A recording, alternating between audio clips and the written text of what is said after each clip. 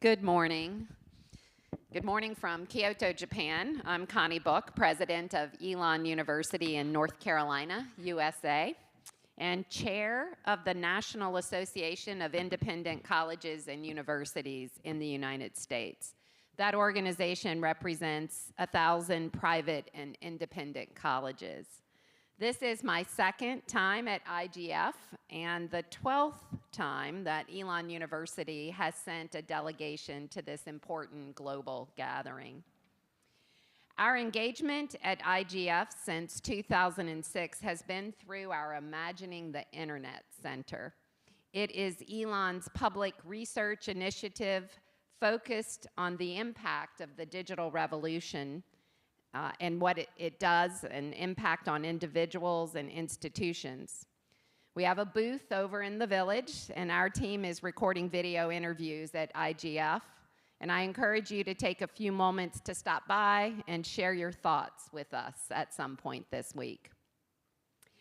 Today's launch event highlights the urgent issues related to artificial intelligence and higher education. We are releasing a substantive position statement titled, Higher Education's Essential Role in Preparing Humanity for the Artificial Intelligence Revolution. If you work at a college or university, you know how timely and important this statement is. The statement introduces 6 holistic principles and calls for higher education community to be included as an integral partner in AI development and AI governance. The statement provides a framework for leaders at colleges and universities around the world as they develop strategies to meet the challenges of today and tomorrow. At Elon University, faculty are adapting the statement as they create policies on AI and design new approaches to teaching and learning. In writing this statement, we worked with higher ed leaders, scholars, and faculty members from around the world to synthesize ideas from authoritative sources on AI. I want to thank everyone who spent time considering this statement and contributing their thoughts and support. Today, more than 130 distinguished academic leaders and organizations from 42 countries are initial signatories to the document, and we invite you to join them. Study the document on our website and sign on if you wish. There are printed copies available for those in the room today, and our moderator will post a link for remote participants. Let's briefly look at these 6 principles. First, principle number 1, people, not technology, must be at the center of our work. As we adapt to AI, human health, dignity, safety, and privacy must be our first considerations. 2, digital inclusion is essential in the age of AI. We must be an advocate and ensure people at our universities and colleges and beyond gain access to these technologies and be educated about AI. Principle 3, digital and information literacy is no longer optional for universities. We must prepare all learners, no matter what their discipline, to learn and act responsibly with AI and other digital tools. Digital literacy gives us power, and that must be part of every post-secondary education. Principle number 4, teaching and learning is already undergoing dramatic change because of AI, and we must carefully navigate the use of these tools in education, using them transparently and wisely, and protecting the interest of students and faculty members. Principle number 5, we are just at the beginning of the AI revolution, so we must prepare all learners for a lifetime of growth. and help them gain hands-on skills to adapt to accelerating change. Principle 6. This final principle has to do with AI research and development, research conducted in higher education institutions around the world. These powerful technologies carry great rewards and great risk, and therefore great responsibility. We need strong policies in place to guard against negative consequences of digital tools that could go beyond human control. These are our core principles, and this sets the stage for a great discussion by our distinguished panelists today. After their remarks, we will open the floor for all to share their thoughts on higher education's role in advancing the future of humanity in the AI age. Let's begin with Mr. Lee Rainey, who spent the past 24 years as Director of Internet and Technology Research at the Pew Research Center in Washington, D.C. We're very excited that Lee has joined Elon University to lead our continuing research on imagining the digital future. Lee, please get us started today. Thank you so much, President Book. It's a pleasure to be here and to be associated with this really important initiative. We believe that the 6 principles for the Internet and artificial intelligence in our global petition are essential for maintaining human rights, human autonomy, and human dignity. The principles bring time-tested truths to the age of artificial intelligence.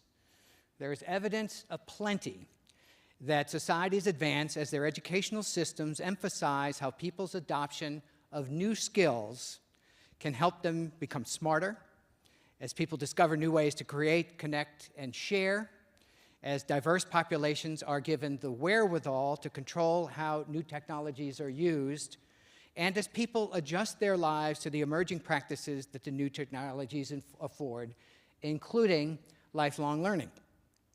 As President Book noted, we at Elon University think that institutions of higher education can be the vanguard of civil society forces that enable beneficial changes for humanity.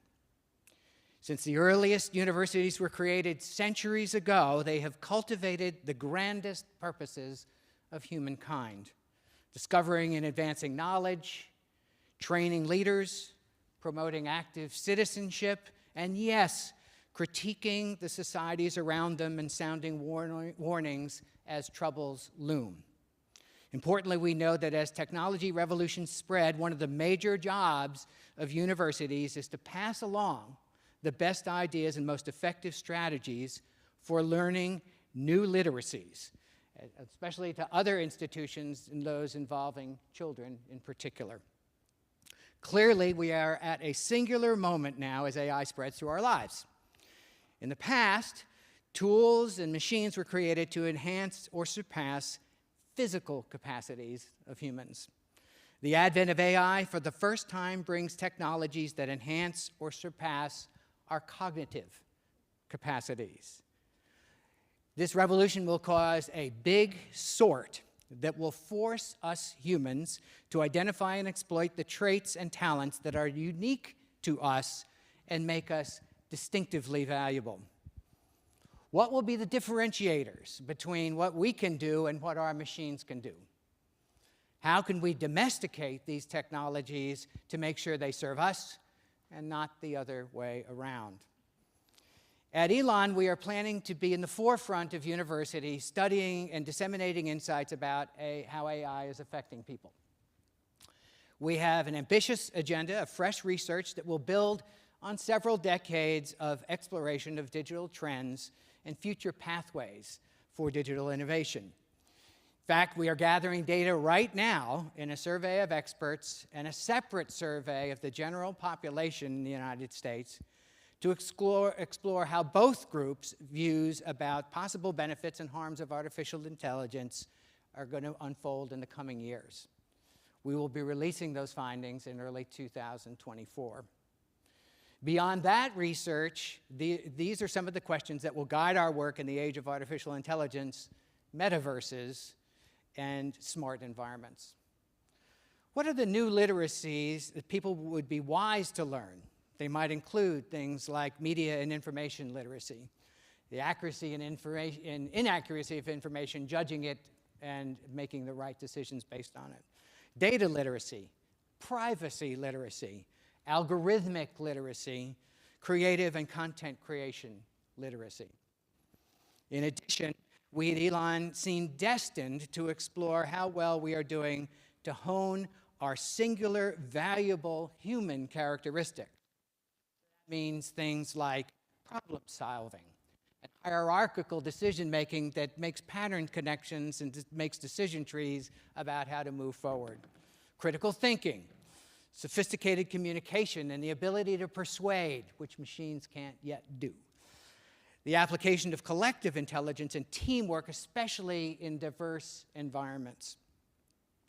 The benefits of grit and a growth mindset. Flexibility, especially in fluid creative environments, and emotional resilience.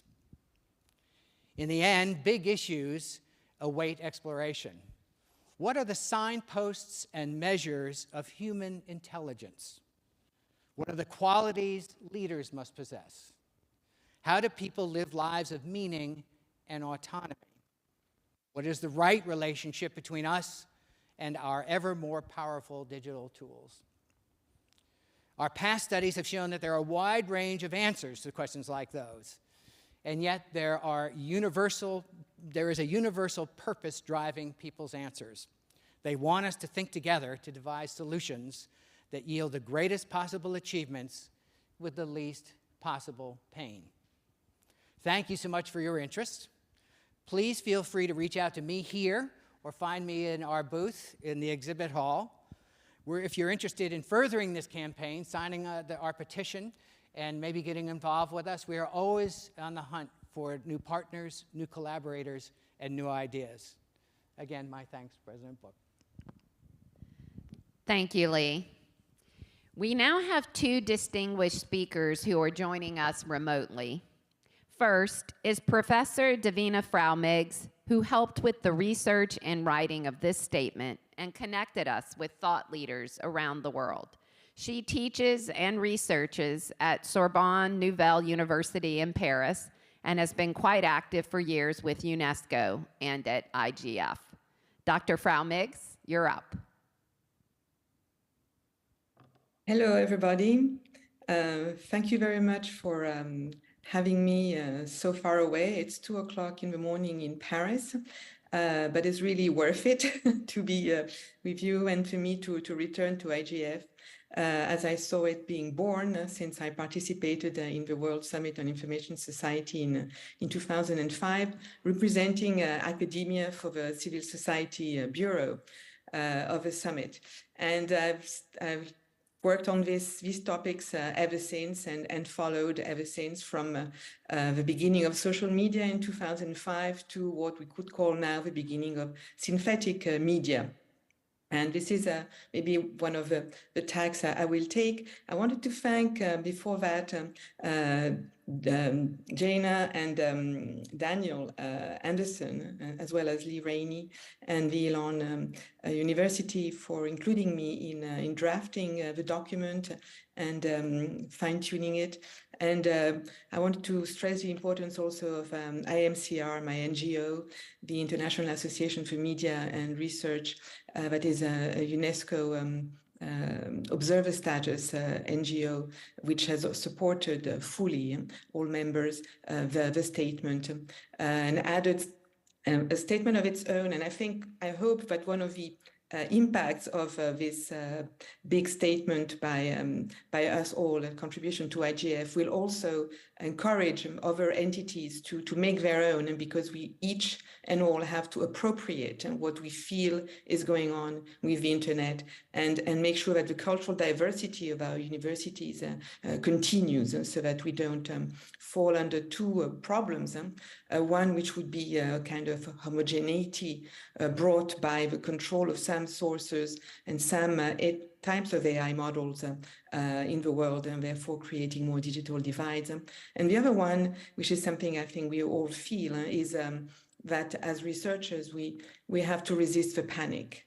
The current panic about AI systems and the fact that they could produce a super intelligence that is more intelligent than us. I think we all agreed as we discussed and went around the world, and that this has to remain human-centered, and that actually the humanities have a possibility of being back, not just STEM as fields, and because more than ever we need to be human-centered and get down to what it really is to be human.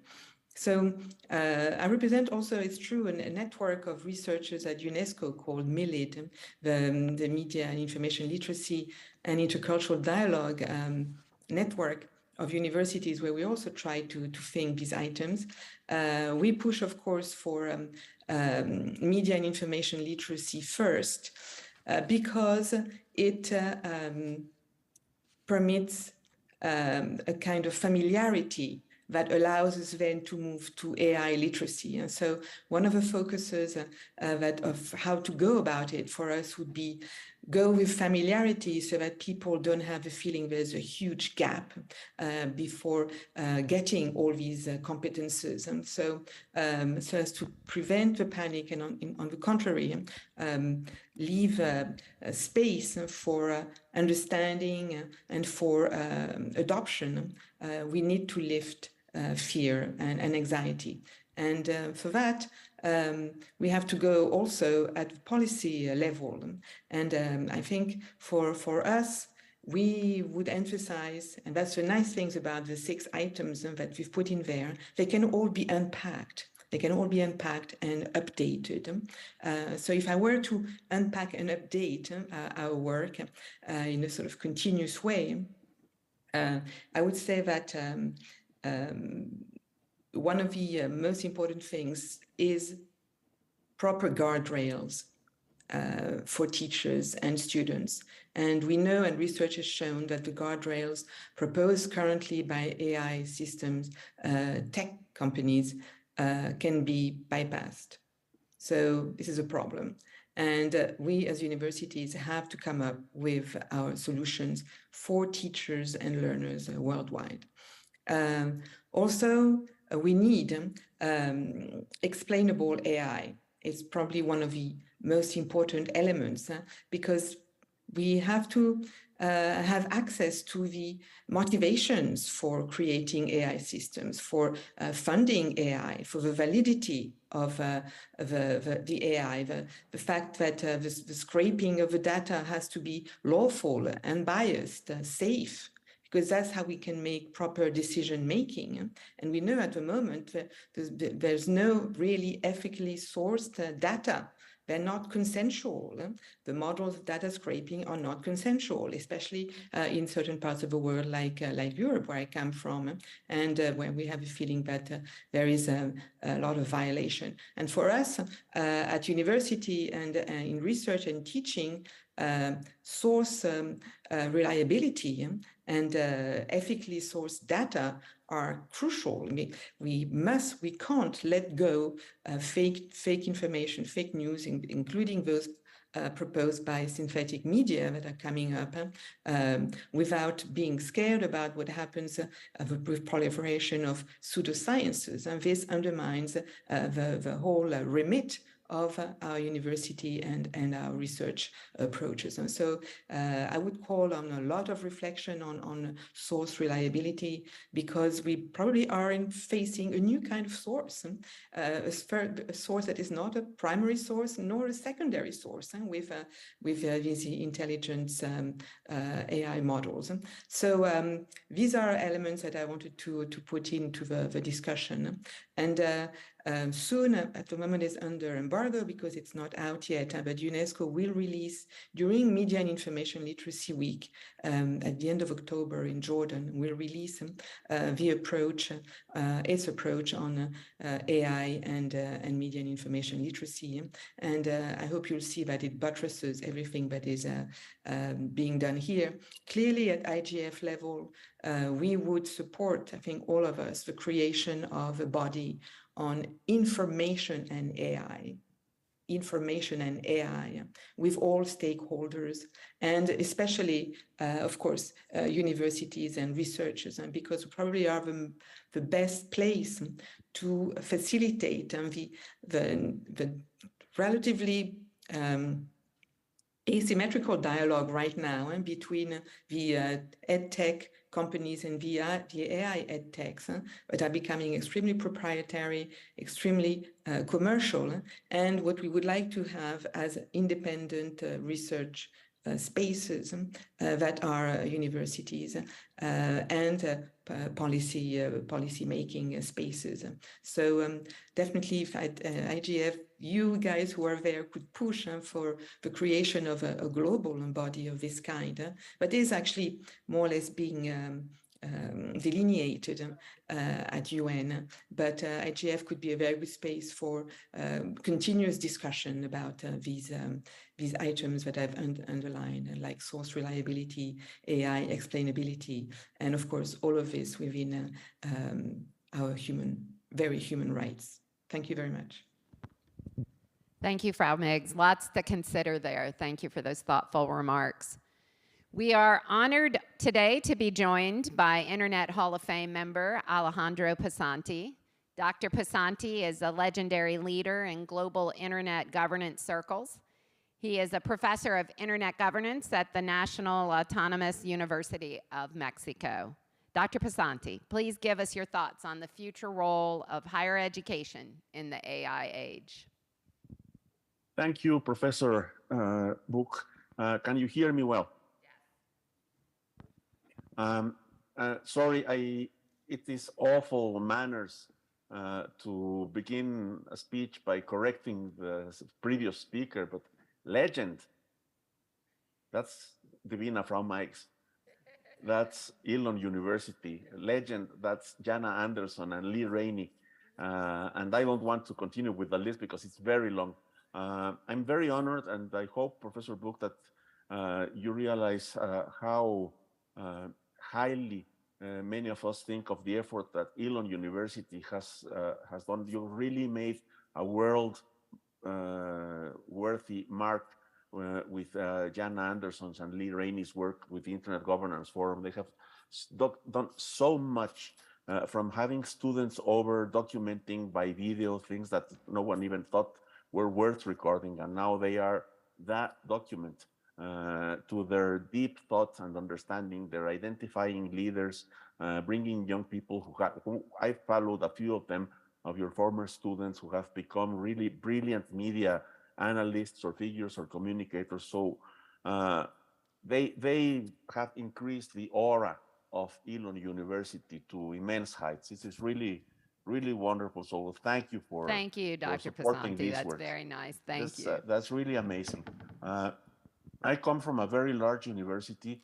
It's very hard for us not to look at things through a lens of size, and Elon is especially remarkable when we see that you have done far more than universities like mine with probably 20 times as many students as you have. We have two zeros to your numbers. I want to enter now the subject matter of this speech, make it very brief and try to make it concise. First, I joined Divina from Meigsman. Is one of my most admired figures in this world from the era that she has mentioned, from the early times of the World Summit on the Information Society, when people like her and IMCR were championing these alternative views to state-controlled media or to the large private interests. At the time, it was mostly media and carriers, network operators who needed opposing. And we have now a much broader spectrum and a much more complex one, because we simultaneously need to oppose and platformize many of the entities that are now considered troublesome. I want to join her statement in particular of resisting the panic. I think that the first thing that universities have to do, universities and schools all over, is sober up and tell everybody, sober up, calm down, cool down, look at this rationally. what are we if not the supposed depositaries of rationality, of rational thought, not of the truth, but of the way of approaching whatever becomes the truth and letting it be built on fact and reasoning. And that's, I think, the very first thing. I have a second question here for the universities. I want to thank Jana Anderson and Lee, and Jana particularly because she made much of the follow-up, for sharing with me early drafts of the statement that has now become the statement for this. I was a little bit shocked at the beginning because I thought it was conceiving the universities in a very partial and small role in a corner of things, where they should be part of the mainstream and even the leading edge of things. First world universities, let me abbreviate things by calling just advanced economy or first world universities, are seeing now what we have suffered in developing countries for decades, if not centuries, which is a brain drain. One of the things that you are so concerned about comes from the fact that AI development pays a lot better in companies than it does in universities. Universities were sort of the sancta sanctorum where even the winters were weathered out. Even the several AI winters were weathered out by universities where, this slow research kept going on. Algorithms were developed. The mathematics was developed, not only the computational technique, but the basic math of neural networks was developed in academia. And we're suddenly out of our best people because they are working for companies which have not only large funding, but the other thing that drives researchers, the opportunity to actually do it. When our researchers leave, when our PhD students leave for the US or for Europe or Japan, they're not only looking for a place which will pay a better salary, but they're looking for a lab that is actually equipped for work, where they can actually do the measurements, do the experiments, get them published. Its significance, its impact, it's actually doing the thing that moves them. And you are suffering the same thing now. There's just a new echelon of that. So the question here, and I'll stop with that question for this intervention, is the most expensive thing we have in developing countries is the highest cost we incur in is the cost of not doing. The cost of not having developed a solid academic system with tenure, with infrastructure, with diversity, the cost of not developing a government that is rationally driven, that creates policies with continuity on an evidence basis, that invokes rights, invokes pragmatism. We never know where we actually are. So rights are invoked as a way of pulling the handbrake instead of finding the way of calling rights not for the other guys to go faster, but for us to be able to go as fast or faster. So that cost of not doing is now being clearly manifested in the shortcomings that the universities are trying to overcome with this statement. Thank you. Thank you, Dr. Passanti. Really interesting. Calm down, cool down. So next we have Dr. Francisca Oladipo, Vice Chancellor and Professor of Computer Science at Thomas Adewumi University in Nigeria. Dr. Oladipo. Thank you very much, and thank you for the opportunity, Ellen University.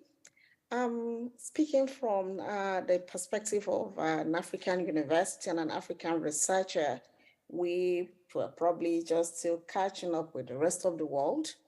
But then you look at it with an emerging technology, or like everyone else experiencing something new for the first time, there is that risk of a wrong adoption or even possibility of abuse.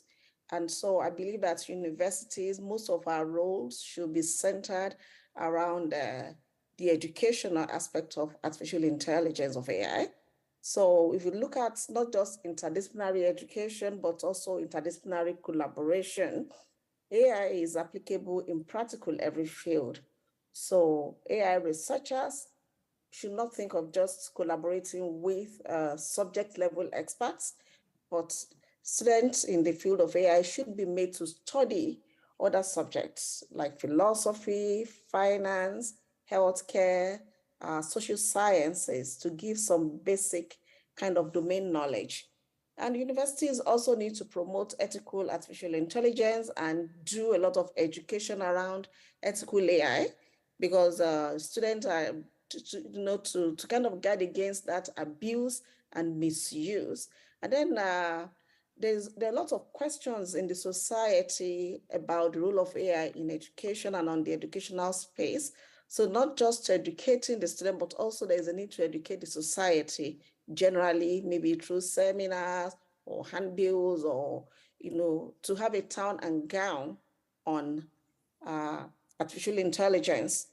The curriculum these days needs to be centered around AI, because whether we like it or not, it's going to be with us for a very long time. I mean, it's always been here, but the awareness is now higher. So most of the curriculum, whether it's in the humanities or in the arts or sciences and technology, even medicine, needs to build around AI to ensure that AI literacy for everyone. Universities, we need to do a lot of advocacy to engage with policymakers. The issue of we can contribute our expertise to responsible artificial intelligence in governance. But how can we effectively do this if we don't engage with policymakers and do a lot of public outreach? We must continue to promote more diversity and inclusion. In Nigeria, we see AI as more of, oh, it's for you computer people, but it is no longer the case. Students in arts, they use ChatGPT now to get answers. They use other online AI tools for one reason, to listen to research papers and so on. So there is always that direct application of AI across every field. And so we need to be more inclusive to embrace everyone and not make AI look more like it's for computing people. When we talk about AI for social good, the people primarily at the center of ensuring social good are mainly in the arts and humanities. They're the ones that study behavior. They're the ones that look into issues and how factors affect people due to different reasons. So it is important that these people are also included in the study of AI. There is a need for every one of us to engage in continuous learning. The fast pace at which AI is emerging now with the large language models, and before we know it, something new is out there. We all need to continue to learn to keep abreast and be able to educate others. Thank you all very much for this opportunity again. I'm sorry it's 1:03 a.m. in Nigeria, and pardon me. Yes, it's very, very late, I know. Dr. Oladipo, thank you. Now, joining us remotely from India is Dr. Siva Prasad Rambihatla. He is a retired professor and leader of the Center for Digital Learning, Training, and Resources at the University of Hyderabad. Dr. Rambihatla. Very, very good morning or good night, good afternoon, wherever we are. I must thank Professor Yana Anderson for this opportunity. Let me, because I'm an anthropologist, so I look at it slightly differently. Technology is a medium which we as humans feed into it. We as humans guide it, and our biases also are put into it through algorithms and other things. Now, when I'm looking at the field of education, commodifying education is one of the challenges that makes access to a large number of people who have been denied on account of their poor economic condition. And if you really look at the statistics of education in many countries, especially in the global south, because we must remember there is large kind of disparity between global south and global north. So the global south, if you look at it, those who have no access to education are from the disadvantaged sections. During, especially very interesting thing was during COVID-19, digital technology, especially using all kind of online education technologies, played a very interesting role. In fact, after that, online presentations all that became a kind of a commonality, and AI and other technologies are really useful in this. So what we find is uh, this itself has thrown up new challenges for the academics. And when I'm saying new challenges to academics, uh, you find major problem that lies in the digital divide. Access to the equipment, access to the technology, and many of the people, especially children and others, during COVID time when they were trying to access, they never had broadband, the bandwidth connectivity and all that. Some of them even were climbing trees to catch the signals, and it was such a horrible thing.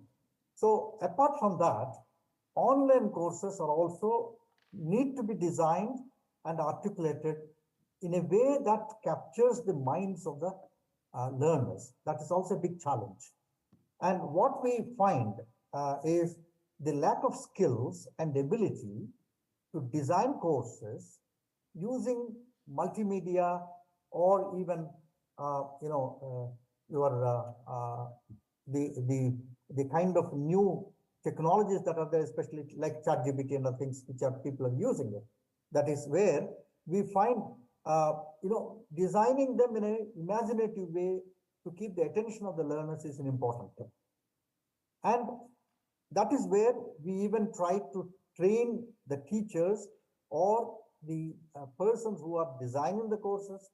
That is where capacity building was one of the important things that we need to undertake, which means we need many specialists, including experts from the visual media, to sensitize the online content and course developers. And this is where AI technology is trying to fill the lacunae of shortage of teachers or shortage of instructors, because the moment you design it carefully and it can fill the gap, but it doesn't fill the human gap. It is only fills the partly knowledge gap. So the challenge posed today is from the generative AI, especially ChatGPT and ChatGPT-4. And this challenges the issues of copyright, plagiarism, and other related issues. In fact, plagiarism, there are some tools developed even to capture whether the content is taken from the other sources, online sources. In fact, that is where also the problems that others have mentioned. Copyrights, apart from the data sovereignty, data kind of importance or in the kind of security. So this is where what this ChatGPT and others are doing is they are impeding the creative thinking among the younger learners, because they don't they try to bypass the process of learning. Just the copy, they can ask ChatGPT, give me this, and that content writing becomes easier for them. But then it doesn't help one to think over. So the challenges are real and they require multidisciplinary approaches. And in fact, another important thing is if education has to be inclusive and multicultural and knowledge to be more, it has to be more local. We need to have local AI models of learning, because that is local AI models of learning, because the subject is not, there can't be universal kind of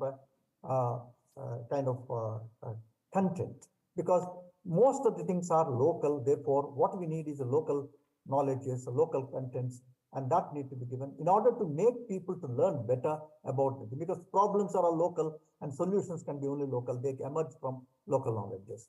Thank you very much for this opportunity. Thank you, Dr. Rambahadla.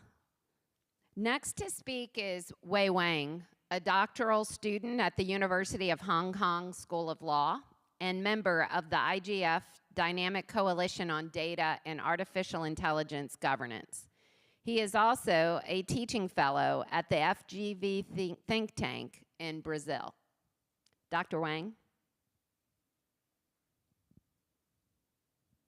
Thank you so much, Chair, and thank you so much for having me here, and thank you so much for everybody for coming.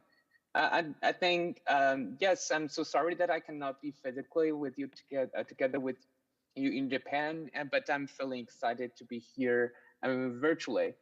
Actually, I will probably brief you with some legal aspects, but before moving to the legal aspects of, AI's implications upon higher education, I think I will have some very general points as well. Actually, as the chair have mentioned, that I'm currently in the dynamic connection on data and AI governance, and we will release our first research report on global AI governance, landscape as well, probably tomorrow. So if you're interested in this topic, you can probably get some hard copy at IGF as well. In that research report, some of my colleagues propose a sort of this data supply chain of artificial intelligence, and this sort of supply chain is relevant to at least three legal aspects. The first is what we call data protection for sure. As you may know that some generative AI services are using personal data for training, right? And this has triggered a lot of data protection authorities globally to investigate those generative AI services, like Italy. I think it's the ever first authority to investigate this generative AI services. And the second area is the so-called content safety, misinformation, disinformation, and the most significant area is that what we call machine punctuation. That means right. For example, if you use some generative AI services, you will find their citation links are fake, and it will definitely produce a lot of challenges to, for example, the research integrity or academic integrity, or it will affect our scientific discovery. And the final area is the intellectual property for sure. I'm currently volunteering work with Creative Commons Hong Kong chapter. I think it's a good mechanism in terms of AI age as well, because Creative Commons is sort of like, licensing mechanism is sort of contractual mechanism for copyright. Just because there have been some litigations already in terms of generative AI services, just because some generative AIs are using copyrighted materials for training. So I think that would be a big issue, just because generative AI also are challenging. Those services are challenging our perception of fair use in copyright law. Many years ago, there was a very landmark case about Google Books, and the judges largely thought it was sort of fair use, so it's fine. But what about the generative AI services in the near future? Okay, I think these are three areas I would like to quickly touch upon. Stage. Thank you so much for having me. Thank you, Wei Wang. We'll now hear from law researcher Eve Goman of the University of Montreal. Her research focuses on the impact of artificial intelligence on higher education, and she's currently working on that research here in Japan. Good morning. Thank you very much. So I would like, first of all, to thank Elin for inviting me to comment on the statement that they are launching today. I would like to build upon three elements contained in the statement to talk about AI, freedom, and higher education. The three elements are improving teaching and learning, provided at Principle 4, human agency and autonomy, provided at Principle 1, and digital and information literacy, provided at Principle 3. I'll walk through these three elements in order to make the following point. It is crucial that people who develop and deploy AI in a higher education understand it sufficiently well to ask relevant questions and ensure that the datification of higher education doesn't prevent students from making important choices about their lives. So let's start with enhancing learning and teaching. AI has the potential to improve the quality of education. It can help create personalized learning experiences. Students can learn at their own pace, focusing on their strengths or their weaknesses, stuff they struggle with. It can also be used to contribute positively to the students-teachers relationship. There are some educators who report that they use data analytics to reach out to students that are subtly disengaging from the classes. But it is far from guaranteed. These positive impacts are far from guaranteed. Even though AI promoters say that personalized learning increases the retention of information, there isn't a lot of data that support that claim. Oftentimes, EdTech looks like modern snake oil. And modern snake oil can have real negative impacts. The datification of students' life can discourage them from engaging in meaningful formative experiences. And it's especially worrisome when we know that the data starts being collected as early on primary level and then continue following them through high school and university. Some students, for instance, can refrain from writing essay about controversial topics out of fear that it might limit future opportunities. So they avoid learning the formative experience of engaging with difficult ideas, with challenging ideas.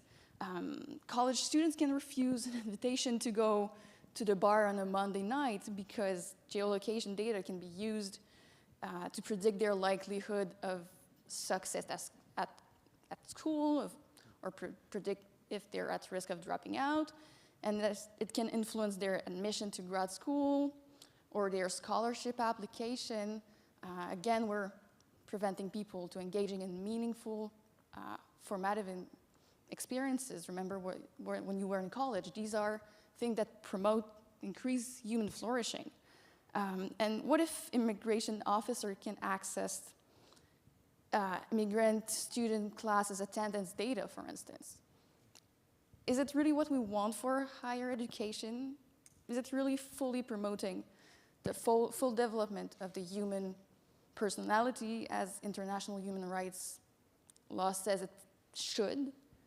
I don't know. But these are questions we ought to be asking. And this is why it is so crucial that professors, university administrators understand how AI and data works so that they can ask relevant questions. What kind of data is being collected? What is it used for? Who can access it? Only professors or third parties as well? And if third parties can access it, what for?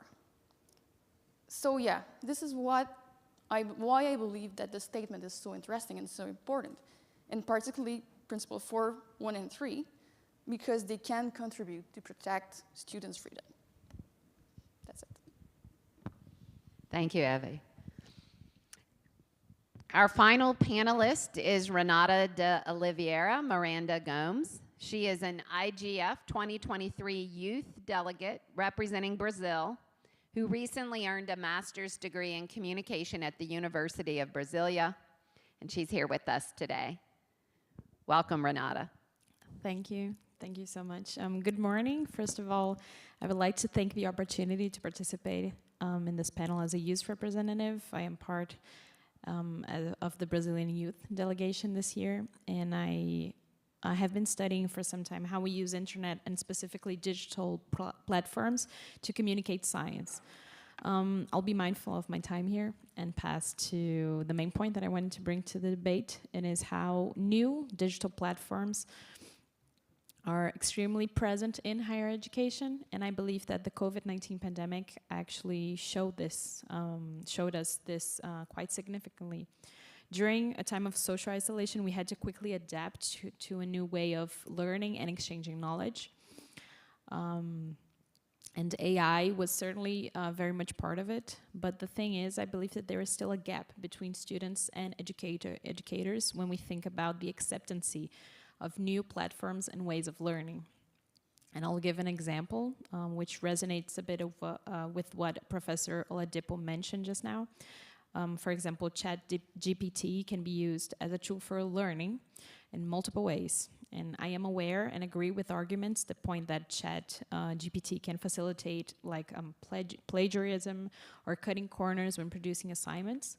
However, and I was discussing this with some friends from the Brazilian delegation, that ChatGPT can also make our lives easier. For example, at a postgraduate level, we are faced with long lists of reading materials.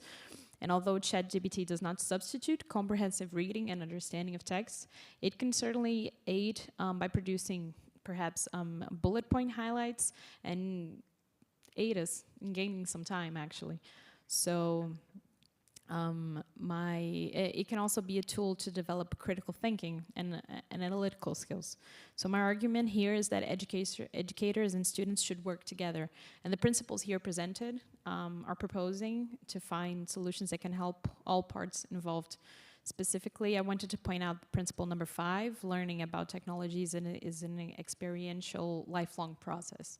And new platforms such as AI depend much more on the users than on the software itself. So it is crucial that we educate ourselves and work collaboratively to ensure that it can be the best possible. So this is why I believe that these spaces of debate are so important. In Brazil, the approximation between AI and education is going beyond the scope of higher education also. For example, the state of Piauí recently announced that it is working to include AI in the state's high school curriculum. So it will be the first state in Brazil to do so. So this is a great way to begin the dialogue of good platform usage from the initial learning processes. So I think this is pretty much what I had to say to bring to the debate for now, but I look forward to discussing it further with you. So thank you for the opportunity. Thank you, Renata. We do now want to engage the community here with us and broaden our conversation. So we're going to open it up for questions. There are microphones at the table. So the floor is yours. Does anyone have any questions? Yes. Say your name and your association. Certainly. My name is Christa Tobler. I'm a professor of European Union law at 2 universities, Basel in Switzerland and Leiden in the Netherlands. I would like to react to the point made by the youth delegate just a moment ago. I can absolutely underwrite that. There is, in my experience, this gap in expectation. I can see that, for example, at my Dutch university, Leiden University, the law faculty at the moment is trying to formulate an AI policy. They've not yet quite managed it, but for the time being, they said, actually, we are against using it. My students, of course, are from a wholly different generation. They're all digital natives. They know how to use these things, and they want to use them.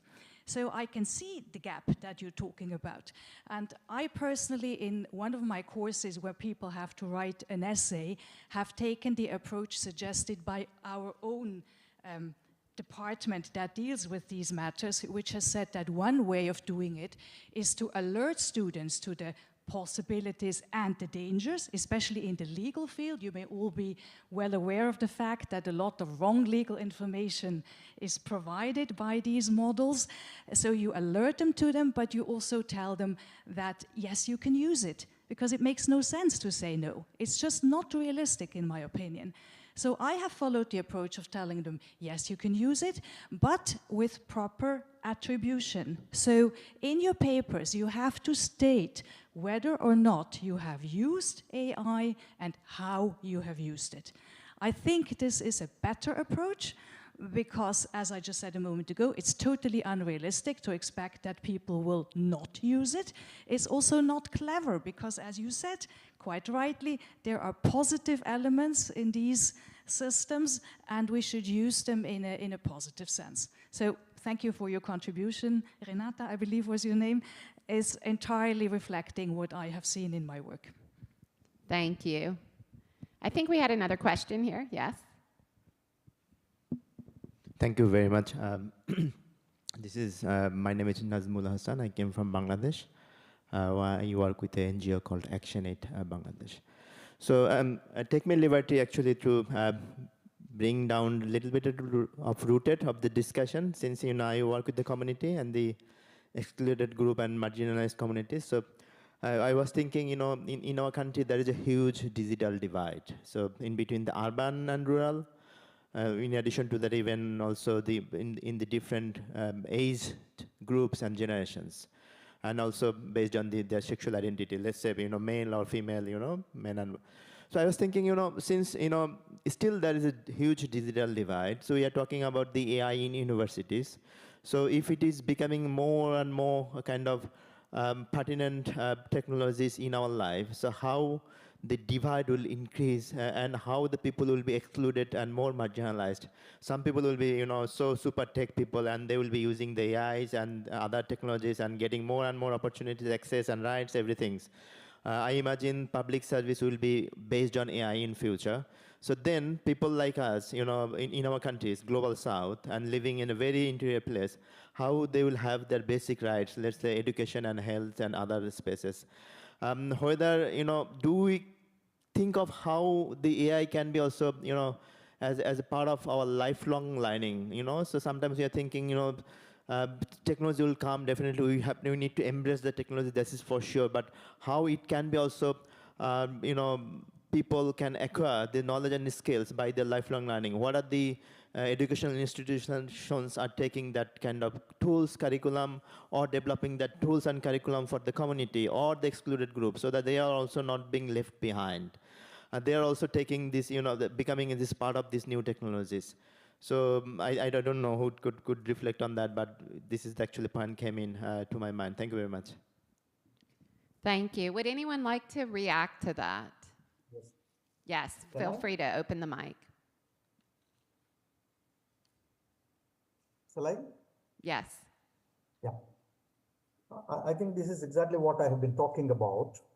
The digital divide has many shades of it, because it has something to do with socioeconomic backgrounds, cultural backgrounds, and also the nearness and away from the towns or cities, and infrastructure. And those who have this infrastructure, they are the ones who will benefit, and those who do not have will not benefit. So the digital divide is real. In fact, there are people now, they say that it has come down.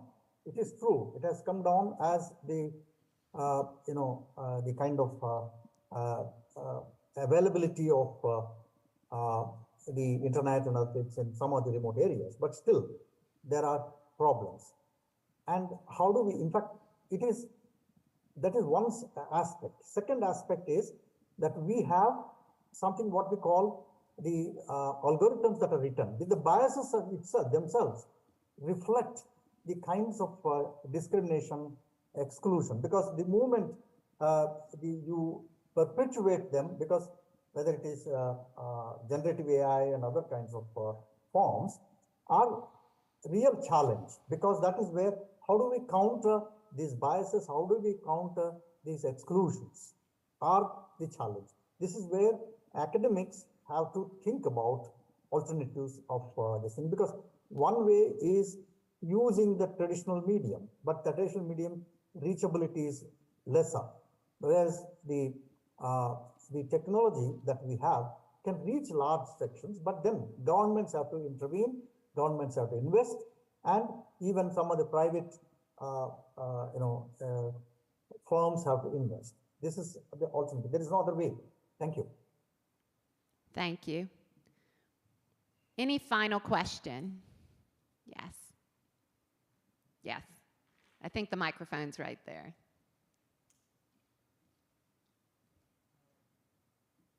They'll turn it on for you. Yeah. There. Hello. Yeah. Okay. My name is Julia. I am a youth delegate for Brazil. I'm here with my colleagues, and I am very proud to participate in Renata's and the group's presentation panel. for she is also a colleague of us in our youth delegation. But jumping to my question, I asked myself during this presentation, how are the participants see and act to work sensibility and empathy on the ethics perspective of using AI, and is there a connection to using like different engines for AIs, like not feeding only to a corp, like, oh, we will work about AI, but let's see different engines and different groups and corporations that have worked, like the open source and the closed source engines, and like diversifying, because it's if there is that sense in using the diversity of engines to help building sensibility and empathy for the ethics problem. I see it as a problem because there is a lot of apathy or uninterested STEM academics or STEM operators, not necessarily academics, only workers that are uninterested in developing and working with AI in a ethical or a moral, over ethical and moral standards. Thank you. Dr. Pasanti, that is right up one of your observations. Would you like to respond to that? Yes, thank you.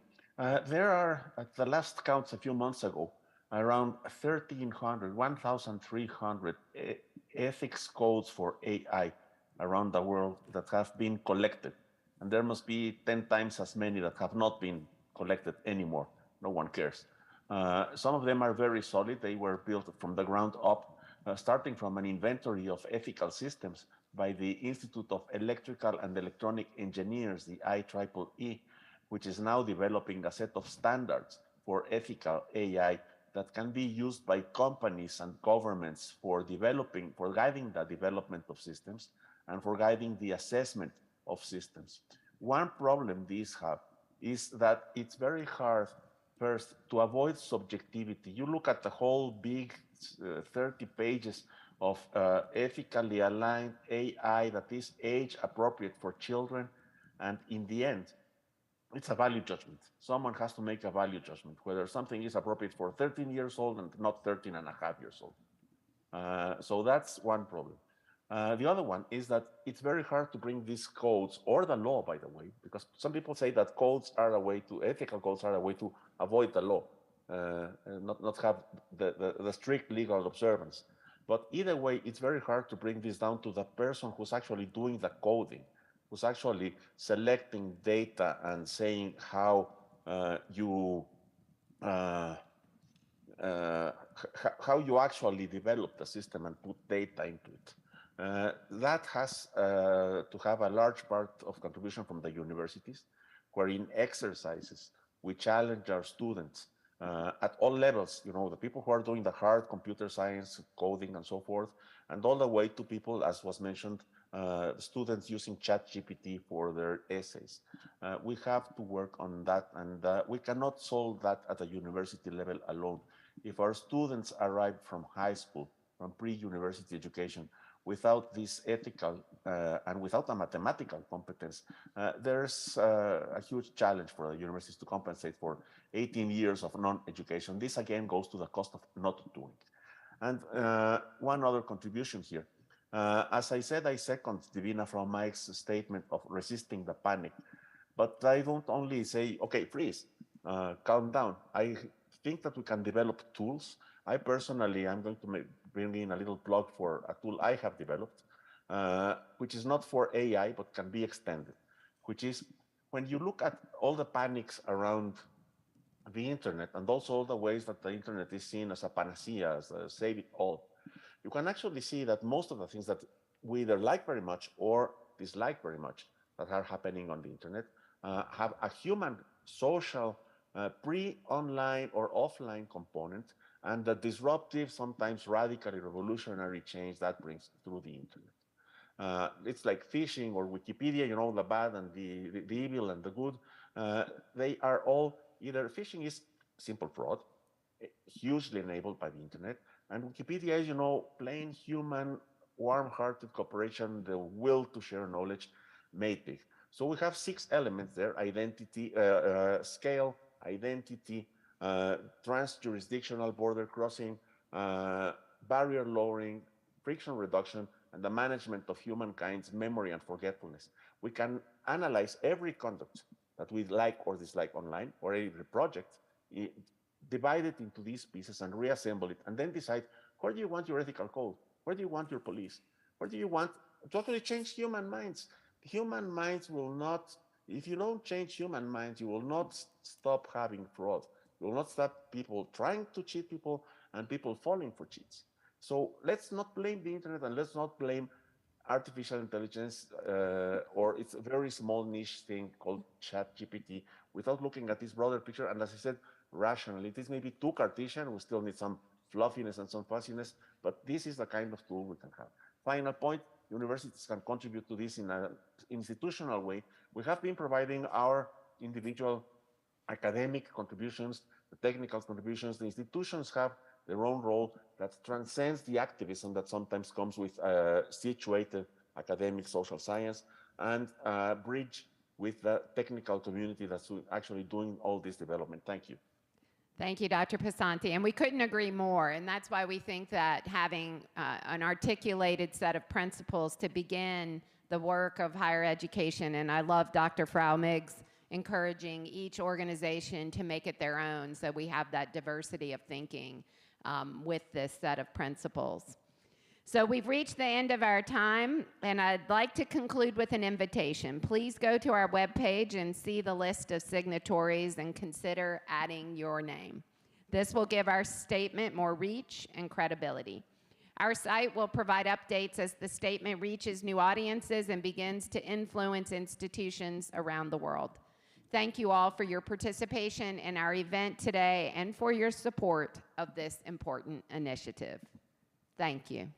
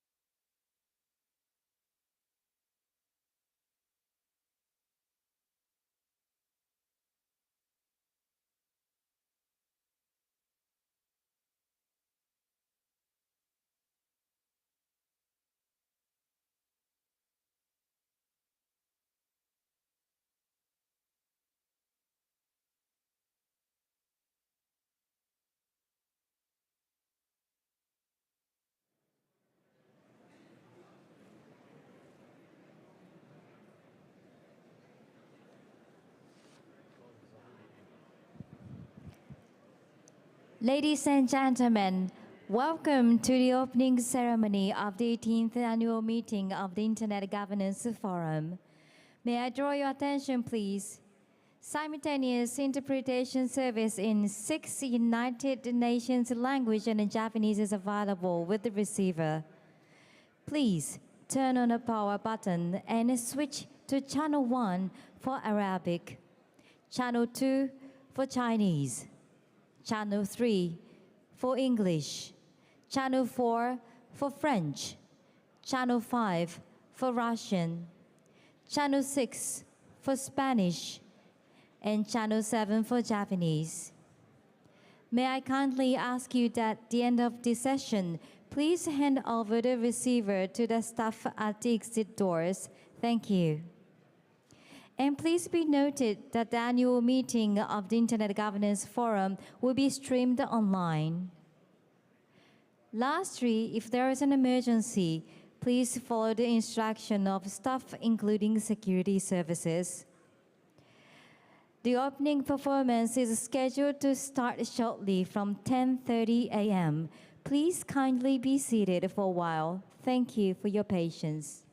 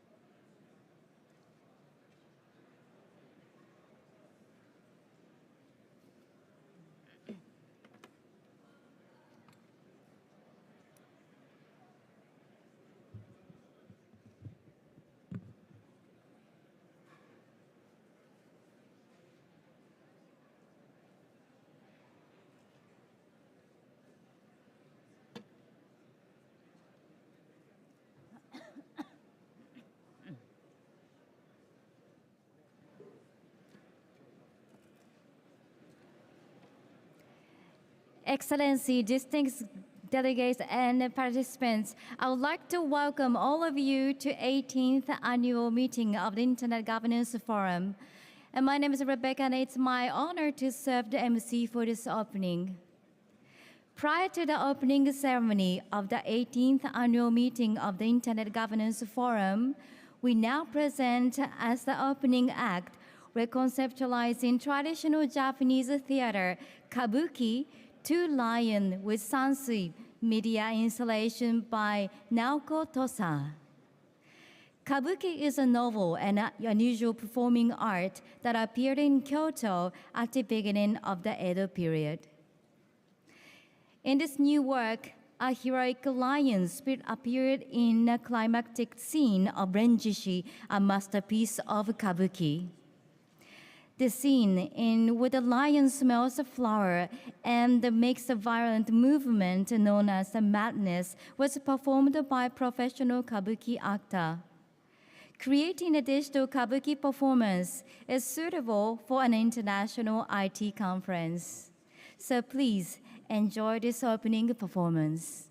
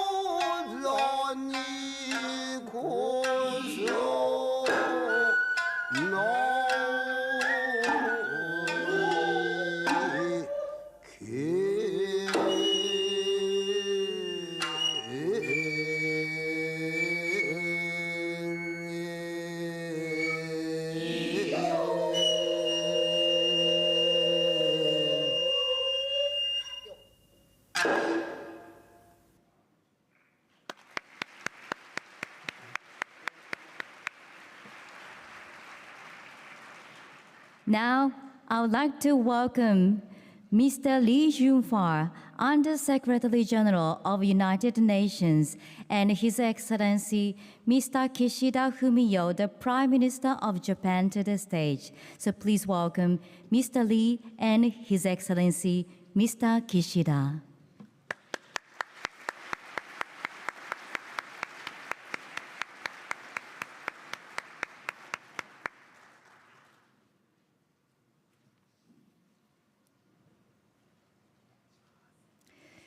So ladies and gentlemen, thank you very much for joining us today for the 18th annual meeting of the Internet Governance Forum, organized by United Nations and hosted by Ministry of Internal Affairs and Communications. Now, I'd like to start the opening ceremony. First of all, we would like to welcome Mr. Antonio Guterres-led Secretary General of the United Nations to the screen. Video message will be introduced by Mr. Lee Junfar, Under Secretary General of the United Nations. So Mr. Lee, please proceed to the podium.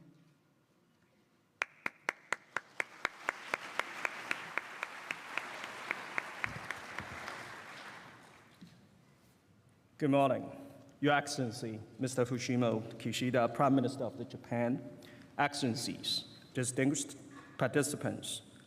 I have the honor to introduce the Secretary General of the United Nations, Mr. Antonio Guterres, who will deliver a video address. Peace. Excellencies, ladies and gentlemen, I'm pleased to greet the Internet Governance Forum as you gather in Kyoto. Let me begin by thanking you for your invaluable efforts, bringing together governments, the private sector, civil society, and the technical community for the essential task of advancing an open, safe, and global Internet.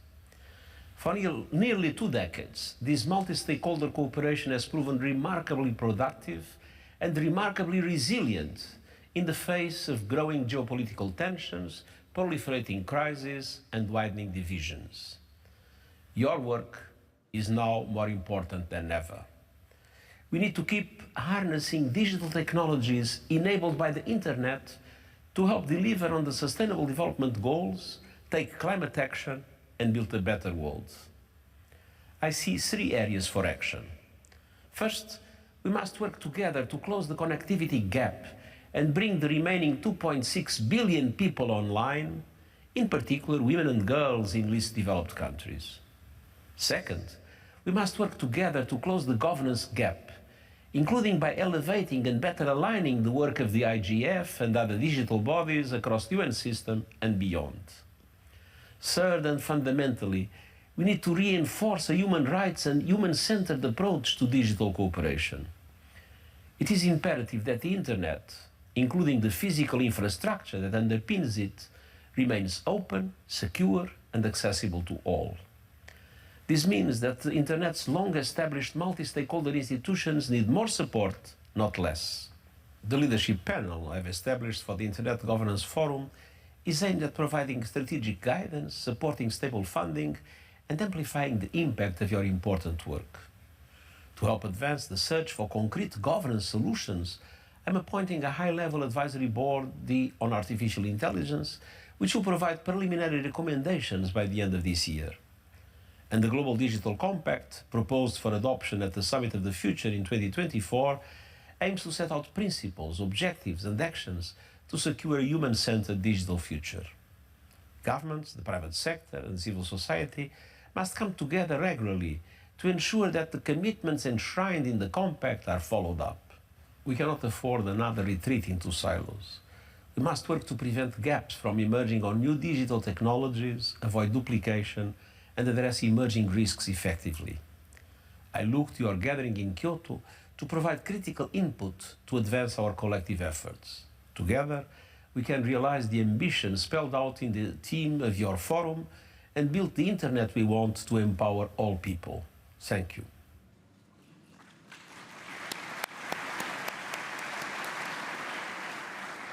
Thank you, Mr. Secretary General. Please allow me to join the Secretary General to extending our gratitude to the government of Japan for hosting us.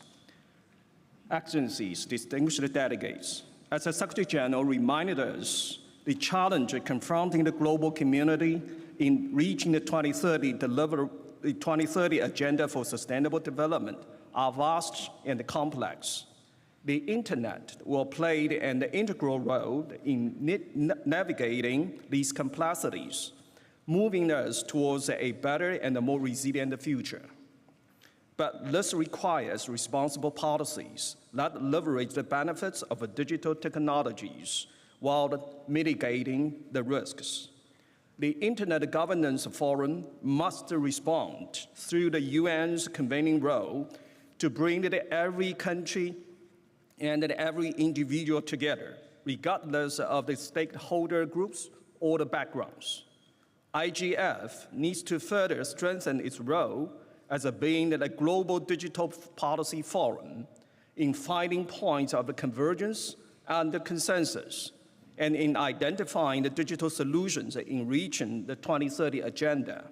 In this connection, I welcome the focus of the forum on the urgent and the relevant digital issues, and look forward to your contributions and recommendations on the way forward. Ladies and gentlemen, 18 years ago, in 2005, the IGF received its mandate through the World Summit on Information Society. In 2025, the United Nations General Assembly will review this mandate. Member states will consider the impacts and outcomes of the forum and determine its future.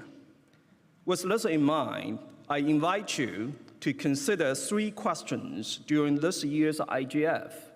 First, has the IGF delivered on its mandate and purpose? Second, how can the Internet better support and accelerate the achievement of the SDGs? Third, how can the IGF best support both the preparations of and the follow-up to the Global Digital Compact and Summit of the Future? This forum is aimed at empowering all countries to deliver the better digital policies, to support the more open, inclusive, and safe access to digitalization for all people. We must ensure that it is delivering on that aim. We called for the closer collaboration and partnership among stakeholders, greater digital innovation for accelerating SDG implementation, and foster technical assistance to the Global South to bridge the digital divide. Together, let us leverage the inclusive, multi-stakeholder approach of the Internet Governance Forum to build the Internet we want. I thank you. Thank you very much, Excellency. Next, I invite His Excellency Mr. Kishida Fumio, the Prime Minister of Japan, to deliver his remarks. His Excellency Mr. Kishida, please proceed to the podium.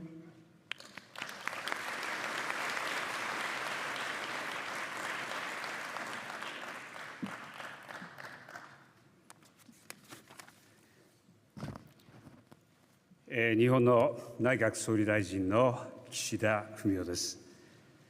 ご列席の皆様、こんにちは。そしてようこそ日本にお越しをくださいました。ご来場の、そしてオンラインでご視聴の皆様におかれましては、インターネットのより良い在り方について日頃からご議論をいただき、またその実現にご尽力をいただいておりますことに心から敬意を表し申し上げます。インターネットガバナンスフォーラムのオープンかつ民主的、包摂的なプロセスを重視するという基本理念は、まさに我が国の基本的な価値観と一致するところであり、我が国が今回初めてホスト国として会議を開催し、こうして皆様をお迎えできることを大変嬉しく思っています。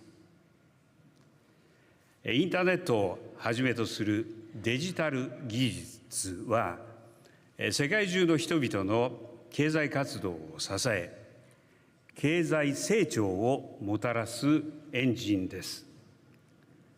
インターネットは自由で多様な表現の場として機能するとともに、時間や空間の制約を超えた情報やサービスへのアクセスを可能とするものであり、生活や社会経済活動にとって不可欠であるだけでなく、民主主義社会の基盤として極めて重要です。また、自由で分断のないインターネットは、開発、保健、安全保障といった我々が直面するさまざまな課題の解決や人類のさらなる発展のために不可欠です。一方で、インターネットが偽情報を含む違法有害情報の拡散、サイバー攻撃、サイバー犯罪など、人々の安全や自由な経済社会活動を脅かす課題を生んできたのも事実であります。それらの負の側面にも目を背けることなく、世界中からさまざまな立場の参加者が一堂に会し、マルチステークホルダーアプローチの議論により英知を結集することで、リスクを低減しつつインターネットの恩恵を最大化できると確信をしています。本年の会合の全体テーマである我々が求めるインターネット、あらゆる人を後押しするためのインターネットは、誰一人取り残さない包摂的なインターネットを実現し、持続可能な人類の未来を切り開くという力強い決意の表れであると思います。日本政府としてホスト国としてこの議論に貢献することが重要な責務であると考えています。インターネットが信頼性のある自由なデータ流通 DFFT を促進し、引き続き人類の発展に貢献するためには、オープン、自由、グローバル、相互運用可能、安全かつ信頼できるインターネットを維持することが必要であると確信をしています。我が国はさまざまな立場のマルチステークホルダーによるインターネットガバナンスを支持し、引き続きコミットしてまいります。最後になりますが、開催都市であるここ京都は豊かな歴史と伝統が息づく都市です。ご参加いただいている皆様には、インターネットの未来についての活発なご議論、参加者同士の交流と合わせまして、ぜひ京都、そして日本の文化や食事、おもてなしをご堪能いただきたいと思っています。この京都における会合が国際社会の未来、そして皆様一人一人にとって有意義で実りあるものとなることを記念し、私からのオープニングのご挨拶とさせていただきます。ありがとうございました。Thank you very much, Excellency. And thank you.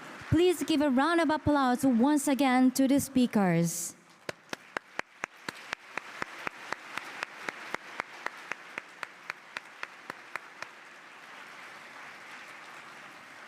So now the stage will be rearranged for the next session, so please kindly remain seated. The high-level panel 5, the artificial intelligence, will start shortly from 11 a.m. Thank you for your patience.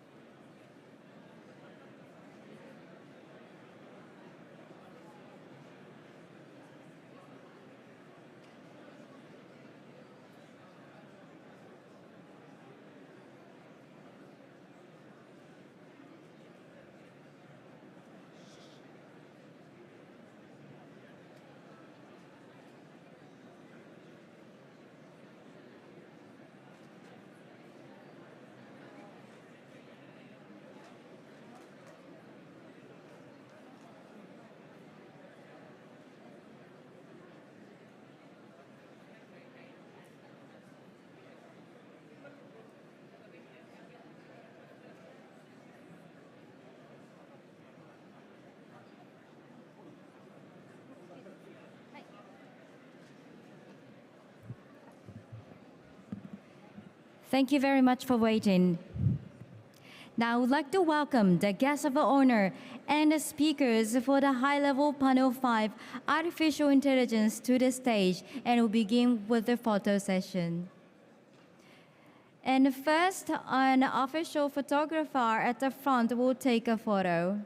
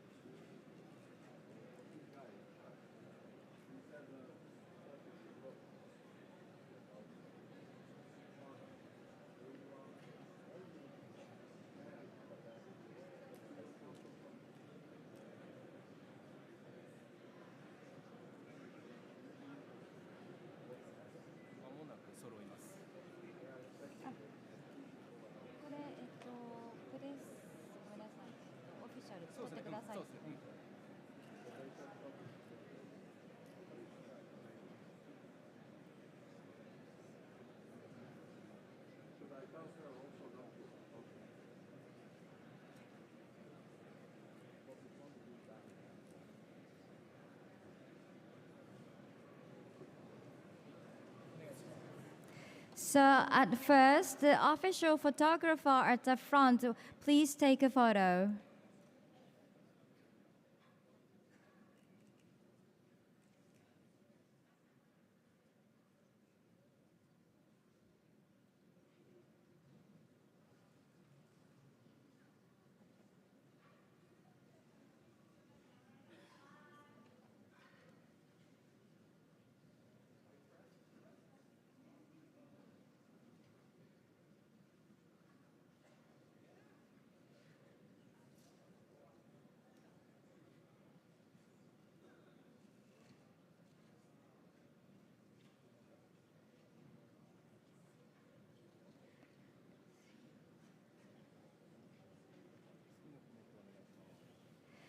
And now I'd like to take our time for the press in the back seat. Please stay put and take a photo. Thank you for cooperation.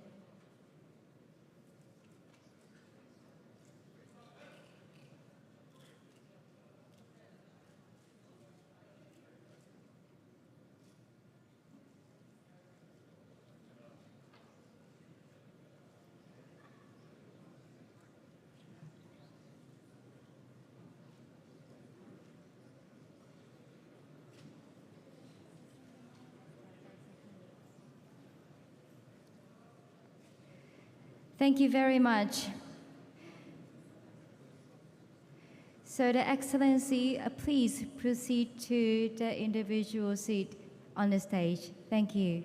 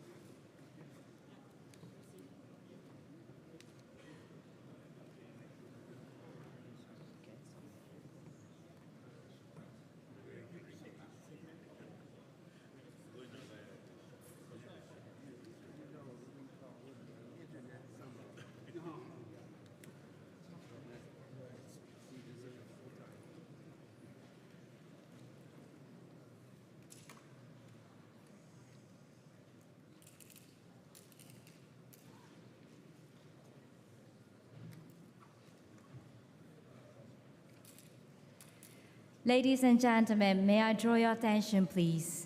We will now start the high-level panel 5, Artificial Intelligence, of the 18th Annual Meeting of the Internet Governance Forum.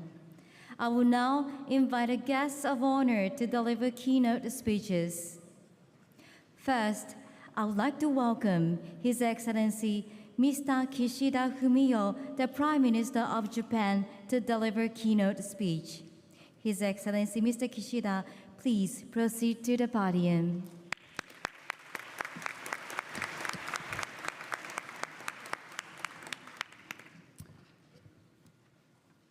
インターネットガバナンスフォーラム京都2023における AI 特別セッションの開催にあたり、ホスト国を代表してご挨拶を申し上げます。急速に発展している生成 AI のポテンシャルやリスクについて、世界中で議論が巻き起こっている中、本日、各界を代表する方々とともに、生成 AI に関する国際的なガバナンスの在り方について、ここ日本で議論できることを誇りに思うとともに、ご多忙の中、ご参加いただいた皆様に、心から御礼を申し上げます。生成 AI は、インターネットに匹敵する技術革新とも言われています。インターネットの登場によって時間や空間の制約を超えて人類がつながるようになり、民主主義と経済社会に目覚ましい発展をもたらしてきたように、生成 AI によって人類の歴史に大きな変化がもたらされようとしています。私自身、今年に入って若手研究者や AI 開発企業などと直接議論を重ねる中で、生成 AI が秘める無限の可能性を感じてきました。生成 AI は単に業務を効率化するだけでなく、新薬の創出や新たな医療手法の開発など、我々さまざまな分野でイノベーションを加速させ、世界に劇的な変化をもたらすことが期待されています。日本政府として今月中に経済対策をまとめることを予定していますが、計算資源の整備や基盤モデル開発に対する支援など、AI 開発力の強化や中小企業や医療分野等における AI 導入の推進など、 AI 開発利用両面に強力に取り組み、しっかりと経済対策に盛り込んでいきたいと考えています。一方で、生成 AI をめぐっては、精緻な偽画像や偽情報による社会の混乱など、経済社会を脅かすようなリスクや課題も指摘されてきており、幅広い関係者が役割を果たす必要があります。例えば、信頼できる情報の流通を促進するために、情報の発信者を証明・確認できる技術の開発や普及を進めることも有効だと思います。このような理解を国際社会全体で正しく共有し、連帯して対処していかなければなりません。生成 AI の持つ可能性とリスクを踏まえながら、推進と規制のバランスを図り、生成 AI が経済社会に与えるリスクを軽減しつつ、人類に対する恩恵を最大化していくために、今こそ人類の英知を結集することが重要です。このような考えのもと、G7 広島サミットにおいて、信頼できる AI の実現に向けた国際的な議論の促進のために、私から広島 AI プロセスの創設を提案して合意を取り付け、G7 首脳は担当閣僚に対し、年内に成果を出すことを指示いたしました。広島 AI プロセスでは、信頼できる AI の実現に不可欠な共通原則として、すべての AI 関係者向けの国際的な指針を年末までに策定することといたしました。特に喫緊の課題として、生成 AI を含む高度な AI システムの開発者向けの国際的な指針や行動規範をこの秋にも開催される予定の G7 首脳オンライン会議に向けて策定を進めています。生成 AI は国境を越えてサービス提供され、世界中の人々に関係します。このため、広島 AI プロセスでは、この IGF の機会も活用し、本セッションのような政府、学術界、市民社会および民間セクターを含むマルチステークホルダーの議論を通じて幅広い意見を取り入れていくつもりです。本日ご参加の G7 を超えた幅広い皆様のご意見をお聞きすることで、グローバルサウスを含む国際社会全体が安心、安全、信頼できる生成 AI の恩恵を享受し、さらなる経済成長や生活環境の改善を実現できるような国際的なルール作りを牽引してまいります。最後に、この AI 特別セッションにおいて、国際機関、各国政府、AI 開発企業、研究者、市民社会を代表する方々の間で有意義な議論が行われ、後に生成 AI に関する議論の転機となったと評価されるような歴史的な会議となることを記念いたしまして、私のご挨拶とさせていただきます。ご清聴誠にありがとうございました。Thank you very much, Excellency.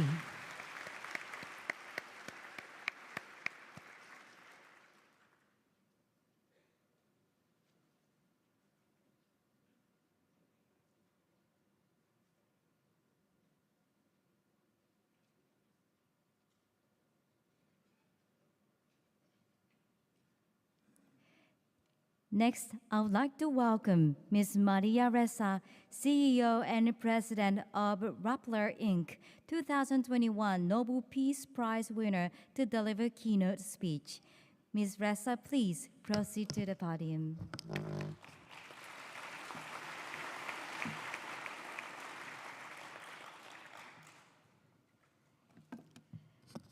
I'm so sorry I'm short. I will tiptoe. Thank you so much. Thank you to our host country, to Japan, to the Internet Governance Forum. I am new to the Internet Governance Forum, and so I bow to your collective wisdom. I really hope to just be a voice to urge you to think about where we are today and to urge you to act. Because thank you to our initiative on generative AI, but let me just remind you of the problems we face right now. Today, truth is under attack. We're engulfed in an information war where disinformation, The bullets of information operations spread like wildfire to obscure and to change reality. What power used to consolidate power is technology. Social media, the first human contact with AI.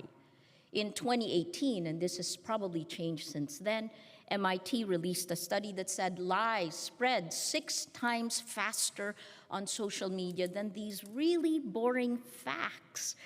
And what Rappler data has shown is that it spreads even faster when it's laced with fear, anger, hate. Every human being, all of us, has 2 systems of thinking, and here I quote Daniel Kahneman. He said, thinking fast, our emotional, instinctive side, and thinking slow, our rational side. This rational side is where conversations like this one happen, where rule of law, journalism, democracy happens. Technology hacked our biology to bypass our rational minds, to trigger the worst of who we are, and to keep us scrolling in our information economy. Attention, that is the prize. Your attention is commodified, changing how you feel, what you think, and how you act. That fundamental design choice, and this is the first social media contact, right? That lies spread faster, surveillance capitalism, or surveillance for profit, turned our world upside down. And here, I'm sorry to be irreverent. Netflix's Stranger Things, if you've watched it, you know how they go into the upside down? We are literally living in the upside down.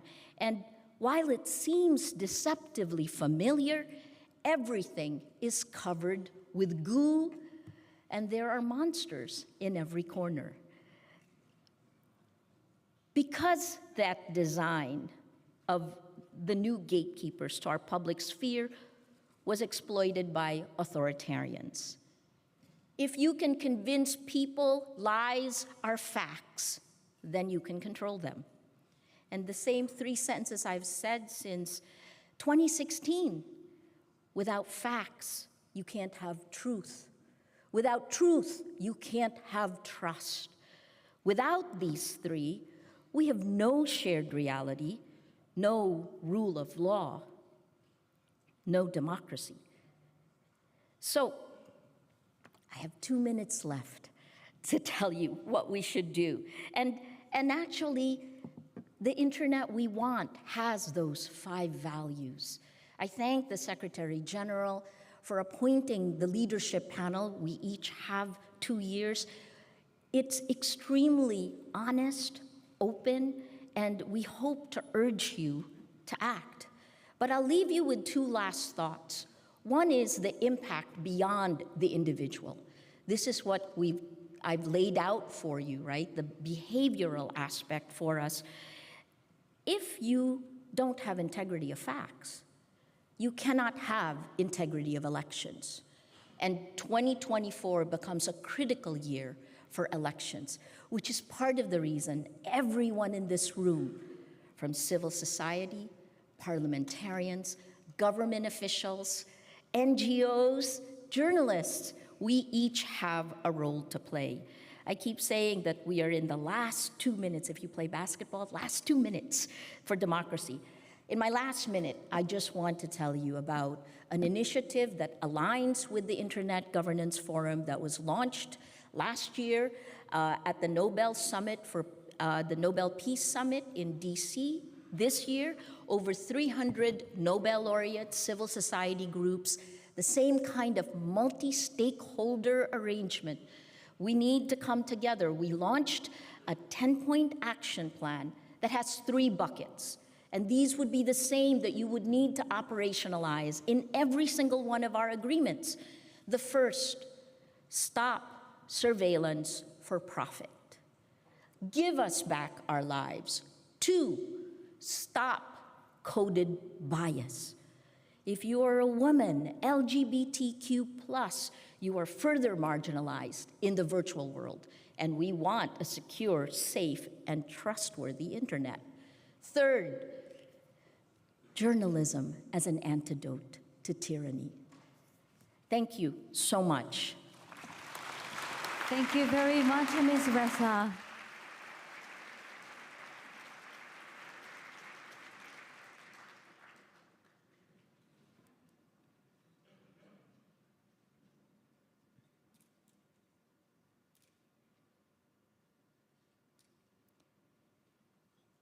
Next, I'd like to welcome Mr. Ulrik Vestergaard Knudsen, OECD Deputy Secretary General, to deliver keynote speech.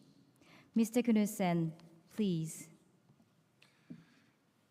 Thank you very much. It seems I have the opposite challenge compared to the previous speaker, so I will not be tiptoeing. What an honor it is to speak after a Prime Minister and a Nobel Prize winner, and what an honor it is indeed to join this high-level meeting on global AI governance and generative AI, convened in the context of the G7 Hiroshima AI process led by Japan. Thank you very much. Rapid technological transformation is heralding a brand new era of boundless opportunity, and at the same time of great risks. Some even talk about existential threats. Now, my organization, the OECD, was founded over 60 years ago on a simple yet very powerful premise that international cooperation is essential for economic growth and social prosperity. In the decades gone by, we have leveraged evidence-based policy expertise, mutual exchange, data and analysis to keep ahead of the global cross-border challenges. Key examples include codes of liberalization, guidelines for multinational enterprises, and of course the all-famous BEPS inclusive framework of tax with almost 140 tax jurisdictions around the world. To sum it up, through international cooperation and shared values, the OECD's goal has been to drive forward better policies for better lives. And let me be as frank as I can, digital policies are no exception to that. On the contrary, here too, the OECD has delivered landmark international standards. For example, just last year, the Declaration on Government Access to Personal Data held by the private sector entities. These standards, and many others in areas like broadband connectivity, data governance, and digital security, provide guidance to support countries in reaping the benefits of digital transformation, fostering innovation while addressing mitigating risks, advancing responsibility, and promoting trust. In the last decade, we have increasingly dedicated our attention to artificial intelligence. With AI, and in particular with the public availability of generative AI applications, humanity is facing what is really a watershed moment. Our well-being, our economic prosperity, and our very identity, perhaps even as humans, will be affected by the collective action we take today. AI already now demonstrates its revolutionary potential for productivity, for scientific discoveries, healthcare, education, climate change. However, AI also carries significant risks, including to privacy, safety, autonomy, and, to some extent at least, jobs. And as G7 members have underlined, under the Japanese presidency, generative AI creates a real risk of false and misleading content, threatening democratic values and social cohesion. I guess what you could call the upside-down world of Stranger Things from Netflix. Generative AI also raises complex questions of copyright, and the computing power required for its training highlights issues of supply chains, access, and divides. What we need now, ladies and gentlemen, is a global effort for the governance, the safe development, and deployment of AI, aligned with human rights and democratic values. The OECD has helped lead the way on AI policy making with the landmark 2019 OECD recommendations on AI, the very first intergovernmental standard on AI. We're now gathering the evidence on AI through the OECD AI Policy Observatory, the framework for classification of AI systems, the catalog of tools and metrics, and also now, latest, the AI Incidence Monitor. These achievements have gained traction and influenced AI policymaking around the world. But with technology developing now at breakneck speed, we need to make collective decisions to ensure this technology will be safe and beneficial to societies. Unfortunately, as you all know, there are many, many questions and not too many answers. Do we need hard rules about the design of AI systems? How do we marshal the innovation, governance, and regulations of AI? Do we use existing approaches and frameworks that have proven effective, from, for example, aeroplanes to food safety? Or do we need radically new approaches? And how do we prepare society for this transition? How do we make sure powerful technology doesn't rest solely in the hands of a few, be that countries or companies?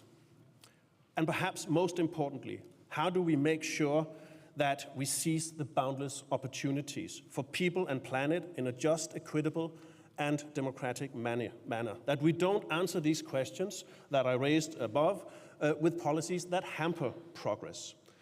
I don't have the answers to all those questions, but I do think I know one thing, that decisions we make in response to these questions require international cooperation and coordination. And it's the ambition of the OECD to work with our international partners to provide the forum and convening power for these discussions, informed by the best possible evidence base. The G7 has a key role. We are here under the auspices of Japan's G7 presidency, and Japan has been a true pioneer and visionary in identifying the policy importance of AI. Japan's 2016 presidency, G7 presidency, really kickstarted development of the AI principles, which then served as the basis for the G20 AI principles under Japan's G20 presidency in 2019. In this vein, the Hiroshima process has set an ambitious and necessary objective: international guiding principles applicable for all AI actors and a code of conduct for organizations developing advanced AI systems.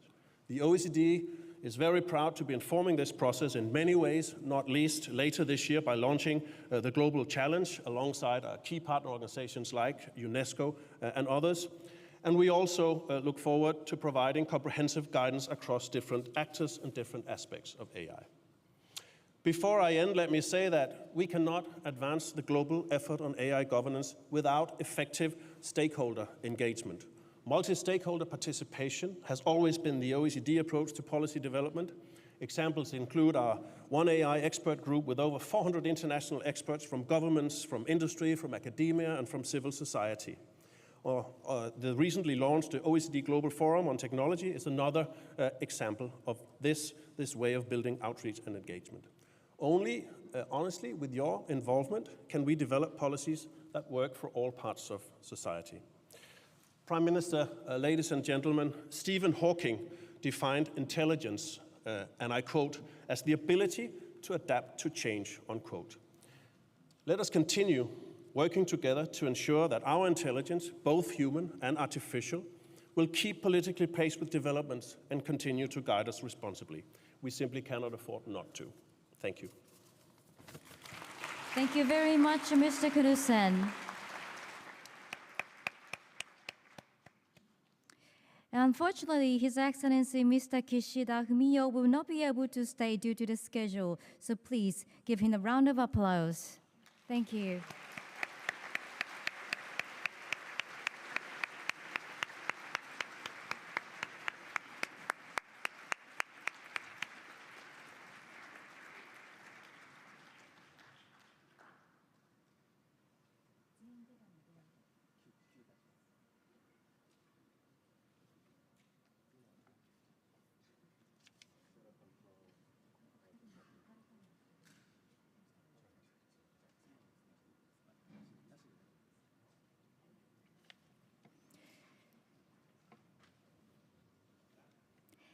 Now the panel discussion shall commence. I would like to ask Ms. Emma Risa, Associate Professor, Institute for Future Initiative, the University of Tokyo, to moderate the session. Ms. Emma, floor is yours.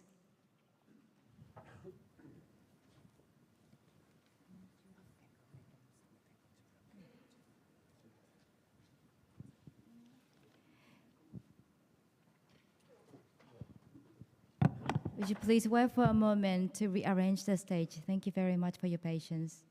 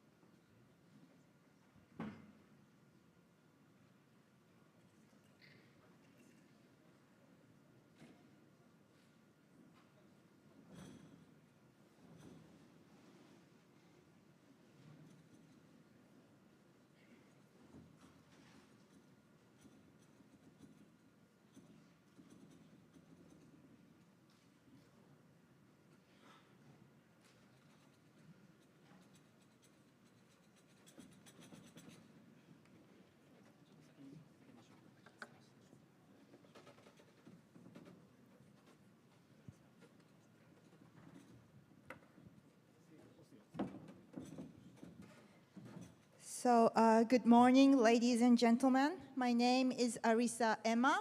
Emma is my family name. So I am associate professor at the University of Tokyo, and it's a really great honor for me to moderate this great panel session. So first of all, I would like to introduce the panelists. I go from my side to the other end. So the person next to me here is Mr. Nick Clegg, President of Global Affairs, Meta. Then the second person is Mr. Luciano Mazza de Andrade, Director of the Department of Science and Technology and Intellectual Property at the Brazilian Ministry of Foreign Affairs, Brazil. The third person is Ms. Denise Wang, Assistant Chief Executive, Data Innovation and Protection Group, Infocommon Media Development Authority, IMDA, Singapore. The next panelist is Mr. Nazar Patiria, Vice Minister of Communication of Informatics, Indonesia. The next panelist is Mr. Kent Walker, President of Global Affairs, Google and Alphabet. On the right-hand side, we have His Excellency Mr. Suzuki Junji, Minister of Internal Affairs and Communications.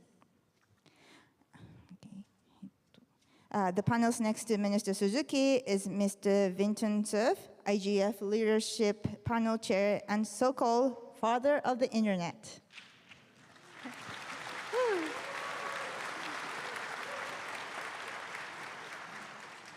And next to Mr. Cerf, we have Professor Jim Murai from Keio University, as known as father of Japan's internet.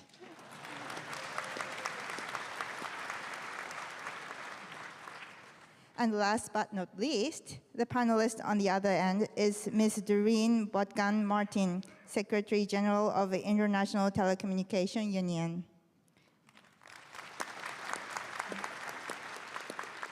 So we have excellent lineup of panelists, but before we jump in the panel discussion, I would like to invite Minister Suzuki to share with us the brief overview of the current state of Hiroshima AI process led by the Japanese government now. So Minister Suzuki, the floor is yours. はい、皆様おはようございます。総務大臣の鈴木淳二と申します。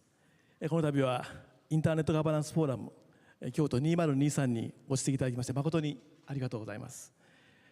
またマリアレス様、OECD クヌッセン事務次長におかれましては大変示唆に富む基調講演をいただきまして誠にありがとうございました。さて私からはこの後実施するマルチステークホルダーの皆様とのパネルディスカッションに向けて広島 AI プロセスの議論の状況についてご紹介をさせていただいています。現在急速に発展普及しております生成 AI につきましては経済社会に与えるリスクを軽減しつつ人類に対する恩恵を最大化していくことが私たち国際社会の責務であります。本年4月に開催されました G7 群馬高崎デジタル技術大臣会合では生成 AI のもたらす機会とリスクについて早急に議論を行い OECD や AI に関する官民の国際連携組織である GPay を活用して AI ガバナンス、透明性の促進等の5つの論点を含む生成 AI に関する国際的な議論を行うための場を早急に設けることについて合意いたしました。そして G7 広島首脳コミュニケにおいて広島 AI プロセスとして議論が続けることといたしました。その後9月に広島 AI プロセス G7 デジタル技術閣僚声明を取りまとめ次の点に合意をいたしました。一つ、透明性の確保等の課題に優先的に取り組む必要性。二つ、すべての AI 関係者向けの国際的な指針及び AI 開発者向けの行動規範の策定。三つ、偽情報対策に対する研究の促進等のプロジェクトベースの協力。四つ、G7 の政府以外のステークホルダーとの意見交換の重要性の4点であります。本日のセッションでは現在検討を進めております AI 開発者向けの国際的な指針および行動規範の内容についてパネルにご参加いただく皆様からご意見を頂戴したいと考えております。AI 開発者向けの国際的な指針は、安全で信頼できる、安全で安心、信頼できる AI の実現に向けて、AI 開発者に求める事項を整理したものであり、開発者に求める具体的なアクションについては、行動規範として打ち出してまいりたいと考えております。まず1点目は、高度な AI システムの社会に対するリスクの軽減措置です。これには AI モデルの市場投入前に、リスクの特定、評価及び低減のために取るべき措置や、市場投入後にもシステムの脆弱性に対応するために取るべき措置が含まれております。AI 開発企業はどのようにリスクや脆弱性を念頭に対策を実施すべきでしょうか。2点目が、高度な AI システムのリスクや適切な使い方に関する情報の公開や関係者間での情報共有です。利用者が安心をして AI システムを利用できますように、企業は安全性評価の結果や AI モデルの能力及び限界等を明らかにする必要があると考えられます。また、プライバシーや AI の管理に関する自社ポリシーを策定し公開することも含まれます。あるいは、さまざまな関係者の間でベストプラクティスを開発、共有するための仕組みを構築することも等も考えられます。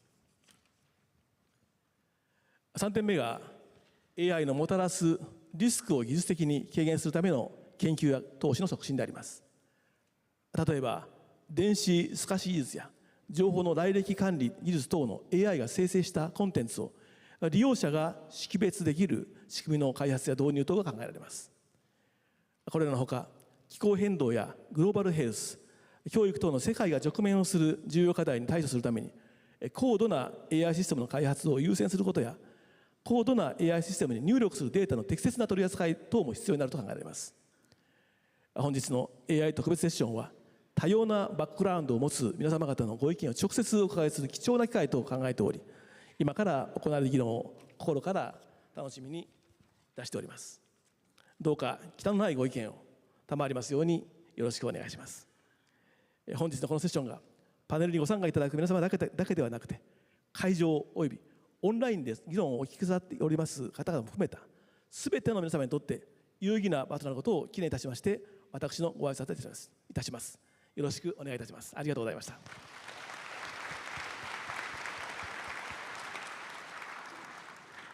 Thank you very much for this really informative presentation, Minister Suzuki. So then, I would like to invite our panelists to share their views on some of the important aspects in the Hiroshima AI process from their perspectives. So, and I would like to ask my first question. So what types of AI systems, in particular advanced AI models such as foundation models, are you developing or placing on the market? How are they used? What solutions and benefits do they seek to offer? What do you see as the major risks and challenges are associated with the advanced AI systems you are developing, and how you're addressing those risks and challenges? So I hope this question and answer to this will give us an overview of the current situation of generative AI and foundation model across countries. So I would like to ask this question to two speakers from global AI developers, Google and Meta. So first, President Kent Walker, what is your view on this? You have 5 minutes. Thank you very much, Professor Emma, and thank you for the chance to be here today. The power of AI is vast, and that is exactly why we think it needs to be developed both boldly and responsibly. AI goes well beyond a chatbot. It has the potential to change the way we do science, the way we develop technology.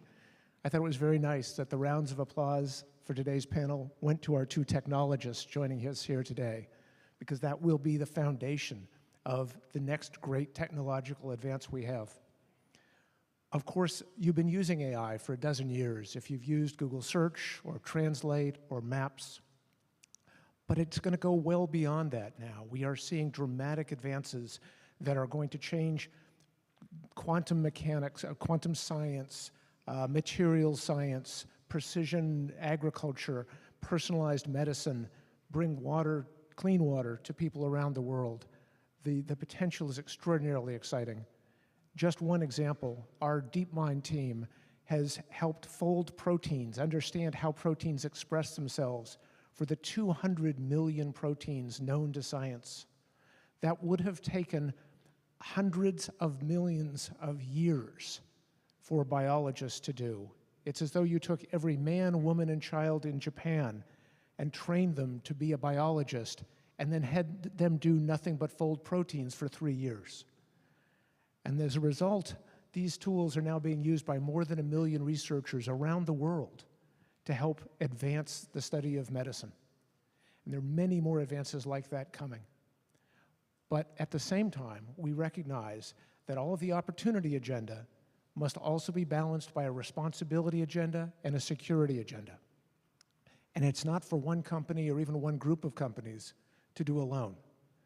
We have worked together across the industry on groups like the Frontier Model Forum, the Partnership on AI, ML Commons, and more to develop frameworks, norms for the right kinds of research we need to do, the right standards that need to be applied. And beyond that, we need the role of government and all of you, civil society, for the frameworks that are going to matter to everybody on the planet. This is why we salute and appreciate the leadership of Japan and the Hiroshima process to drive forward with an innovation agenda that recognizes the opportunity, but also the need for thoughtful balance and the hard trade-offs that we'll need democracies to exchange ideas about. How do you balance security versus openness? How do you balance the various notions of efficiency and equity in these different tools? These are fundamental and important questions, and we welcome the participation of groups like the IGF who have brought wisdom to those debates over the internet as we apply them to this latest and great round of new technology. Thank you very much, President Walker. Then I would like to invite President Nick Clegg. What is your view? You also have 5 minutes. So, as Kent said, I mean, AI, of course, is not new. It's been talked about since the 1950s. And companies like Google, like Meta, like others, sort of research-heavy organizations have been conducting research using AI and integrating it into their products for many, many years. But clearly, this latest development of these large language models is a qualitative and quantitative, because they're very expensive, you need a lot of compute power and a lot of data, leap forward. So we're all asking ourselves in forums like this and many other forums, is it good, is it bad, how is it going to reshape the world? There's been quite a lot of breathless, somewhat hyperbolic predictions about what might happen in the future, and I would really venture 3 points at this stage. Firstly, where possible, and I think the Deputy Secretary General asked this, is this technology going to be for the many or for the few? Where possible, it is desirable, in my view, that this technology should be shared, that there should be open innovation, there should be open sourcing as much as possible of these foundation models. Companies like Meta, like Google, I don't want to speak for Google, but in Meta's case, over the last decade, we have open sourced over 1,000 AI databases and models. It's not always appropriate. Sometimes there are reasons not to do it.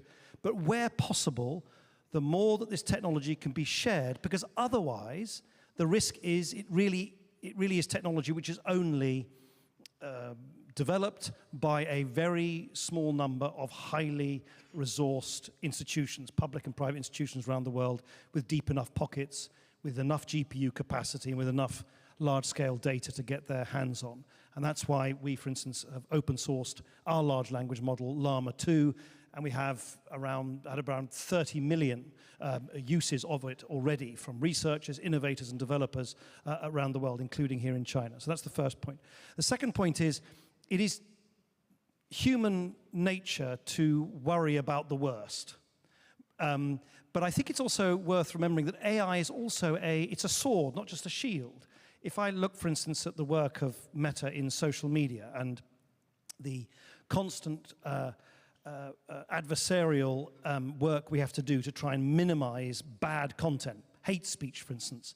The prevalence of hate speech, and this is publicly available audited data, on Facebook now stands at somewhere between 0.01% and 0.02%. So that means if you're constantly scrolling on Facebook for far too long than you should, you would find maybe 1 or 2 bits of hate speech out of every 10,000 bits of content that you might find. I wish it would be 0, but it's never going to be 0 because, remember, it's legal speech.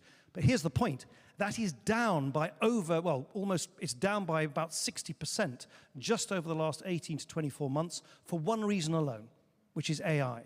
So AI, yes, of course, that it poses new challenges. It's also a fantastic tool for us to do, as the Prime Minister himself said, to minimize the bad and amplify the good. And then the final thing I would say is this. As we grapple with risks, yes, there's been lots of talk about long-term potential existential risks.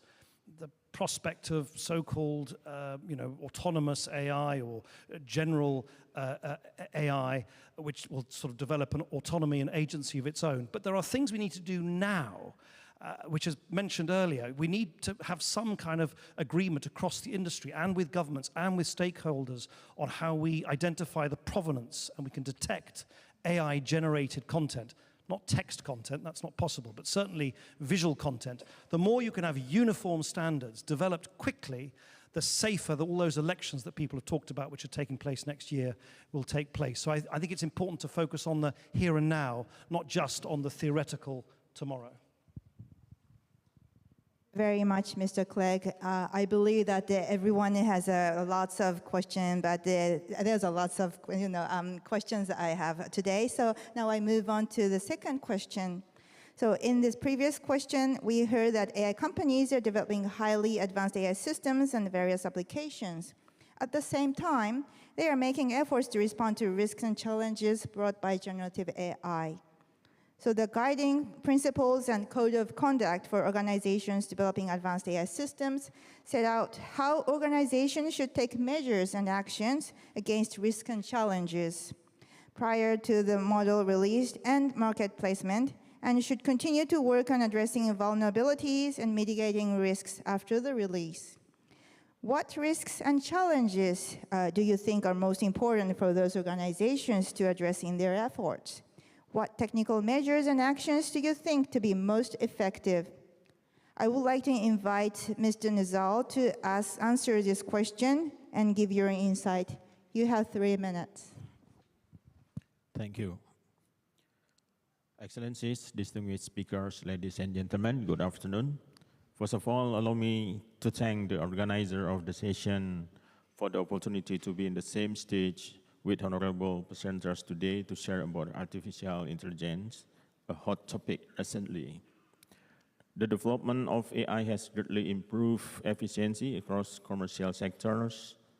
In 2021, AI added 26.7 million workers in Indonesia, or equivalent to 22% of the workforce. Yet, we must acknowledge that AI also comes with various risks, such as privacy, intellectual property violations, the potential of biases, as well as hallucinations that requires our attention. Against such backdrop, Indonesia believes we must intensify our approaches on mitigating the risk of AI, both at policy and practical levels. One of the milestone evidence such commitment was made 4 years ago in Japan, when we supported the G20 AI principle during Japan G20 presidency to set a common understanding on the principles of AI. With the recently issued the G7 Hiroshima process, as previously presented by Minister Suzuki, the effort to involve different stakeholders, even beyond G7 members, are applaudable. The urgently growing need to establish governance to mitigate various risks that AI, specifically on the generative AI, has demanded us, the global community, to act promptly, but not recklessly. Indonesia is also not waiting in silence. We have begun the development of our AI governance ecosystem from 2020 through several policies, namely National Strategy of Artificial Intelligence, outlining roadmap on the development of AI governance ecosystem in Indonesia. Secondly, standard classification of business line for business developing AI-based programming and provision for automated personal data protection under law on personal data protections. Though not specifically addressing AI-based personal data processing, it provides foundation for more complex personal data processing activities. Last but not least, we are also in the process of developing a circular letter on artificial intelligence ethics that is hoped to embody principles from prominent global references infused with our local wisdom to respond to the demand of AI governance.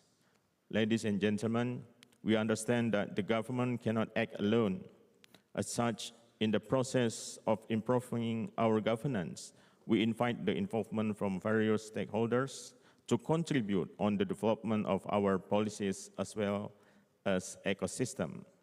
Specifically, we are in the pursuit of exploring use cases, potential risks, as well as approaches and technologies to mitigate risks of AI utilizations.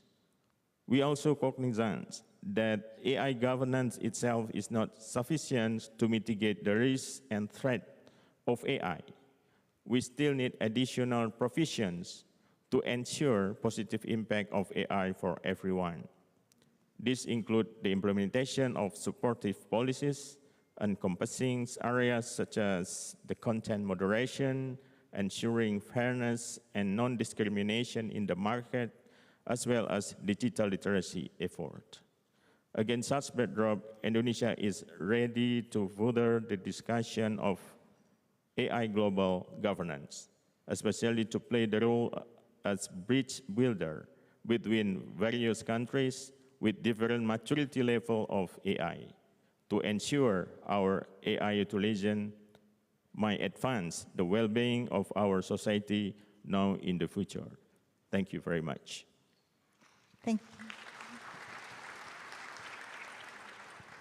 Thank you very much, Mr. Nazal. So I would like to ask the same question to Mr. Matza.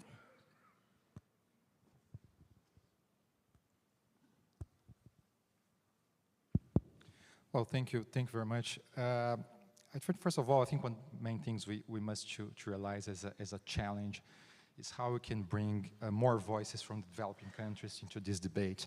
And that's very hard because sometimes given the sheer complexity of the issues at hand, is not something that's very simply done. So while thanking very much the Japanese government for the kind invitation to be here today, I want to commend it for the open way and inclusive way it's making, the efforts making to make this process as open and inclusive as possible. I think that's very important. I think we must be realistic about the huge asymmetries in the AI landscape and how they affect the way different countries and actors approach this issue when it comes to discussing risks and mitigation measures. Large language models have been developed by few companies based in very few countries. Of course, being mostly G7 countries, the Hiroshima process may be of particular relevance considering this status quo. In any event, we're talking about a very concentrated market. That may change in the future. Hopefully it will, but that's the reality today. So from our perspective, I think organizations, that was touched upon before from other colleagues, organizations, particularly in the developing world, should be mindful of the need to bring a sense of local ownership to the countries and communities where they operate. In the sense, one of the main issues will be, I think, the adaptation of those models to local realities. And crucially here, I think there is an issue of how to adjust the training of the models with data that is more reflective of local circumstances. I think that's a main topic that must be addressed. Also essential, in our views, to incentivize and strengthen local innovation ecosystems in order to allow for the development of a growing number of applications by domestic companies. Countries should strive to have dynamic AI ecosystems, even if they're not able to have their own, let's say, open AI style companies, but we know that would be unrealistic to expect. So we believe that this effort to incentivizing local ecosystems would be a possible way forward with a view to democratizing this market that, as I said, is very concentrated today. Another topic I wanted to raise is when it comes to risks and mitigation of risks, we think it's important to widen a little bit the scope of what we understand by risks.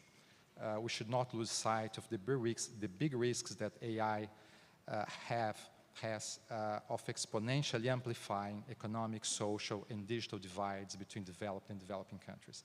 This should be counted as a risk.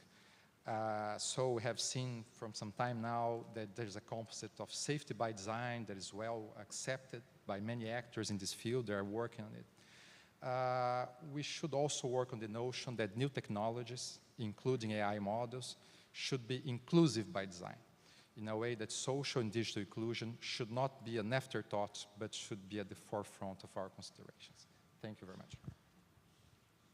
Thank you very much, Mr. Matza. Now,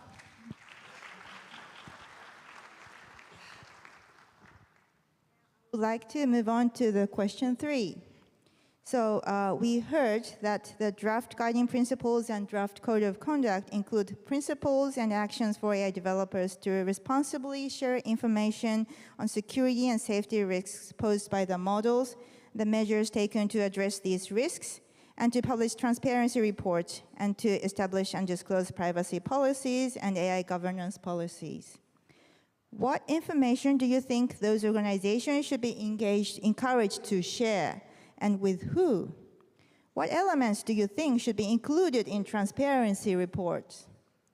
How can information sharing be best done along the value chain, especially with downstream developers who further develop and fine-tune models?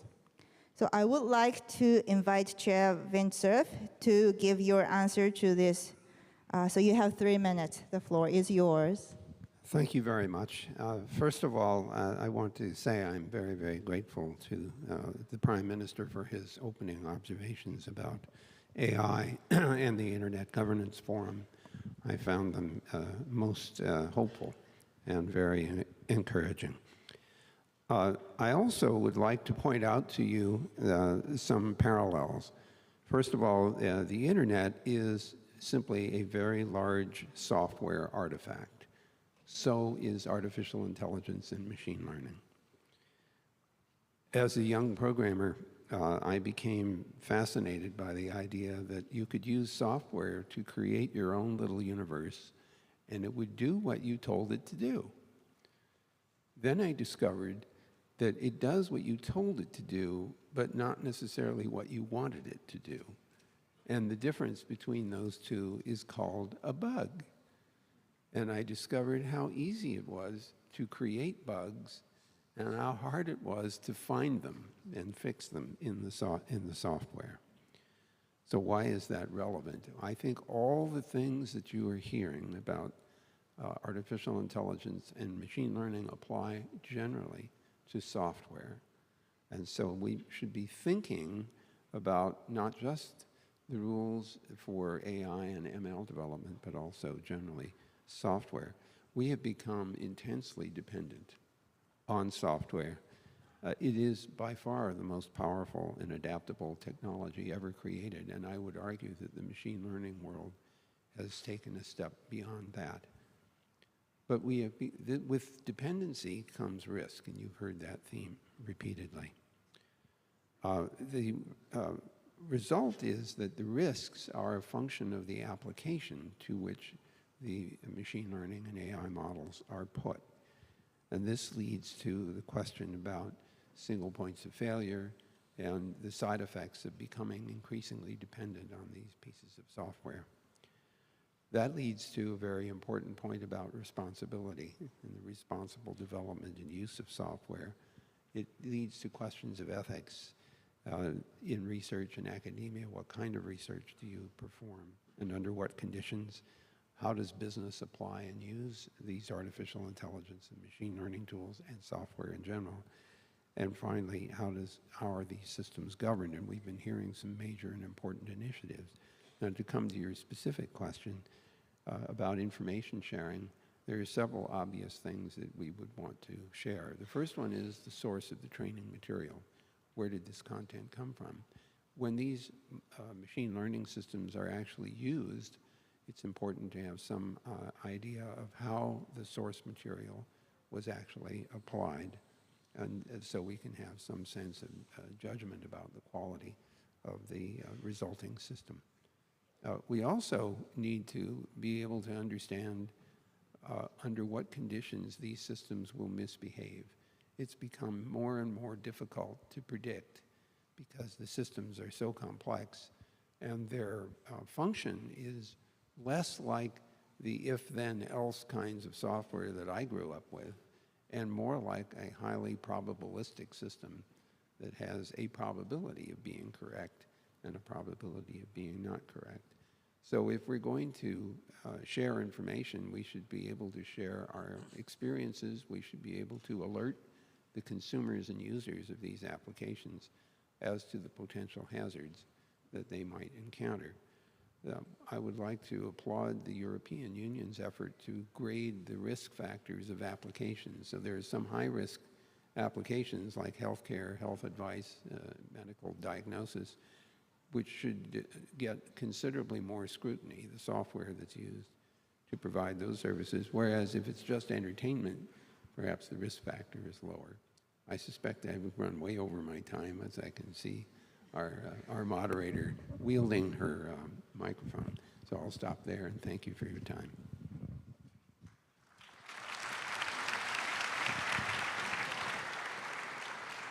Thank you very much, Mr. Vinsoff. I wish I had more time.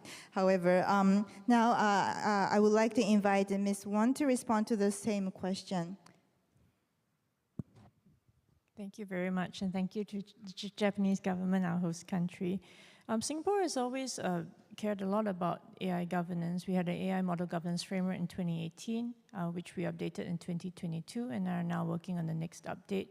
In June of this year, we launched the AI Verify Open Source Foundation to have a conversation and a global platform for discussion on AI governance issues. And we also wrote a discussion paper highlighting some of the risks and issues, as well as practical solutions to deal with generative AI, its risks and potential pathways forward. Specifically on this question, we do think that there is space for policymakers and industries to co-create a shared responsibility framework as a first step in order to clarify the responsibilities of all parties in the model development lifecycle, as well as the safeguards and measures that they need to respectively undertake. Now, there is some useful information that can be shared especially by model developers. For example, information about how their models are developed and tested, as well as transparency on the type of training data sets used. Specifically to the end user, information can be provided, for example, limitations on the performance of models, as well as information on how and whether data input by a user into the model will be used by developers to further enhance the model.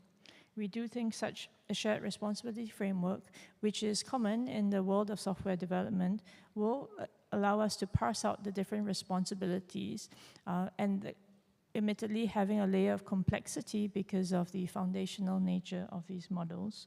But we do think that for clarity, establishing standardized information to be shared about the model will allow deployers and end users to make proper risk assessments.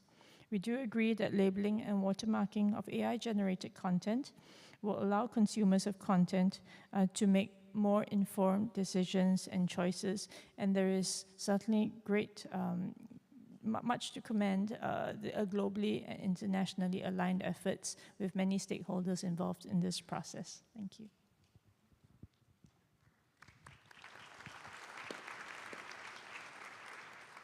Thank you, Ms. Won. And I would like to move on to the next question.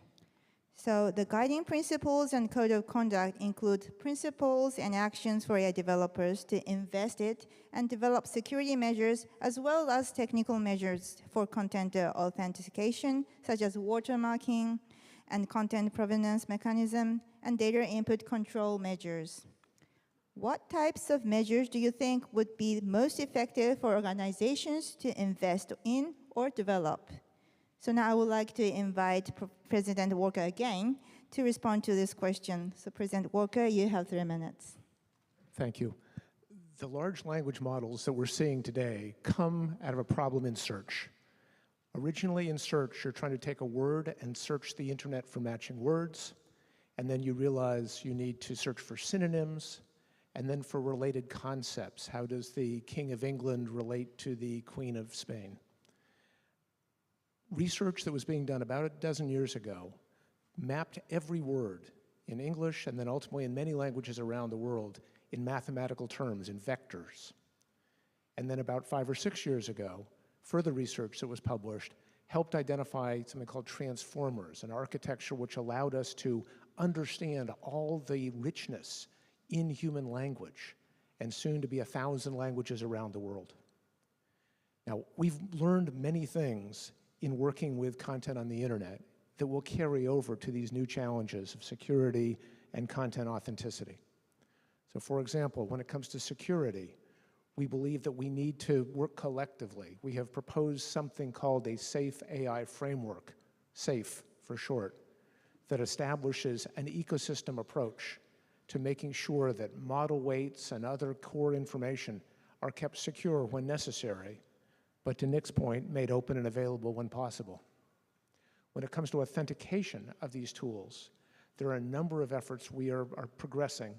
We have an effort called SynthID that identifies video and images that are available at the pixel level. So even if they're transformed or turned upside down or changed in different colors, you can still authenticate where they came from. A second effort has to do with about this image in search, allowing you to understand the provenance of when an image was first uploaded to the internet. And finally, we have adopted a new policy that requires the disclosure of the use of generative AI for election ads in ways that are misleading or that could change the results of elections. These efforts, and many more like them across the industry, will be an important part of answering this question of how do we make sure we can trust the products of AI. But at the same time, I must say that something can be authenticated and still false. And so we collectively, and all of the people around the world, we need to educate ourselves. We need to become digitally literate, AI literate about these new tools so that we understand the underlying meaning and what we can and what we can't trust. Very much. So now I would like to ask Professor Murai to respond to the same question. Okay. Yeah, I remember when I visited one of the U.S. university and who did the philosophical researches using a computer. That was like early 70s. And so typing into all the books, philosophy books, and analyzing it, and then the understanding what the human being is, thinking about type of a thing. So that was very much, kind of starting up of AI with a language information based on that. But that language was a very much trustable books in the philosophy books and other things. What's different today for the, working on generative AI and other things? So it's generated from the other people's social networking context and IoT sensor data as well, and many of the information on the web and generated from everywhere. And then that is basically the very much security measures of the AI today. And then, so sources and the accuracy of the data and how trustable all those information would be. So in Japan, we started one of the industrial efforts called originator profile, which is the information on the web to be who's originated and then authorized because of that reason, particular reason. In order to achieve that, then the ID and the sources of information and the traceable from the exact data is also important. And then not only the text messages for the AI now, is an accurate number generated from sensors around, which is very much kind of learning sources for the global warming and other environmental studies. And so that kind of accuracy is going to be monitored and discussed, and also with shared as a wisdom among the AI players. Much, Professor Murai.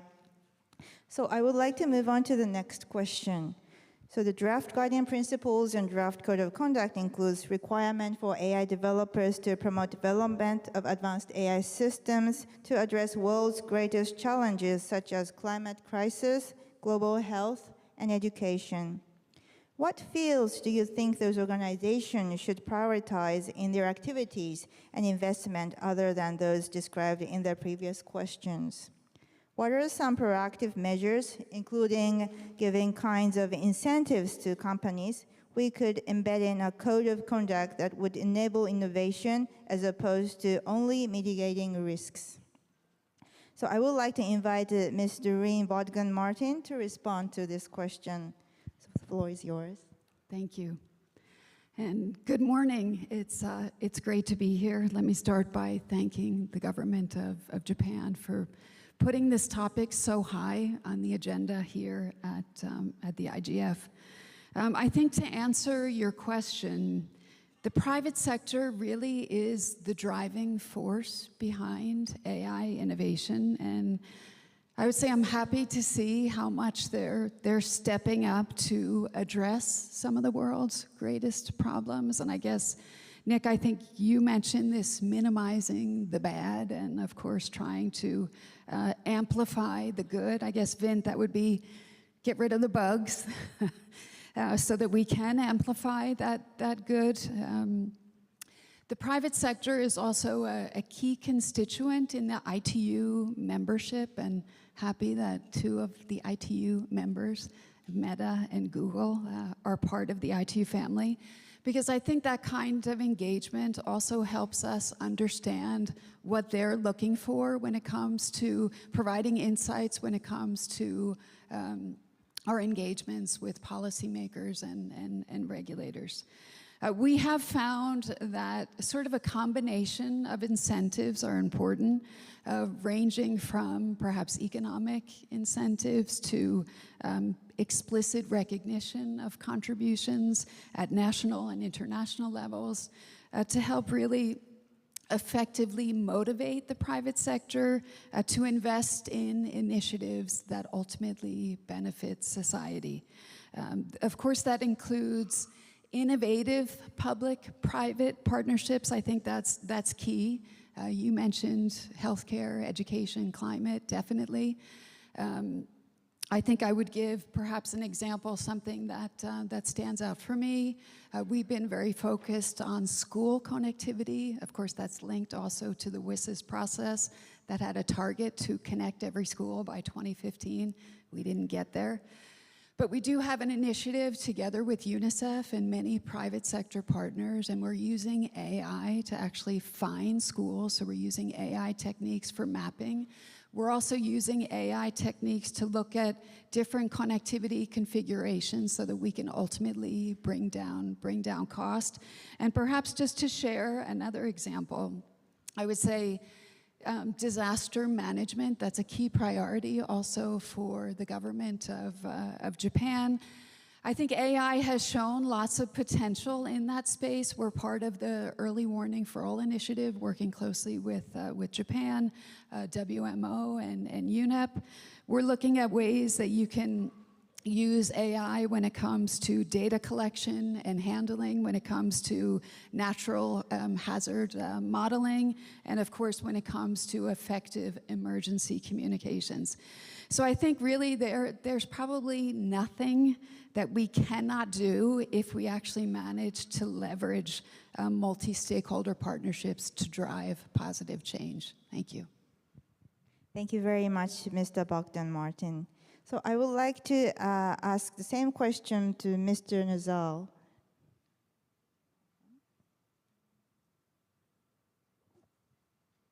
Yes. Yeah, we concerned about misinformation and disinformation actually. So because next year we will have elections, and we try to issue some regulations on the spread of information through the digital platform that using AI, and we collaborate with multi-stakeholders also, and we work closely with global digital platform like Google and Meta as well, and hopefully we can handle it because this is really a big test, how AI will use in the next election for the political campaigns. And hopefully we have fair and safe elections next year. Thank you. Very much. So what about Professor Murai? Yeah, Doreen, thank you very much for raising the disaster things and the natural disaster earthquake. That is really the very important issue of this country. And we are facing always the big earthquake and then also recovery from that. But every time we encounter the earthquake, then it's a lot of digital data network and also support, and is saving people's life, which is a very, very serious one. And now AI and the more precise and the trustable data would be a benefit for the kind of a next one, so that Japan need to be preparing for that. And another big issue of Japan is a very serious elderly society issue, which is when the people get older, then there is a lot of healthcare issues, and then so healthcare issues, including the hospital and medical data manipulations, which has never been processed in a proper way for the past, I should say, 30 years, right? And not only Japan, though. Everywhere and in the world. Oh, by the way. Anyway, so then we started to work on those areas, and then it's a very interesting that the very critical area like data privacy and the data accuracy and the manipulation and the amount of the data to manipulate, and amount of the resources of the hardware to do that. It's going to be a very serious one, and therefore I think it's a very important area, healthcare and those disaster management area, because it's a very much a multiple responsibility exists in there, everywhere, and then they need to work together, and so the self-assessment is going to be important. Third-party checking is going to be important, and also government involvement, of course, is going to be very important. Therefore, exactly the very, very important example of a multi-stakeholder model achieving and approaching the AI and the other future. Professor Murai. So I would like to move on to the next question. So how do you foresee AI developing over the next few years, and what do you think organizations developing advanced AI systems do in order to realize trustworthy AI across society? So first, I would like to ask this question to President Clegg. Well, I think the problem about the future is it's always very difficult to predict, particularly with technology which is evolving as fast as it is. But I think some things are relatively predictable as far as the development of these large language models are concerned. So one thing I think you'll see fairly soon is a lot of these large language models, as the name implies, were large language models. So they were focused on language, and then you had separate models based on visual content. And I think those things will merge so that you'll have models which are what they call multimodal. They operate both in terms of text and visual content, and that will introduce significant additional versatility to those models. I think the issue of how the languages that are used in the training data is a very important one.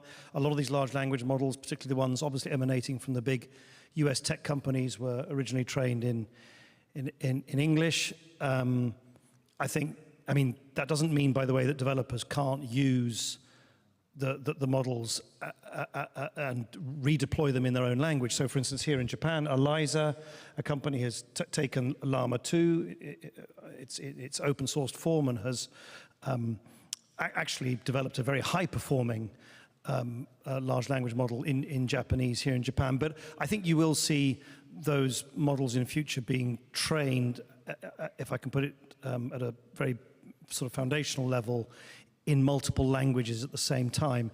I think one of the big open questions, I'd be very fascinated what particularly some of the leading, it's very difficult to talk about these things, by the way, when you have two godfathers of the internet on the stage. I mean, I defer to them completely, so I'm interested to know what they think. But I think there has been this assumption that these models just get bigger. I'm not actually necessarily clear if that's necessarily going to turn out like that. I mean, firstly, there's going to be just an incentive to be efficient, to be more efficient with data, use less data, use less computing power, use less money. So I think there's going to be a draw, and also, the applications of these models, particularly in their fine-tuned form, will be most impactful.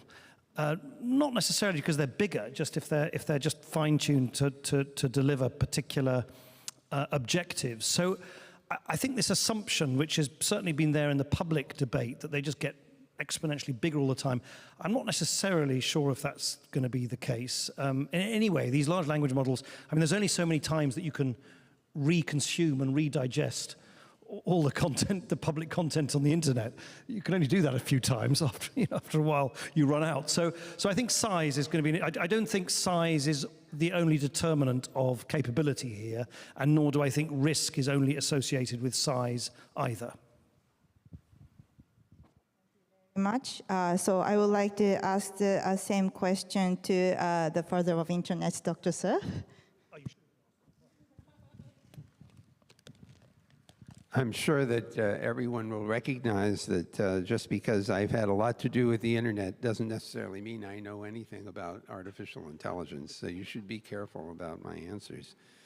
I will tell you something I've learned from a colleague at UCLA. His name is Judah Pearl. He is one of the winners of the Turing Award, which is the top award in computer science, for his work in machine learning and AI. He's written two books. One is called Causality, and the other one is, if I remember that right, Causality, and the other one was called The Book of Why, as in W-H-Y.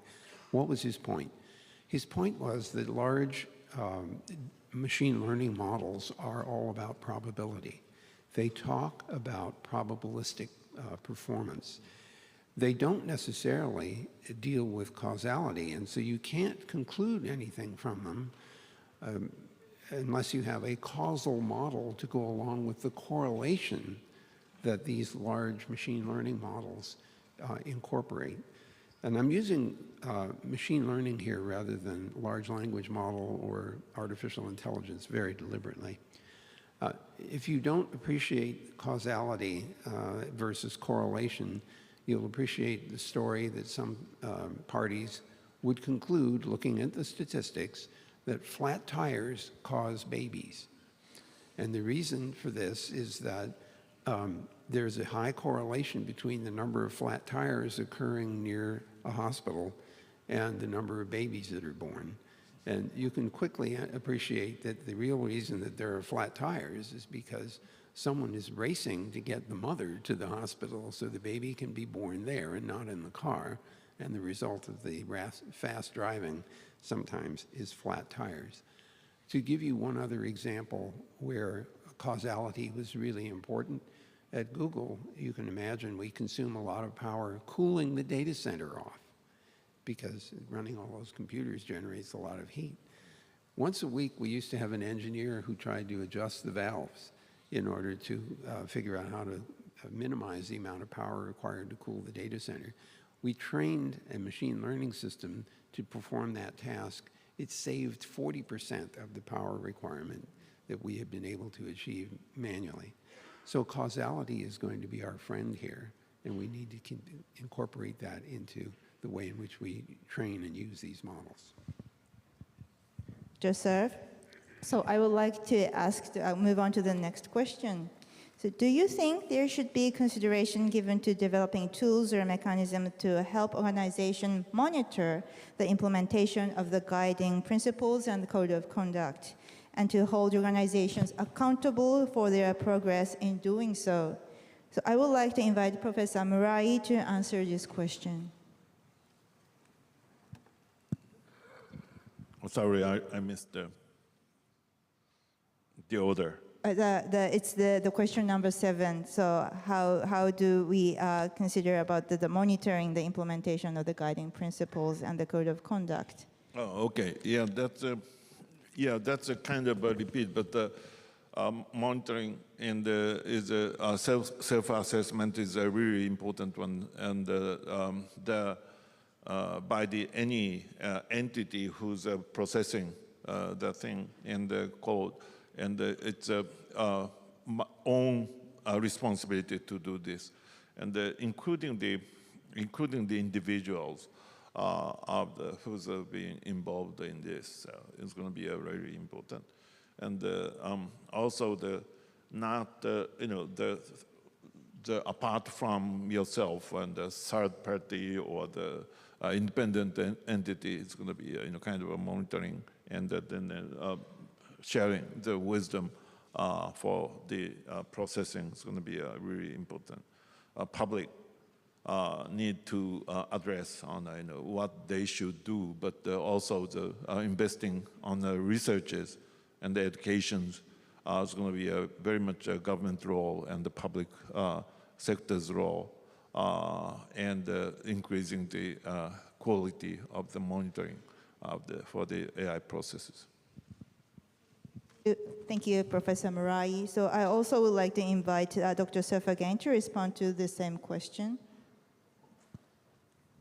Well, of course, the key question here is what do we measure and what objective function are we trying to achieve?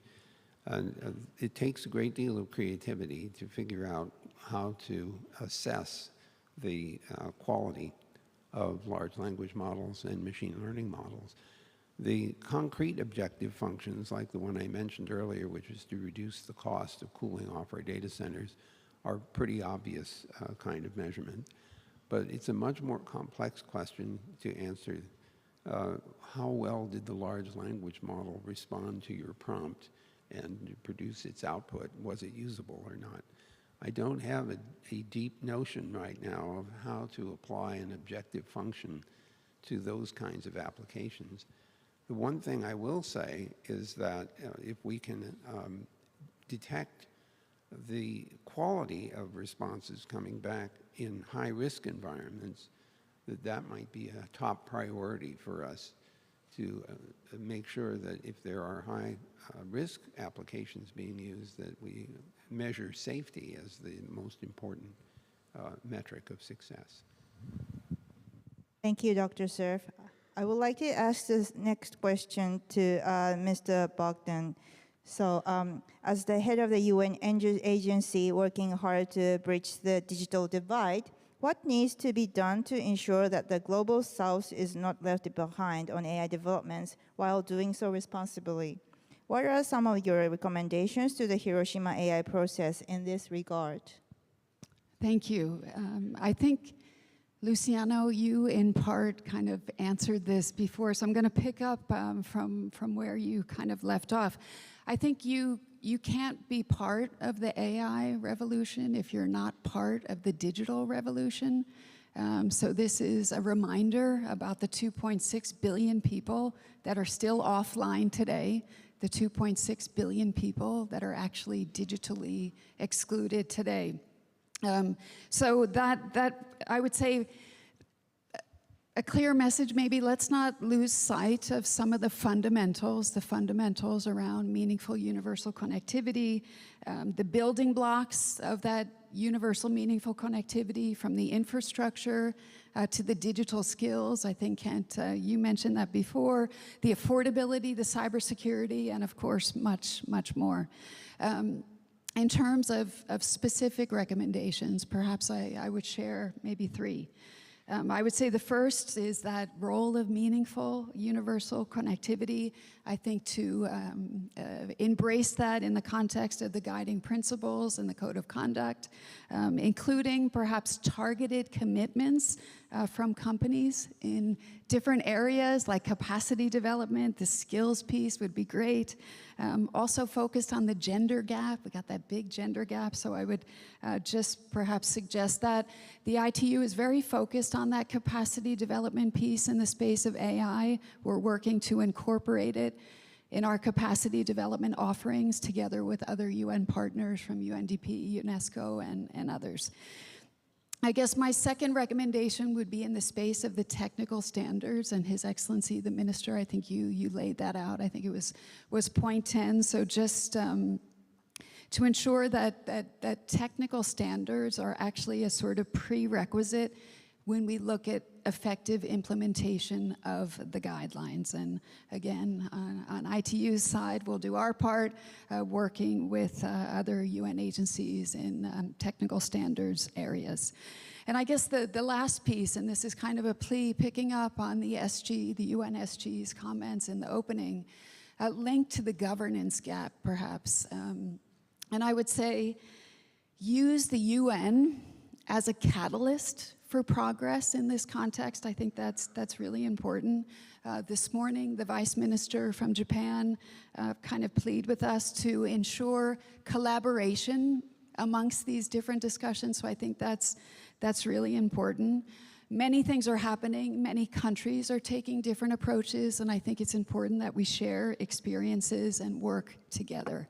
The ITU has the AI for Good Global Summit. We work with some 40 different UN agencies, many of the partners up here on stage. I think that's also a good space to exchange experiences, best practices, and of course the upcoming AI advisory body that we heard also mentioned by the SG. I think the UN tech envoy was in the crowd.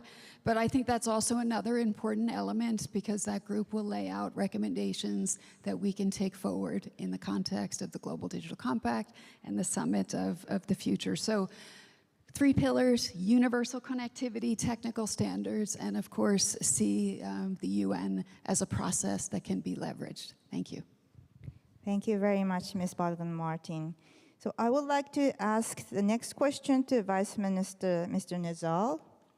So how can we engage a wide range of stakeholders on the guiding principles and the code of conduct?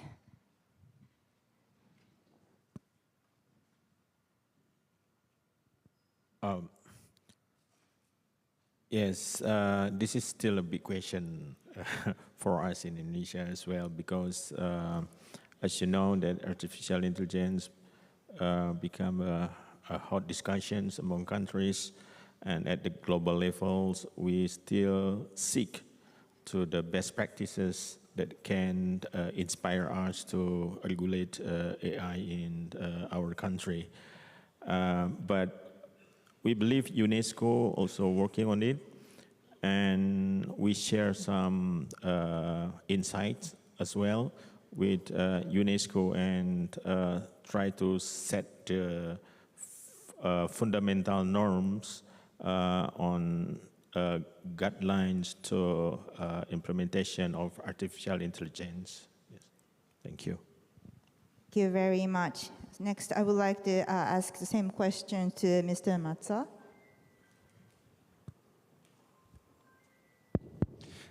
Thank you. As I mentioned before, I think it's important to make sure the discussion is as inclusive as possible, and that allows for a very diverse range of voices and constituents to be heard. So full engagement with other organizations, different stakeholders, I think is essential to ensure the long-term sustainability of this effort. We believe that important in particular to ensure that this process is carried out in dialogue and is consistent with efforts that are being developed in other organizations, in other fora, as I said, to ensure this exercise is effective in the long term. So we believe it's important that in due course, those discussions are expanded to multilateral spaces somehow, which can make it more representative and also sustainable. We have a concern about fragmentation. We think fragmentation, there's a parallel institutional fragmentation with fragmentation of the digital world. I think these two things go somehow hand in hand. So we think it's important to look for consistent and cohesion in the discussion, both in terms of the overall narrative about challenges, risks, and opportunities, but also in terms of policies and regulatory approaches. We believe also that multilateral engagement will also be necessary to reduce a little bit those asymmetries I mentioned before in terms of capabilities and information between developed and developing countries. And so to help countries acquire the expertise and capabilities they need to navigate this landscape with a minimum sense of autonomy and ownership of the process, so as they can fully enjoy the benefits AI can bring to everyone. And I think Secretary General Doreen mentioned already discussions in the UN, and I think that's a way forward. We encourage countries to double their bet on multilateralism and give it a chance. We see that we will have important debates in the UN in the context of the Global Digital Compact and looking forward in terms of how we engage in the renewal of the mandate of the WISES. So I think we have a chance to place again our energy and effort in the multilateral system, and I think that's a great opportunity to give sense of ownership to everybody in that debate. So that would be my comment. Thank you. Thank you very much, Mr. Matsuda. So I would like to ask the same question to Ms. Wang. I think we very much agree with the comments of my colleagues so far. A consultative process is absolutely important, both for developing the principles and the code of conduct, as well as technical standards that will eventually hold companies, organizations accountable. It would be useful to hear from other thought leaders and countries outside of the G7 key groupings. For example, we have the Association of Southeast Asian Nations that a number of us are part of. There's also the Forum of Small States that are able to bring together some of the voices in the Global South into this conversation. And this will allow the principles and the codes of conduct and the standards to be richer and more textured and able to account for the rich cultural diversity that we have in the globe.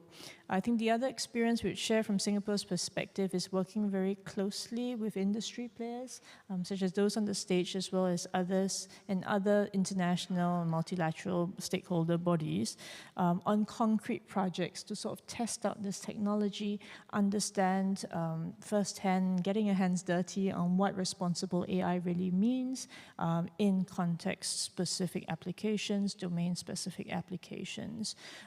Drilling down into the details is very important in this multi-stakeholder process. We're very supportive of the effort.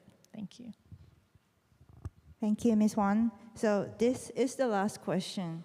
So in addition to our work on the guiding principles and code of conduct for organizations developing advanced AI systems, the Hiroshima AI process will seek to elaborate guiding principles for all AI actors and promote project-based cooperation with international organizations. Do you have any views you wish to share on potential outcomes for these future streams of work? What is the most urgent deliverable? I would like to ask this question to President Walker.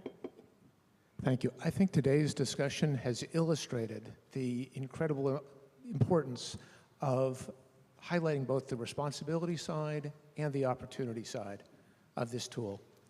As Vince says, we probably shouldn't call it AI. It's computational statistics. But what an amazing tool it is proving to be. It is giving us ways to help predict the future in different ways. We can now forecast the weather a week away as well as we used to be able to predict it a day away. For issues like earthquakes, today I understand Japan experienced a tragic earthquake. Afghanistan, just in the last couple of days, thousands of people were killed in Afghanistan. if we could provide just a little bit more warning for issues like that. We are already predicting forest fires and where they might spread. We have tools that will predict flooding that are now covering 80 different countries around the world. So governments working together to understand how they can implement those tools and make them available to their citizens is an important agenda.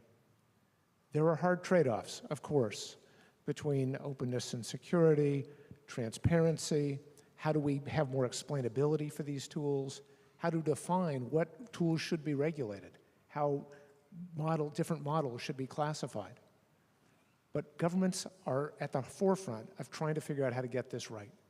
And then there are additional steps that we need to take to understand how to invest in research, to make both the research tools and the computation broadly available around the world. And how do we imagine the future of work? In many countries like Japan, we need desperately to have more productivity for citizens, but that also means that jobs will change. How do we help our workers throughout the world imagine a new AI-enabled future where they are more productive and live better, healthier, wealthier lives? So collectively, through efforts like the G7 and the OECD work and the ITU work on AI for good, we're confident that we can actually achieve that potential. And we encourage the international community to take an optimistic and forward-looking view in doing just that. Thank you. Thank you. Next, I would like to invite President Clegg for the same question. The most impactful deliverable. Well, I think in the broadest sense of the word, transparency. I think one of the things that is happening and why the debate has swithered around so much in recent months is a sort of mystique and mystery has built up around this technology. It is very powerful. It will be very transformative in many respects. But in other respects, what did you call it? What did you call it, Ken? Computational statistics, one way of putting it. I mean, in many ways, they're like my cruder version of that. It's like a sort of giant autocomplete system. Particularly the large language models, because they're literally just guessing what the next word, or rather the next token, should be in the response to a human prompt by processing huge amounts of data across, vast amounts of parameters. But I think sometimes in the debate, we've sort of anthropomorphized the technology and sort of almost confer in it a certain kind of power, and intelligence, which it, oddly enough, actually doesn't possess. These systems don't know anything inherently. They're just extremely good at guessing and predicting and along the probabilistic logic that was described earlier. So we need to make it as transparent as possible. Transparent in terms of how big companies like Meta and Google develop these models in the first place. How is the data being used? How do the model weights operate? What are the red teaming we do to make sure it's safe? How do we make it accessible to researchers? But also transparent to users. So this is why I stressed earlier, and it's in the draft Hiroshima Code of Conduct, this work on provenance, detectability, and watermarking. You can't trust something if you can't detect it in the first place. And there's a lot of very, very difficult technical detail involved in that, because quite a lot of, in the future, content will be a hybrid between AI and human creativity. So how do you identify that? How do you make sure that once you have detected something that has been generated by AI, how does that travel from one platform to the other? The internet is not just balkanized in different silos. Content flows across the internet around the world. So I think transparency, to give people greater comfort that this technology is there to serve them, that they are not there to serve the technology. Thank you, Mr. Clegg. So that was our last question, and as a role of the moderator, I need to summarize this discussion. However, I think I need additional 1 hour to summarize overall this discussion. So I just make one or two comments regarding this panel discussion. So once again, I really enjoyed this panel discussion, and since we have actually discussed about this guiding principles and code of conduct, but what I heard is like beyond this kind of guiding principles. So there's a lot of initiatives ongoing, and each companies or each international organizations and each nations are actually having their own legal frameworks and their own culture, and they have developing the measures towards this newly developed technology, the generative AI, and also not only the technology, but also the AI system, the services, including not only machines, but also the interaction with the human beings. And that's really important, and that actually makes it very confusing. But that's also is the very important things. So today, as Craig lastly mentioned, the transparency is really important. And also the other keywords we actually repeatedly heard is the collaboration. And I guess we have this IGF forums has lasted a couple of days, so we can continue to discuss how important this topic is and how we can be responsible as the developers or the deployers or maybe actual users to kind of face this new technology and to make the society more better. And so today, the panel discussion would be very effective guidance to the AI Hiroshima process, but also to all of us who are actually interested in this topic. So I will stop here unless I will kind of continuously speak out. So lastly, I would like to invite Mr. Suzuki, Minister of Internal Affairs and Communications, for the closing remarks. はい、皆様今日は大変貴重なご意見をそれぞれ賜りまして本当にありがとうございました。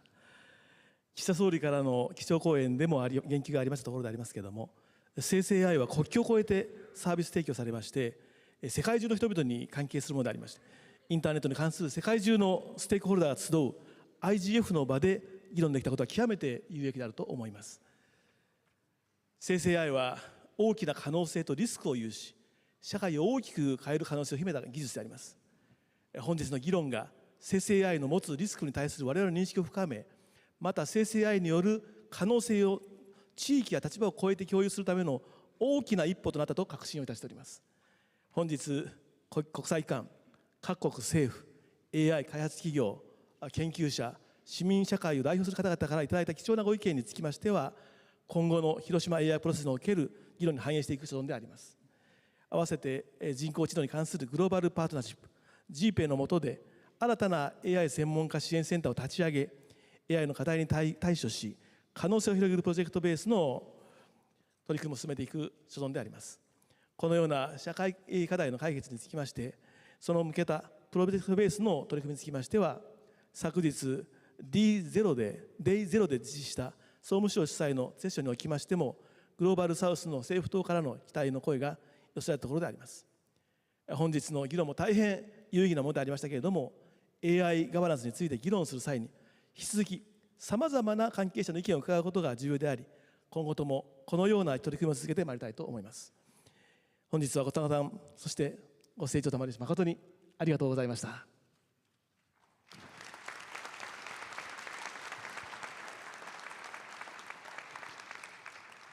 Thank you very much. This concludes the opening session, Global AI Governance and Generative AI. So please give the last round of applause for all the panelists. Thank you very much.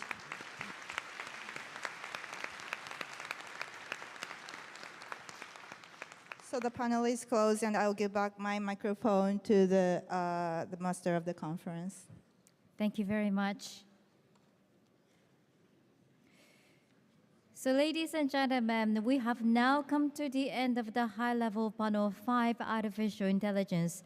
I would like to extend our appreciation for your presence here today. Thank you very much for all the speakers and the panelists. Thank you so much.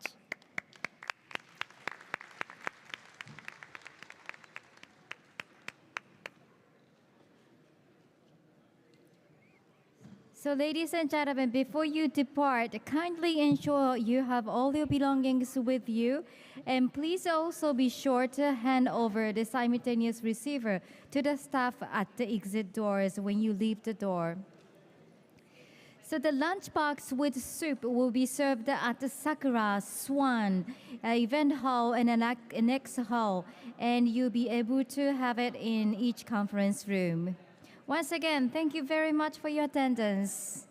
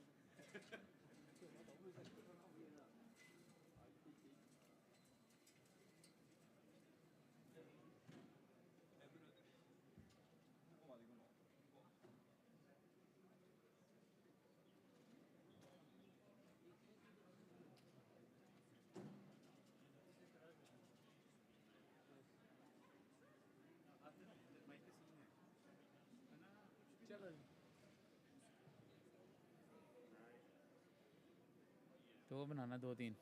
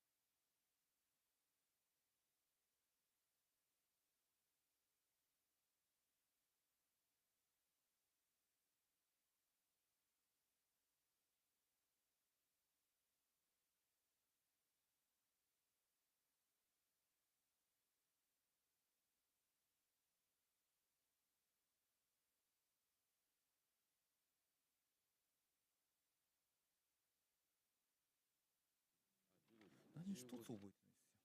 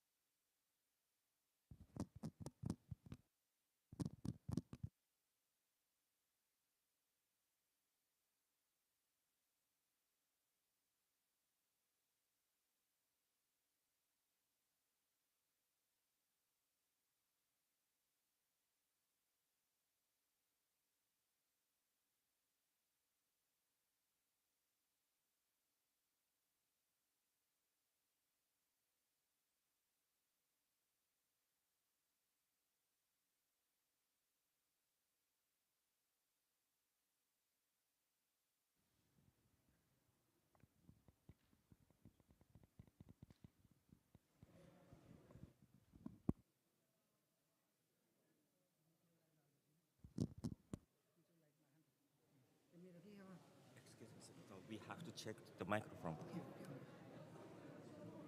Oh, now I'm checking the microphone. I'm testing. Now I'm checking microphone. Testing.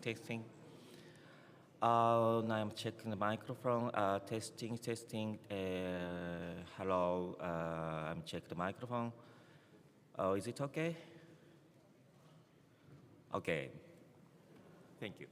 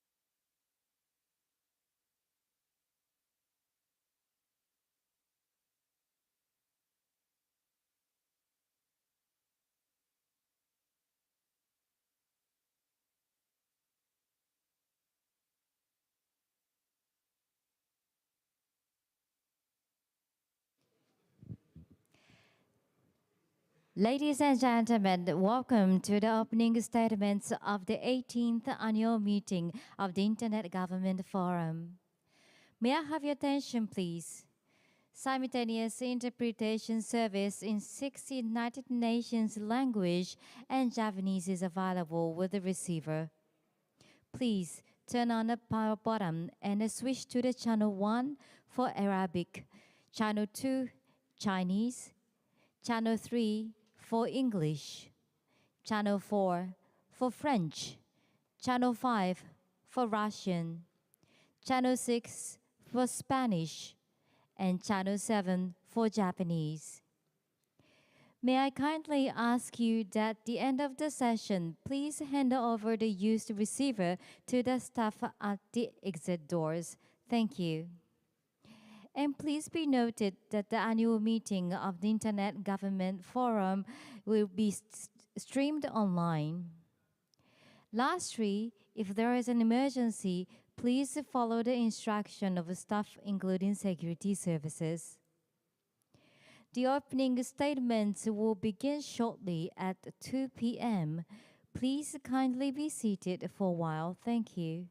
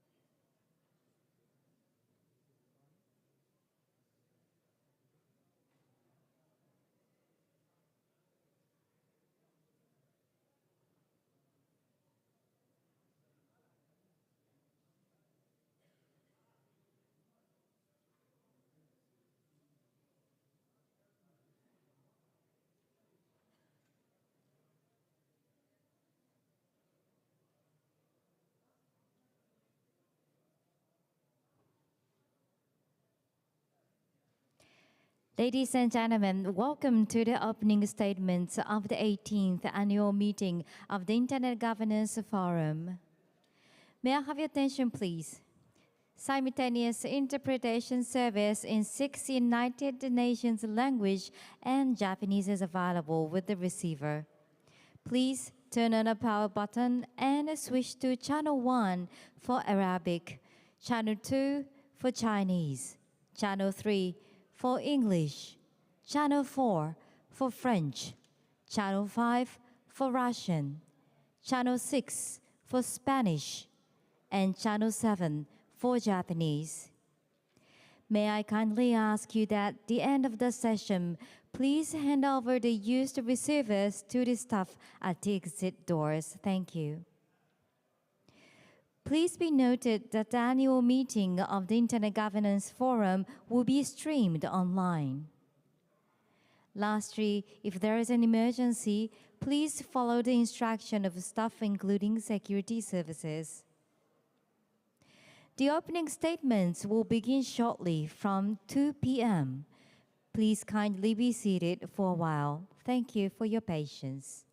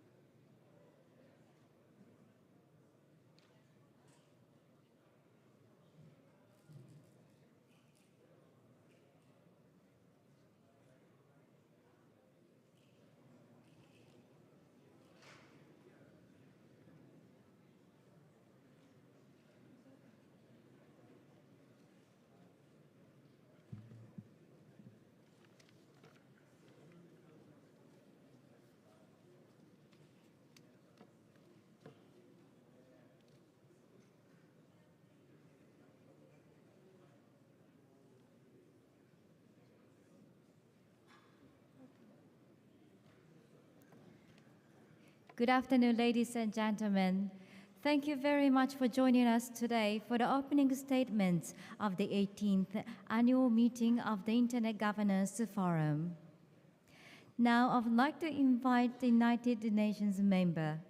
First, I would like to ask His Excellency, Mr. Suzuki Junji, Ministry of Internal Affairs and Communications, Government of Japan, to deliver his statement. So, Mr. Suzuki, you have the floor.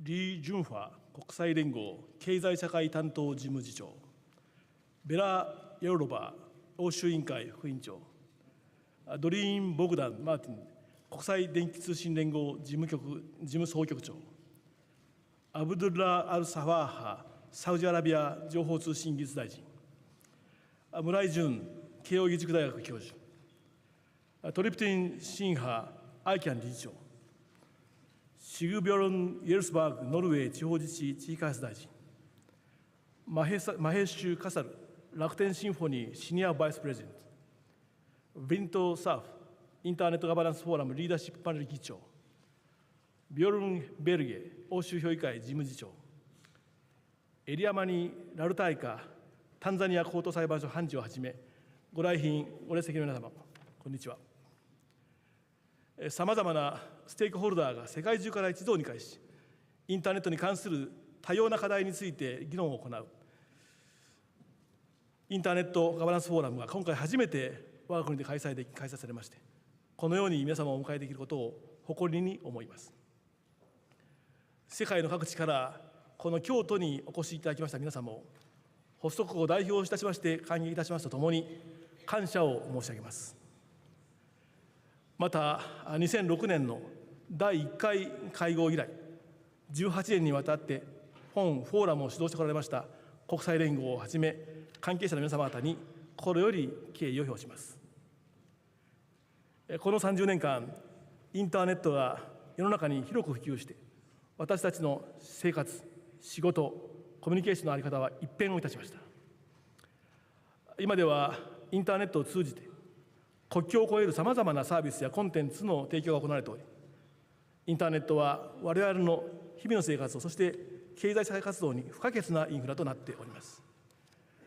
また、多様な表現、あらゆる知識、世界各地の報道への自由なアクセスを可能とする民主主義の基盤でもあります。本フォーラムが開催されてきたこの18年の間にも、多くのイノベーションが生まれ、インターネットを通じて提供されるサービスの多様性と重要性は高まり続けております。インターネットについて徹底的に議論する本フォーラムがオープンかつ民主的、包摂的なプロセスを重視することを基本理念としていることは大きな意義があると考えます。常に変化しているインターネットについて議論するときに、これらの基本理念に基づき、世界の多様な人々がマルチステークホルダーアプローチにより対等な立場で対話を行うことが実りある議論の源泉となります。また、自由で分断のないインターネットの発展は、自由で豊かで民主的な未来につながります。この京都での会合が、その未来に向けた礎となることを確信しており、我が国も発足国として大いに貢献したいと考えております。さらに、世界中で全ての人々がインターネットの恩恵を十分に享受するためには、インターネットの利用を可能とする通信インフラの整備が不可欠であります。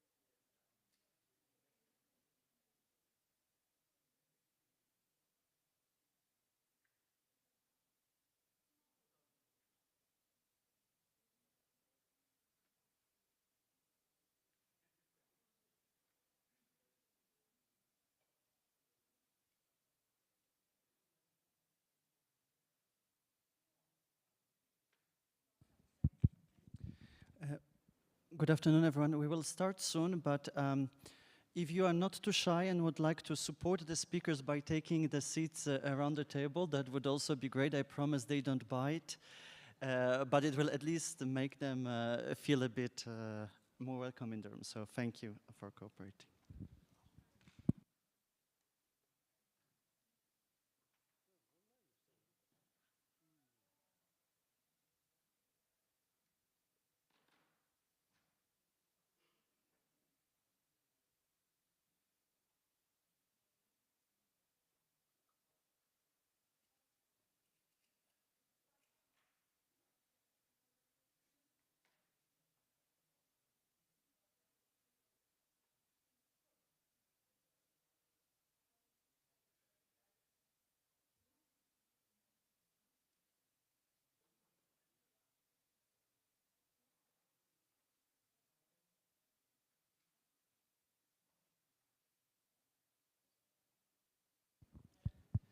Okay, good afternoon, everyone, again. We have to finish on time. There's another session coming up, so let's start. My name is Patrick Pawlak. I'm a visiting scholar at the Carnegie Europe, which is a think tank working on foreign and security policy issues, but also on the whole set of digital topics.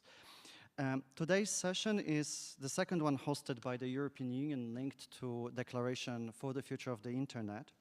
On day 0, some of you may have heard, we co-hosted with the United States, Japan, and Kenya a multi-stakeholder engagement on how to translate and turn the principles of the DFI into concrete actions. For those of you who are not familiar with what the Declaration of the Future for the Future of the Internet is, it's a document that has been endorsed by over 70 countries with the broad aim of promoting open, free, safe, secure, and interoperable Internet. Some of the principles in the document include, for instance, the protecting human rights and the fundamental freedoms for all people, advancing inclusive and affordable connectivity, or promoting trust in the global digital ecosystem, including for protecting privacy. During this session, we will look for concrete recommendations towards operationalization of one of the commitments that is contained in the document, and that's to cooperate to maximize the enabling effects of technology for combating climate change and protecting the environment, while reducing as much as possible the environmental footprint of the internet and digital technologies. The workshop aims to provide a platform for discussion about the ways to minimize the environmental impact of the internet and digital technologies. And we're not going to solve the problem during this session. I know that there are also many other sessions happening on the topic during the IGF, but we hope as well that this is going to be the beginning of the conversation, but also a call for action and the implementation of the DFI. So we would really like to identify some concrete action points, and please feel free to join us during the discussions. Now, to help us meet the overall objective of the session, we have an excellent and a truly multi-stakeholder panel in the room and online. So we will be switching between the panelists sitting next to me, but also our esteemed speakers who are already online with us. Here in the room, we have Piers O'Donoghue, who is the director for the Future Networks Directorate of the DG Connect, the European Commission. Nadia Owusu, who's a youth advocate working on the intersection of technology, entrepreneurship, and climate action. And then Bitangon Demo, who currently is the ambassador of Kenya to the Kingdom of Belgium and the European Union, but also has extensive experience as an academic and the permanent secretary in the Kenya's Ministry of Information and Communications. Joining us online are Sarah Walkley, who is a market researcher, writer, and advisor on sustainability topics, and the CEO of our organization called Purposefully. Yari Carr, who is an artificial intelligence and internet governance researcher, currently pursuing her master's at the Technical University in Munich. She also coordinated with the Internet, which was the National Dialogue for the Future of the Internet in Costa Rica. Also online, Michelle Thorne, who is working towards a fossil-free internet. She's the Director of Strategy and Partnership for the Green Web Foundation, but previously worked as a co-founder, and the co-founder of the Green Screen Coalition for Digital Rights and Climate Justice. She served for 12 years at the Mozilla Foundation, most recently at their Sustainable Internet Lead. And finally, also online, Alexia Gonzalez-Fanfalone, who is an economist and telecommunication policy analyst at the OECD, working on the whole set of issues ranging from broadband infrastructure and services, including sustainability. So even though it doesn't necessarily look like our panel is gender balanced, I assure you that it is, and we have made an effort that we bring different perspectives to the conversation. Not to lose more time, let me kick off the discussion with a question to you peers. The twin transition, green and digital, is one of the European Union's key priorities. And I was wondering if you could tell us maybe what is the main focus of the EU policies at the moment, and how do they contribute towards the implementation of the DFI? Which of those elements are sort of critical for the conversation that we're having today? Thank you very much, and good afternoon, everybody. Yes, indeed. Not only is it a priority, but green transition is one of the two key priorities of this Commission under President von der Leyen. The other, by the way, being digital. So the green digital transition is something that we are focused on, including in my part of the European Commission, with an ambition to lead those transitions, but also to benefit, to harness the benefits from it for Europe and for society generally. We've worked over 4 years to support the transition to sustainability of the ICT sector, but also to maximize the contribution made by digital technologies, infrastructures and applications in the green transition. So those are digital solutions for our carbon targets as well. We have the Strategic Foresight Report in 2022 that told us that digital footprint is about 3% of greenhouse gas emissions, about 5 to 9% of electricity consumption, and of course an ever-increasing amount of e-waste. So there can be no disputing that there is a real problem caused in the sector, which has to be part of any action that we take, including with regard to the DFI. Of course, stakeholders have been taking their responsibilities. We're aware of stakeholders-led initiatives such as the Digital with Purpose, the Climate Neutral Data Centres Pact, and the Circular Electronic Partnership. And that's just a few of them. And I know that others are probably represented in this meeting this afternoon. Some have made some progress, but more needs to be done to drive the ICT sector to net zero, both in terms of its energy consumption, but also, of course, the efforts that it is making with regard to materials and waste.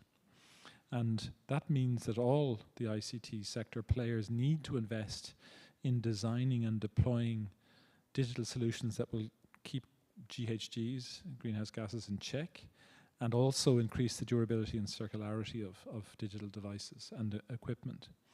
And we feel our role as a regulator is not necessary to regulate that up front, but to make sure that those partners in industry who do engage proactively and responsibly in such activities are rewarded, or certainly at least that they are not punished and undercut by those with a less scrupulous approach who will cut costs at the disadvantage of the environment in order simply to sell product. So that responsibility is in relation to the footprint.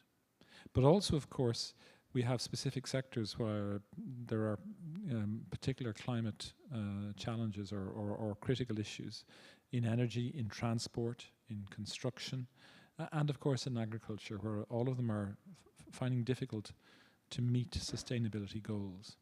And we know that digital solutions have the potential to cut about 15% of total emissions by 2030. And one of the things that we're doing in the European Union, including I have a team, for example, working on Internet of Things in application sectors, and it is our responsibility to mainstream the work on green by design, on the digital requirements in order to ensure that any solution in those sectors is itself contributing to our objectives, but more importantly is driving, for example, energy efficiency in transport, in logistics, and so on.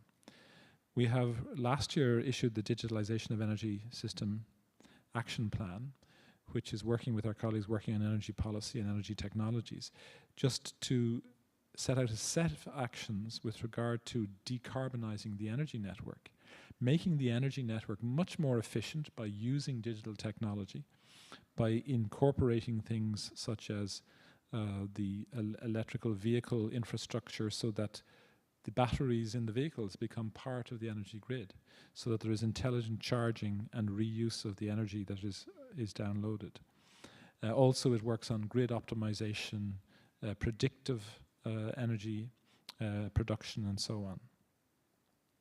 Of course, even there, we have to be realistic that not all digitalization efforts have a positive impact, and we have to see to it that we are aware of the impact and that we're delivering positive impact by measuring the impact of ICTs and the net value that they provide in terms of our decarbonization goals. To do that, we have also launched another initiative, which is the European Green Digital Coalition. When I say launched, we sponsored it in part, but it comes from the voluntary action and now independent existence of this network of 40 companies who have committed to making their companies individually best in class with regard to digital efforts, decarbonization, and also contributing to the digitalization of energy consuming sectors. So the European Green Digital Coalition, which is led by JESI, as well as Etno, Digital Europe, Digital SME Alliance, and GSMA. So a lot of actors who are known in their own right in Europe are all working together on this. And we're looking forward to having more progress as they also recruit further companies, but also that they work closely with other actors, particularly in civil society, and academia, the scientific and academic community, so the stakeholders that we're always gathering here in the IGF, in order to ensure that the science is right, that there is independent aid, but also audit and verification by those communities with regard to how concrete is the contribution of industry, and what are the societal requirements. What could be some of the negative consequences if we do not analyze and tailor-make the efforts that we're making? For example, it is easy to say to everybody that they must buy the latest, most energy-efficient piece of consumer equipment, but that is not a proposition for many, many persons in society. There have to be other steps that have to be taken as well.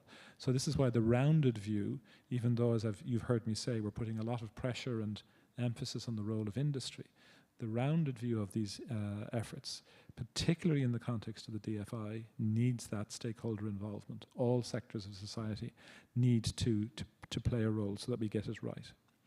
And if we do that, then we have a formula for having the twin transition, that's the digital and green transitions, deliver benefits to all of the aspects of sustainability, economic sustainability, but of course social sustainability as well, naturally, as environmental sustainability. And that's something that's underlined in our Digital Decade Policy Programme, and also actually in our Declaration of Digital Rights and Principles, where once again environmental considerations need to be put to the center of our policy work. And finally, just let me come back to the point about digital transition, how it realizes its full potential. It's not just about supporting the green transition, but how about the green transition can support digitalization targets. So for example, the move to renewable energy and how we make that digital, but then help it to actually give a positive outcome for digital technologies is, it's a bit of a conundrum, but it is nevertheless one which we know can give great benefits. Better integrated digitalization in the environmental and climate policies will also bear fruit, and the provision of green digital solutions in climate critical sectors, such as those that I've mentioned, will actually be a way also of having a positive impact on the environment for those more vulnerable geographies and societies who otherwise have or will suffer disproportionately from global warming. Thank you. Great. Thank you very much, Piers. I think you've highlighted a lot of interesting points, but I think what I really liked is this focus on grid by design that the EU is pursuing as well, that exactly is part of the solution, but also stressing the importance of this almost whole of society approach, if you want, to thinking about how on one hand technology indeed is a problem that we have to address, but at the same time part of the solution that we have to discuss. And I know that speakers both online and here in the room are going to talk about that. Speaking of our speakers online, let me turn to two of them who are joining us. And I'd like to ask both Sarah Walkley and Michelle Thorne the same question. What are some of the key challenges, but also opportunities in reconciling growth and digital economy and green digital transition that you see from the perspective of your organizations, and which ones do you consider the priority? Following up on what Piers said about the multi-stakeholder community engagement, how can this community foster open, transparent, and inclusive dialogue between different groups to identify good practices, but also some innovative solutions to address this problem? And maybe we could start with Sarah, please.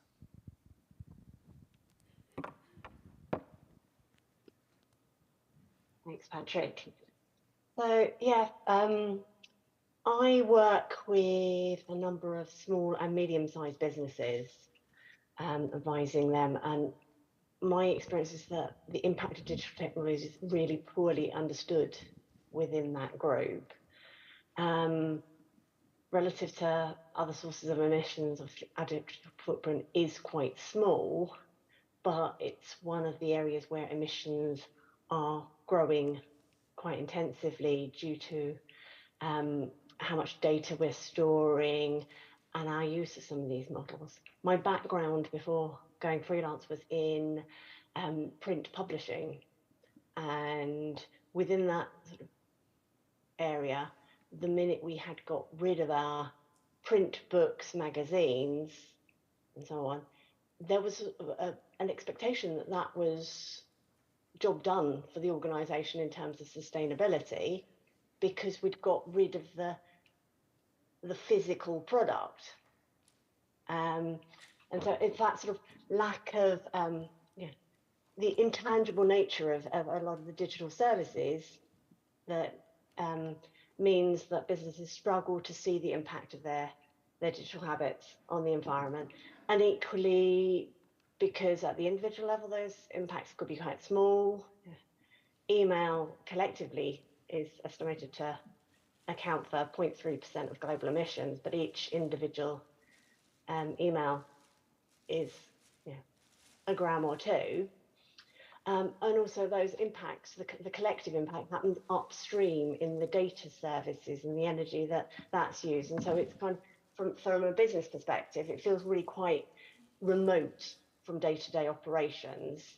And so many of the SMEs I speak to say they don't, because their employees work remotely and everything they do is online, they don't really need to have a sustainability strategy. So from my point of view, there's a significant need for education, especially to help businesses think about the energy, who they choose as their hosting providers, and looking at what energy they have, perhaps how they code their products to make them smaller and more efficiently, to use more efficient code.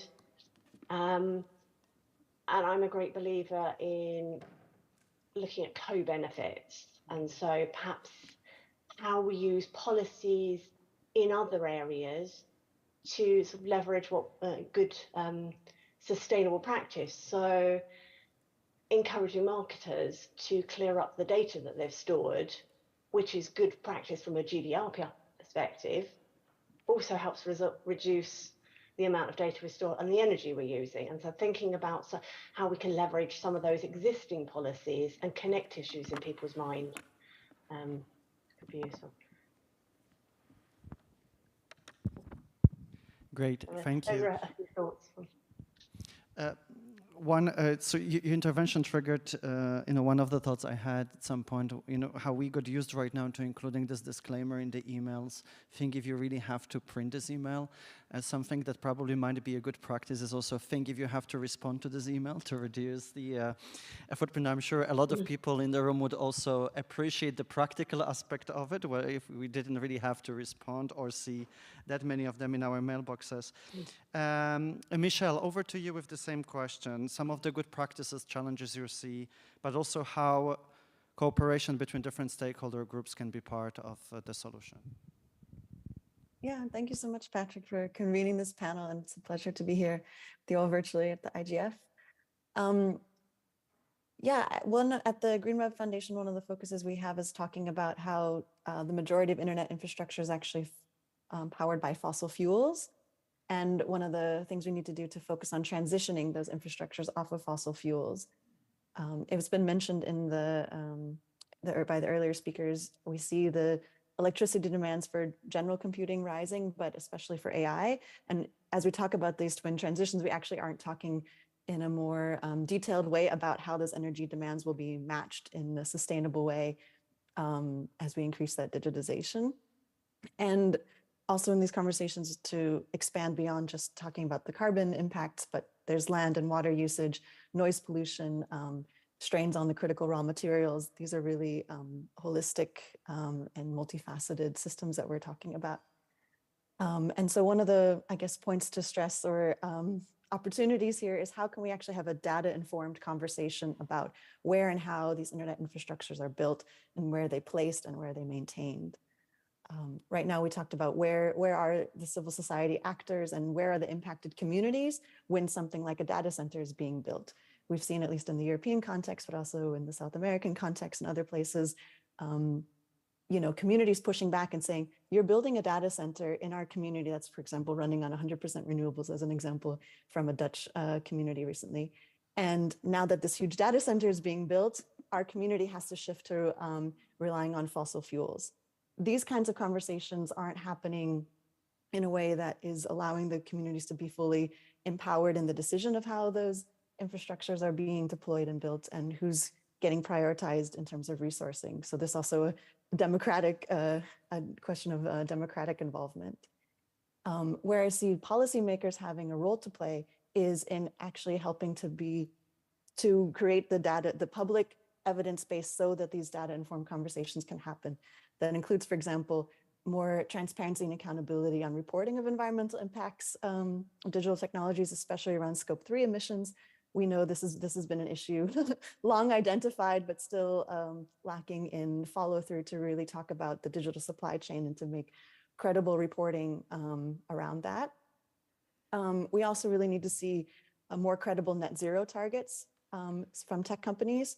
If we look at the companies who are majorly responsible for internet infrastructure and digital services, most of them don't have interim or credible interim net zero targets, and many of them actually are performing worse than fossil fuel companies in terms of transparency.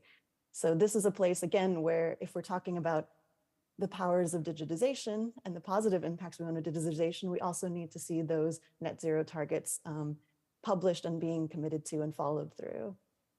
And also then speaking again, at a policy level, again, we're based in the EU, so have maybe a stronger lens in the EU context, but recently the EU had the Energy Efficiency Directive. And instead of holding on to wins that we had around reporting, for example, of data centers that are using electricity roughly this at the level of 300 households, there was lobbying and the threshold was changed. So that data centers that are working at the level of 15,000 households have to start reporting. So why are we having this shift when we're saying we need actually more information on both the energy consumption of the digital sector, but then saying we actually don't need to be reporting on data centers that still are using quite significant resources. So this is, again, a part of that holistic conversation we need to have. We need to have the information around what are those impacts, who's being held to account, and who's at the table deciding where and how those resources are being allocated. So go ahead. Thanks, Michelle. We might come back to some of these points. You talked a lot about accountability and transparency. I also wonder to what extent these issues, for instance, when there is such an impact on local communities, becomes an issue for local, regional, national elections, for instance, maybe something we want to come back to later on. Let me bring the conversation back to the room. I'll switch to you, Nadia, right now, if you don't mind. I mean, youth, we know, has a particular stake in this conversation, both as a user of digital technologies, but also, frankly, the part of our societies that will have to deal with the consequences of the policy decisions that are taken today. So both really as the target of the policies, but also the consumer of the digital technologies. From your perspective, how can the governments and the private sector or youth organizations work better together with youth organizations as well, like your own? And what are some of the actions that you would recommend your peers can take to also reduce the digital footprint on the environment? All right, thanks so much, Patrick, for the opportunity. My name is Nadia Owusu. I'm from Ghana. For me, I would like to talk about government and private sectors, especially private sectors that are more interested in away from greenwashing, but actually participating in ensuring there's more sustainability, how they can work with young people, especially young people from the continent, especially Africa, where we are the brands and facing climate change every day. We feel that if governments, private sectors, and civil societies and youth organizations come together and see young people not as just a stakeholder, but also as partners, they can take on our concerns and work better with us in these few approaches I'm about to mention.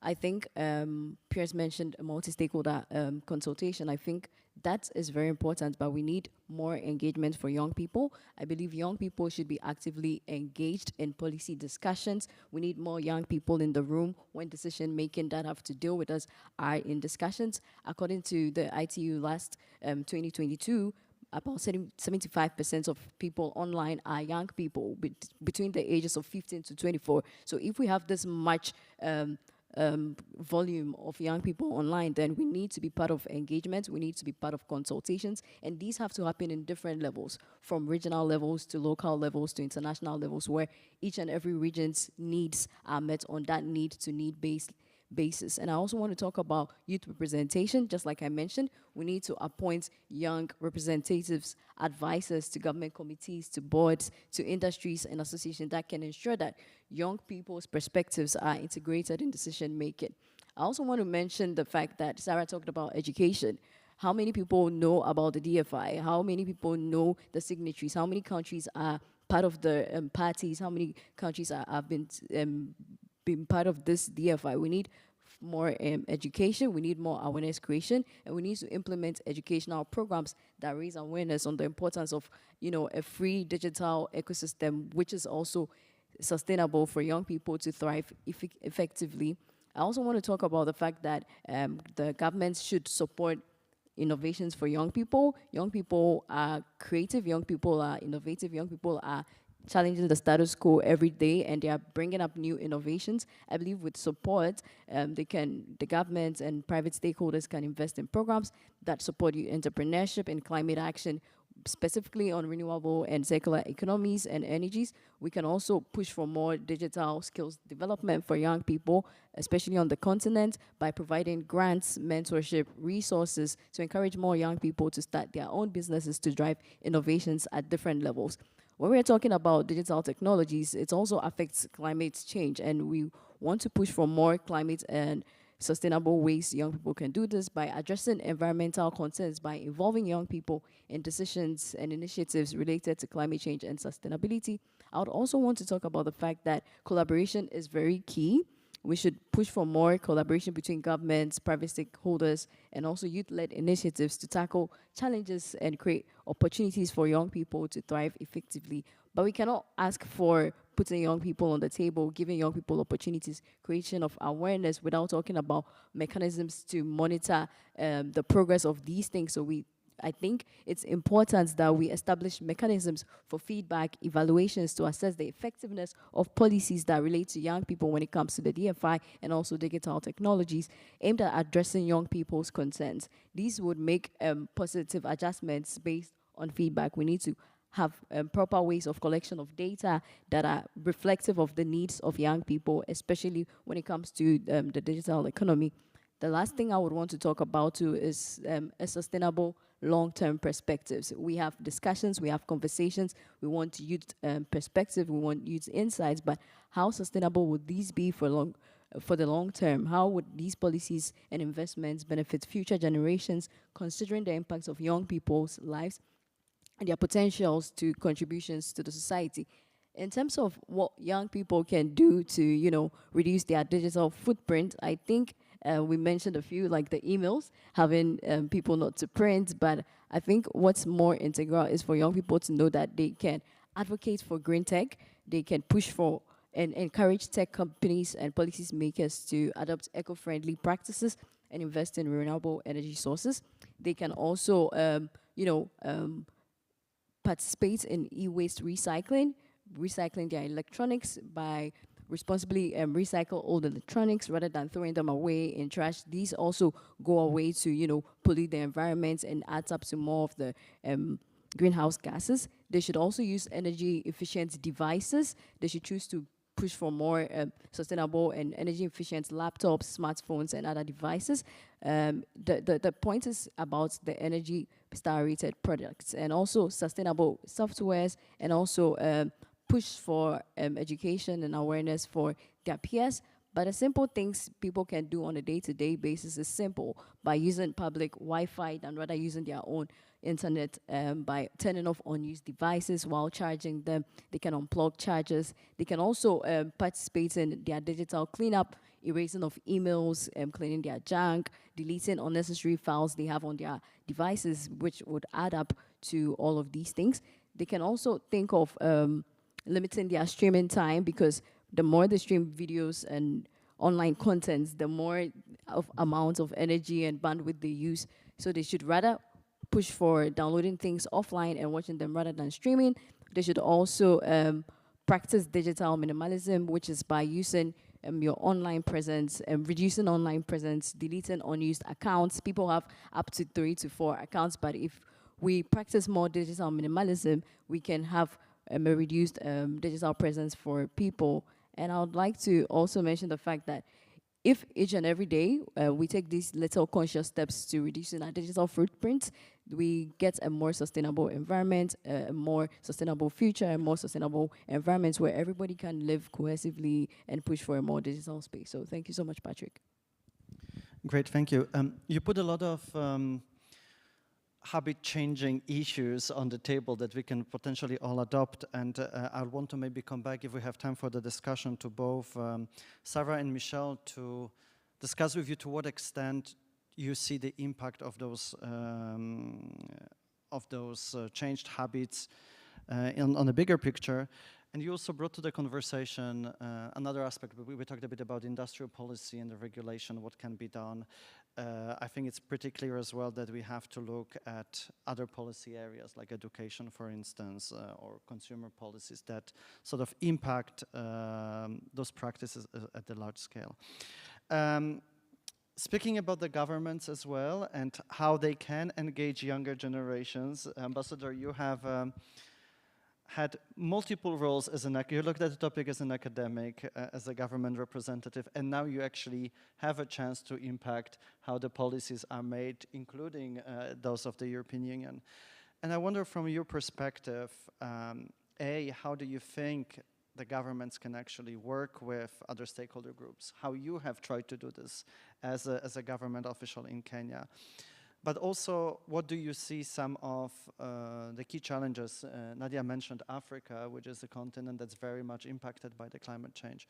To what extent this has been one of the dimensions in your thinking about how the ecosystem or the policies of the Kenyan ICT are shaped? Thank you. I think much has been said. But what I want to add is that what should government be doing and taking advantage of the position in which, like, Africa is in at the moment. We have a lot of sunshine. We have a lot of geothermal deposits. We have a lot of rivers which are huge to produce green energy. We need to leverage that. Kenya itself had a strategy for green energy even before we started to discuss this. So much of our energy comes from geothermal and wind, and also from hydro, where 94% actually of our energy is green. But that doesn't stop us from changing behavior, like my sister was talking about here. COVID taught us that we can do a lot online. We've been doing conferences, we've been teaching online. Less travel means we have removed a few carbons out of the space. If governments have proper strategies to take advantage of that which can be done to reduce carbon emissions, let it be done. I know, for example, we did a document for the government recently. There are places where if we begin farming there, what happens there is carbon sequestration. I mean, new method, generative agriculture, which would create more, remove more carbon from the air. That's what I mean, that government strategies could do more and involve young people in every aspect of it. In terms of what everybody has said, education is very key to create awareness, even though sometimes people don't take it very seriously if you say it too much of it. Also, if we can lengthen the use of some of the devices that we have by recycling them or by using them in other ways. For example, most of the computers we use in the city, sometimes we donate them to kids to use, meaning that we lengthen that part of the equipment instead of throwing it away, and increasing carbon emissions or waste or climate. There are several other things that government can do in itself by finding ways of discussing with the civil society to promote what we are talking about, multi-stakeholder.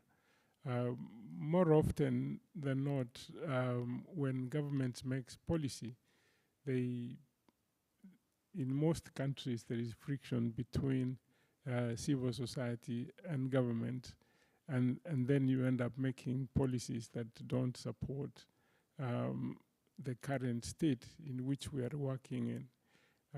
But by working with them, you realize that there are so many things. Yesterday I said, initially I was just like any government bureaucrat, but after a few discussions with the civil society, with other groups, I found them very helpful to work with.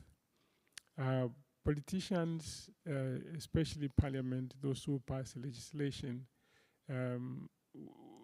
we need to monitor them closely, because the truth is that the private sector has some leeway, but we are not supposed to speak about that in the sense that they can through lobbying make some laws not be good for the environment. It is good to say that, because I know there are private sector here that they usually have a way of doing things which needs to be looked at and done correctly. So because everything has been said, I think that will do. Thank you. Great, thank you. I remember I met one of your colleagues from Kenya a few years ago when we had a discussion about, she works on cybersecurity, so we had a broader discussion about cyber, but there was one very interesting example that she has mentioned using the EU's reference to human-centric approach. She said, you know, why do we talk about human-centric approach and not life-centric approach, for instance? When we talk about the investment in the infrastructure, she gave this very interesting example of how, for instance, sequencing of policies, if it's better coordinated in implementation of different projects, can actually have a very positive impact. And gave the example of the road that has been built that, of course, caused certain environmental damage in the communities, but then that road had to be destroyed in order to put the fiber optic cables. And she said, you know, we basically had to do this destruction twice, and by coordinating policies, we could have avoided some of that. So I think there is some interesting lessons to be learned there. But let me move now to one of our speakers online, Alexia, who works for OECD. And Alexia, I would like to hear your thoughts on what strategies and frameworks can be also implemented to ensure that the deployment of digital technologies is supporting this objective of green digital transition, takes the environmental considerations on board. It's a topic that is very often presented as a new one, but you and I, as we've discussed, it's definitely not something that is new in the policy discussions, including at the OECD. So I would like to hear your thoughts on where you see the state of the conversations is right now, and what some of the lessons maybe or observations that have been already made in the past could be useful for the discussions that we're having today. Alexia, over to you. Thank you very much, Patrick. Everybody hears me okay? Yes? Yes, okay. So thank you very much. When we talk about the twin transitions, so we're talking about what is the role of digital technologies and the enabling infrastructure to leverage the opportunities to achieve these green or environmental sustainable goals. And here's some key questions is one, in this intersection of technology, both the development and the diffusion and policy and our environment, how do we measure the impact of digital and green? And this is important because only what can be measured can be improved.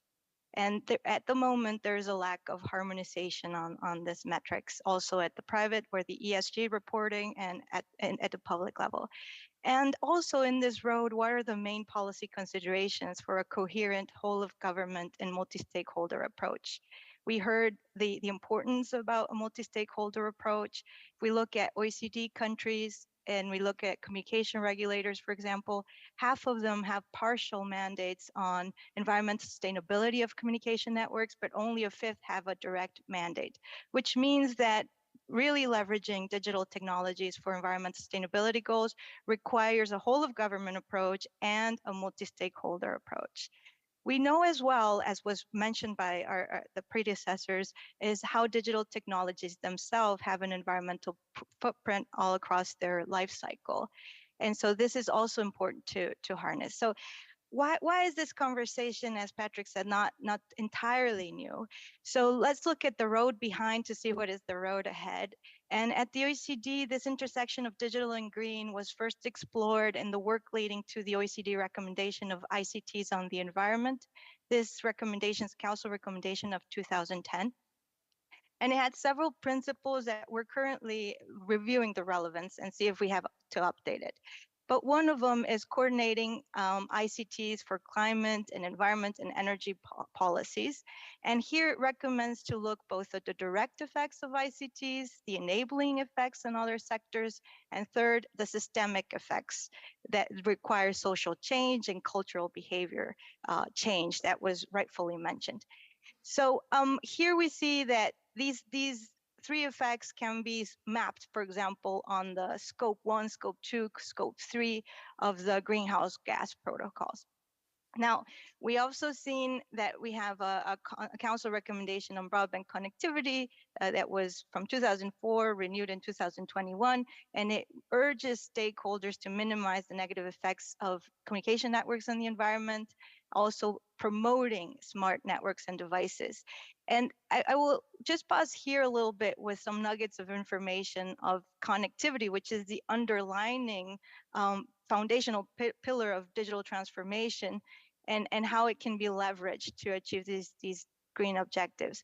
We've seen in recent years a boost for fiber deployment in many OECD countries, and this transition to fiber is seen by some stakeholders as also achieving environmental sustainability goals, as it's more energy efficient than copper alternatives. We've seen also the increase of AI systems to, for example, optimize energy management of communication networks. We've seen talks about the standardization and the development of 6G, where key values such as environmental sustainability are being embedded. But when we talk about AI, and here the OECD did the first standard on AI principles in 2019, there's a clear focus on the importance of the environmental sustainability of it.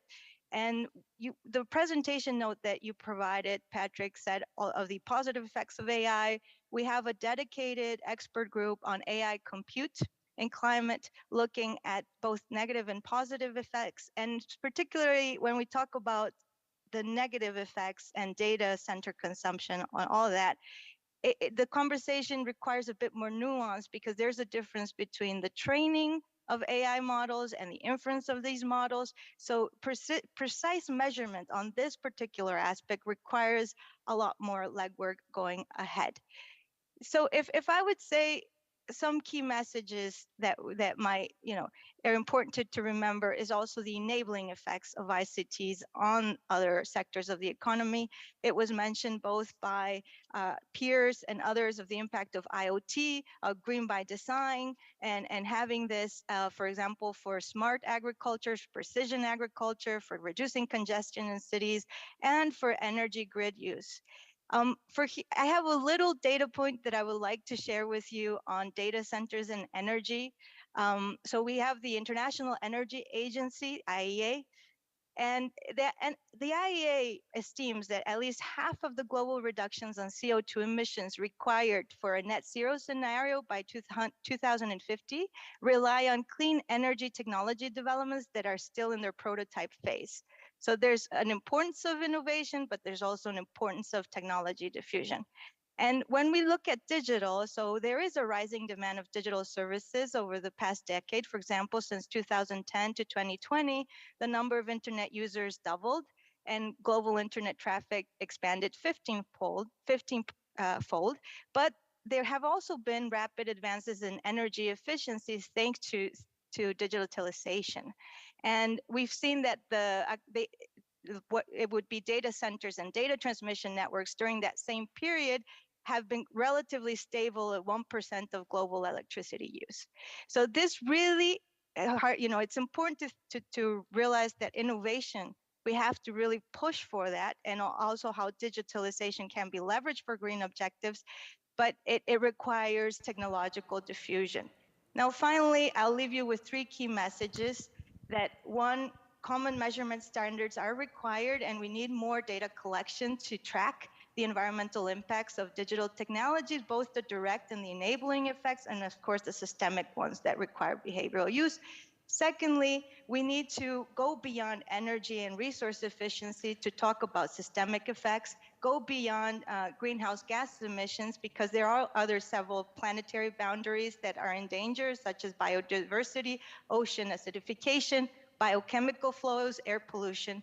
And third, efforts towards environmental equity and transparency are needed for inclusive growth and development, and this could be enabled notably by harnessing digital for green. But we should remember that while green transition has a clear focus and determination, the digital transition is not deterministic. It needs to be directed in a positive way for society and the environment. And that's where the human-centric approach recovers a lot of relevance. Great, thank you very much, Alex. I think you also have touched upon an interesting point that we have discussed yesterday, not only in relation to green, but the whole DFI in general. When we talked about which of the principles of the DFI could be prioritized, the issue of connectivity seemed like one where a lot of governments actually were paying attention. And there's a very clear connection with your intervention. We're exactly thinking about connectivity in the context of the principle about the grid transition, but also others in the DFI.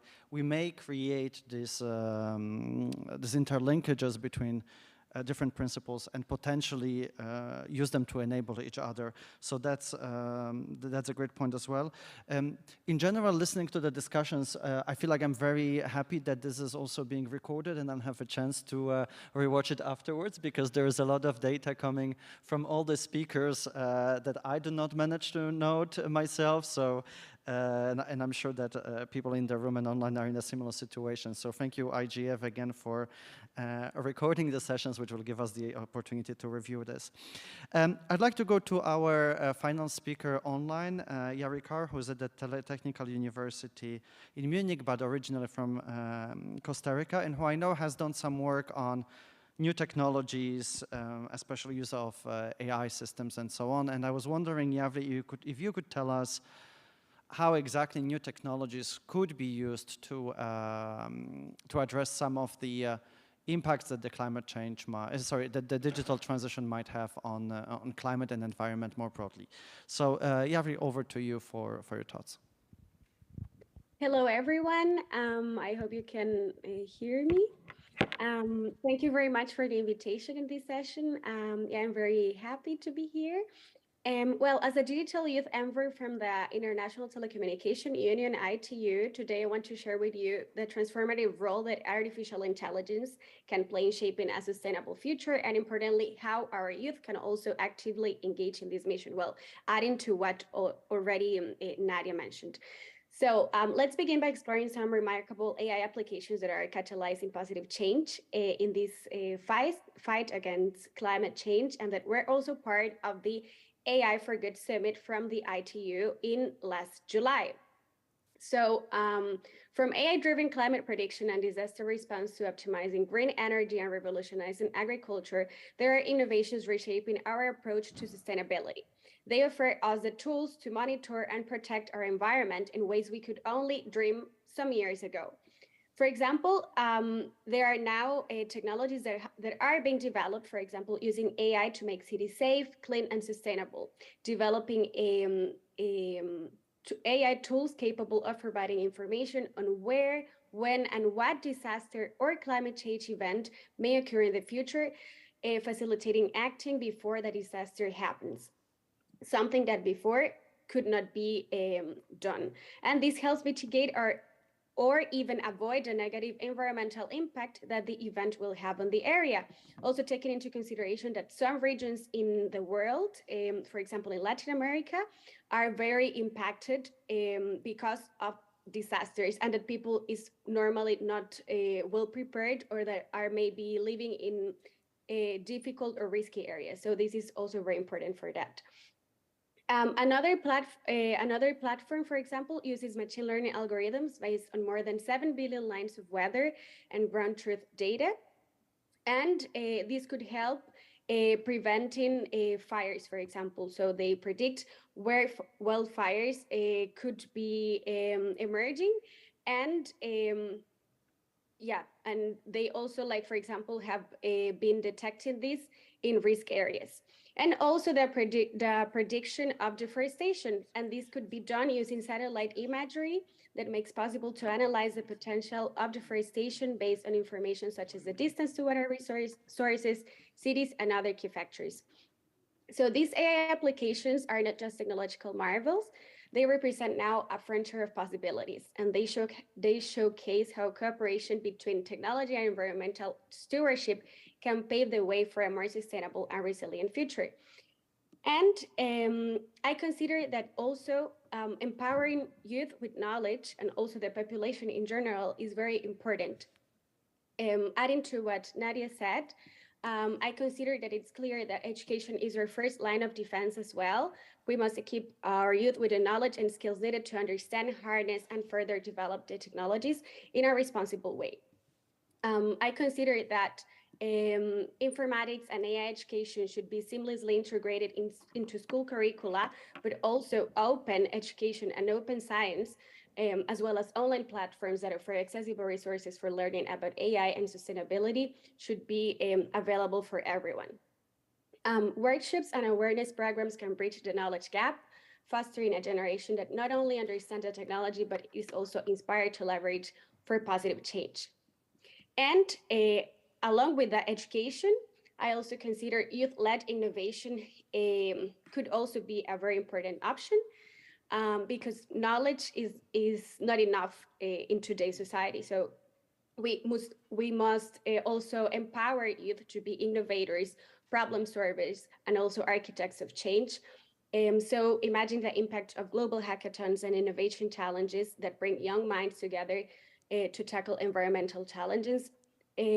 Think about also the potential of youth-led technology hubs where ideas are transformed into tangible solutions, and also mentorship programs that are organized by experts with much more experience, or that are that have expertises in different areas of science, that could also contribute to these youth to move forward with their innovations, and also with their spirit of innovation, and also creating a fertile ground for sustainable ideas to blossom. So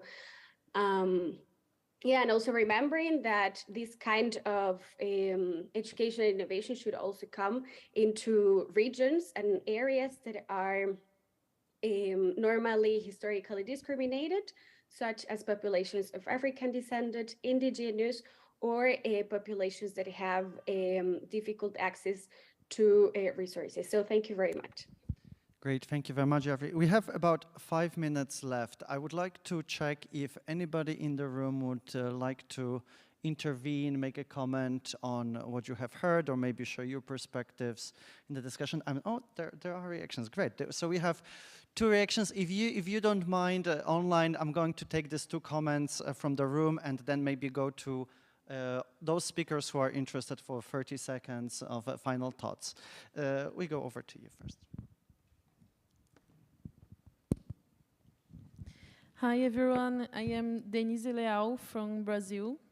So it's a Latin America perspective that I bring to the table. It was very interesting hearing all of you and what you've highlight very important aspects and points on the green digital era. So, but I keep, like Michelle is spoken about transparency and the reports, and I think that this is a very important point on the theme. And I also have noted here about when Alexia told about biodiversity, it really interested me. And I kept thinking, we are speaking about how the technology and internet can help to keep the green era, like the environmental safe, but also I was thinking, and when we have legal disputes on digital and internet and technology, and also the environment, can the environment be seen as a right holder? And in your countries, are there legal disputes on the theme, and how do they end? Because I am with a group making a research in Brasilia University, and we have studied about these legal disputes, and they usually don't end well. We have the laws and the regulations, and the reality is it's really beautiful. The environment is protected, but when it comes to the decisions made on the legal disputes, actually, not always we can see protection for the environment in not only in Brazil, but also international disputes. We can see that. So I wanted to hear from you, how do you see this point? And if you have studied it in any time, that's it. Thank you. Great, thank you. Great question. Over to you. And then I know also Michelle online has a very targeted question for peers. So we'll go to you, Michelle, as well. Please here. Thank you. My name is Bushri Body, and I had a few questions that are all interrelated to each other. So I think various speakers spoke about, decarbonization and carbon sequestration as some of the measures that we are using to mitigate climate change, and especially in the technology area. But I also then question maybe the general frameworks or the policies, especially in the European context, whether it's the Commission or the councils are advancing that really emphasize achieving carbon neutrality within a certain time frame, not being realistic or in cohesion with like the IPCC findings, especially with how rapidly we're seeing climate change affect different communities. And then using those measures that actually maybe hide some of the wider impacts, like when we talk about the entire life cycle approach, well, the extraction of natural resources that are happening in different contexts with human rights violations, are those being considered in the carbon footprinting measures or the benchmarking that's happening? It feels like there's a lot of let's export some of our impacts to other areas or regions of the world in the same way that our technologies are being exported that have these negative implications. And I think the other question that I have that's connected to this is the assumption that we have that the collection of data is needed and is actually necessary for these sustainable transitions that we're talking about, when in fact now data centers surpass the entire airline industry in terms of CO2 emissions. We've been pushing a lot for big data policies across, the European context, but around the world. And most of the data that's collected isn't being used, can't actually be analyzed. And so I think that assumption needs to be challenged. Like, why are we collecting this data in the first place when it is having tangible negative environmental impacts, but also societal impacts? So for already marginalized communities, including migrants and forcibly displaced persons, that data is being used to prevent them from seeking asylum in the European context, for example, but also across the Americas and around the world. So just, I wanted to get a sense of how you're trying to find some cohesion between some of these policies that don't seem to actually be rooted in the evidence, and then this need to collect more evidence to do what's already known to be the best practice in these cases, kind of like pushing the thing down the road when in reality we could be addressing these issues today. Great, thank you. I'm being told that we have to end. Michelle, if your question can be formed in 30 seconds, so that then I also give Piers 30 seconds to answer and the ambassador to react, that would be great. With apologies to the organizers for stealing 2 minutes. Michelle, over to you. Sure. So I'm wondering how digital innovation can be done so that it doesn't further consolidate the market power of existing companies, but it's creating economic opportunity for and benefits of the most impacted people and areas. So we don't have a brittle monoculture online, but rather a diverse and open ecosystem. Great, perfect, thank you. That was less than 30 seconds, much appreciated. Ambassador, I'll start with you for 30 seconds, final thoughts, and then I'll go here on the table, whoever would like to take the floor. I would have taken much longer to talk about sequestration of carbon. This came from the side of IT in some sections of Kenya, and by use of trying to do precision farming, and found that we could actually sequestrate carbon and contribute heavily into this. I don't know whether that's sufficient or I need to continue, or we can follow up. You can discuss this over coffee. There's this very important question about, does the environment have rights, which I think we will also have to take offline, unfortunately. Nadia, do you have in the reaction 30 seconds? Sure. I really wanted to say that I totally agree with everything the panel said, especially those online, when it comes to youth involvement in this entire conversation on digitalization and green economy. So I want to say after this conversation, we have to keep it going. There are more conversations at the UNFCCC Climate Change Conference that is at COP28 in Dubai. We can have such conversations. So I'm saying we carry these conversations away from IGF to climate change conferences where we have more stakeholders in the climate change networks. Thank you. Well, I was going to make a comment, but I won't. I'll just make an observation and say I learned a lesson. Patrick, you spoke about we got a lot of data. We'll have to review the video. One point I'll make is that we also got a very strong theme running through about data in this session. Michelle on the role of government in collecting data. but also on credible data. Nadia, particularly from a youth perspective, and Alexia, all again about measurement, the measurement point about data. That's a critical lesson for us. We are doing some work on data collection, maybe not enough, but because it comes up to my answer to the question that was put to me, I would just say that on green data centers particularly, we have done specific work. While the Energy Efficiency Directive has set a target for climate neutral data centers by 2030, we are working already with our joint research centre and industry to make sure that the measurement is credible. It has to be independent, and there have to be more detailed models. It's not just gross power consumption, it's gross and net water consumption, etc. But I'm going to skip the rest I was going to say about that point because I was asked the question by Michel. I'm going to interpret your question to mean developments in digital with regard to green, because it's an even wider question. And there, the first blunt response is, well, of course, we're going to aim for our target, which is to ensure that ICT moves towards carbon neutrality and contributes to other sectors. So you could even say that goal overrides market positioning or dominance. But of course, where those technical solutions or even any regulatory support for that objective, if they were to give rise to bad outcomes, particularly with regard to dominance in society as much as in the market, well, that is something which in the European Union we have increasingly showed that we are willing to do, the Digital Market Act, the Digital Services Act, in order to break down monopolies or duopolies, in order to ensure the possibility to enter markets, and also to ensure that solutions involve SMEs and that we measure the impact of our work. And we should and will do the same, and it cycles back to my point about data. The data doesn't just apply to the technology, it applies to the solutions and the implementation of those solutions to make sure that we are actually achieving our targets. Thank you. Great. Thank you very much, Piers. Thank you very much to all the speakers online and here in the room, to all of you for joining us in the afternoon during the happy hour. So I really appreciate the effort you have made.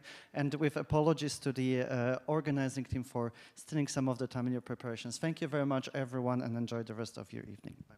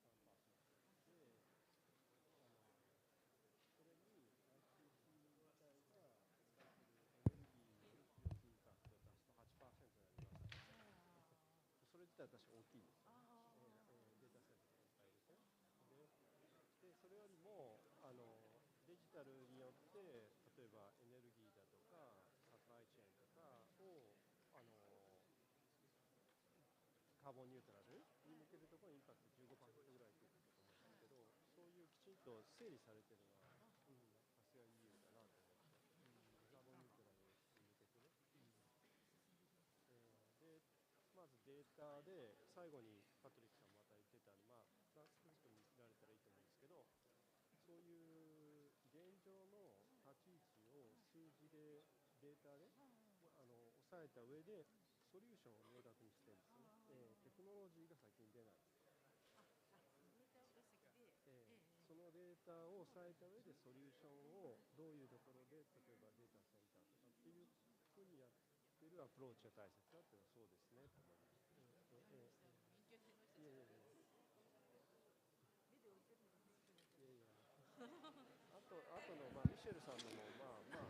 す。Hello. The next sections will be done in all Japanese. So if you do not speak Japanese, I ask you to get a translation machine of the interest. It will be the left side, please. Thank you.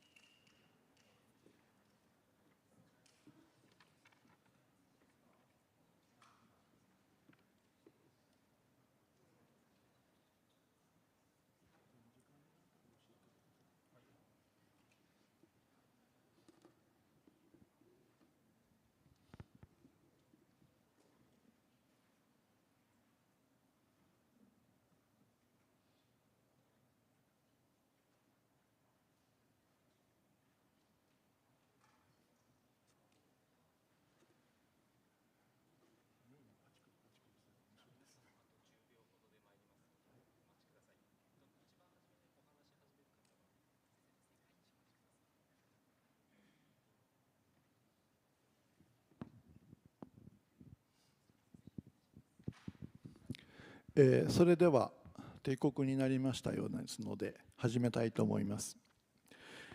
まずは私から自己紹介させていただきます。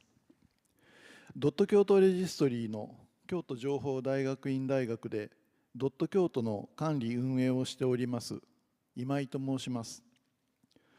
本学ではドット京都を社会教育事業と位置づけ、府内の皆様を対象に年に数回 IT 関係のセミナーを開催し、皆様に有益な情報をお届けしています。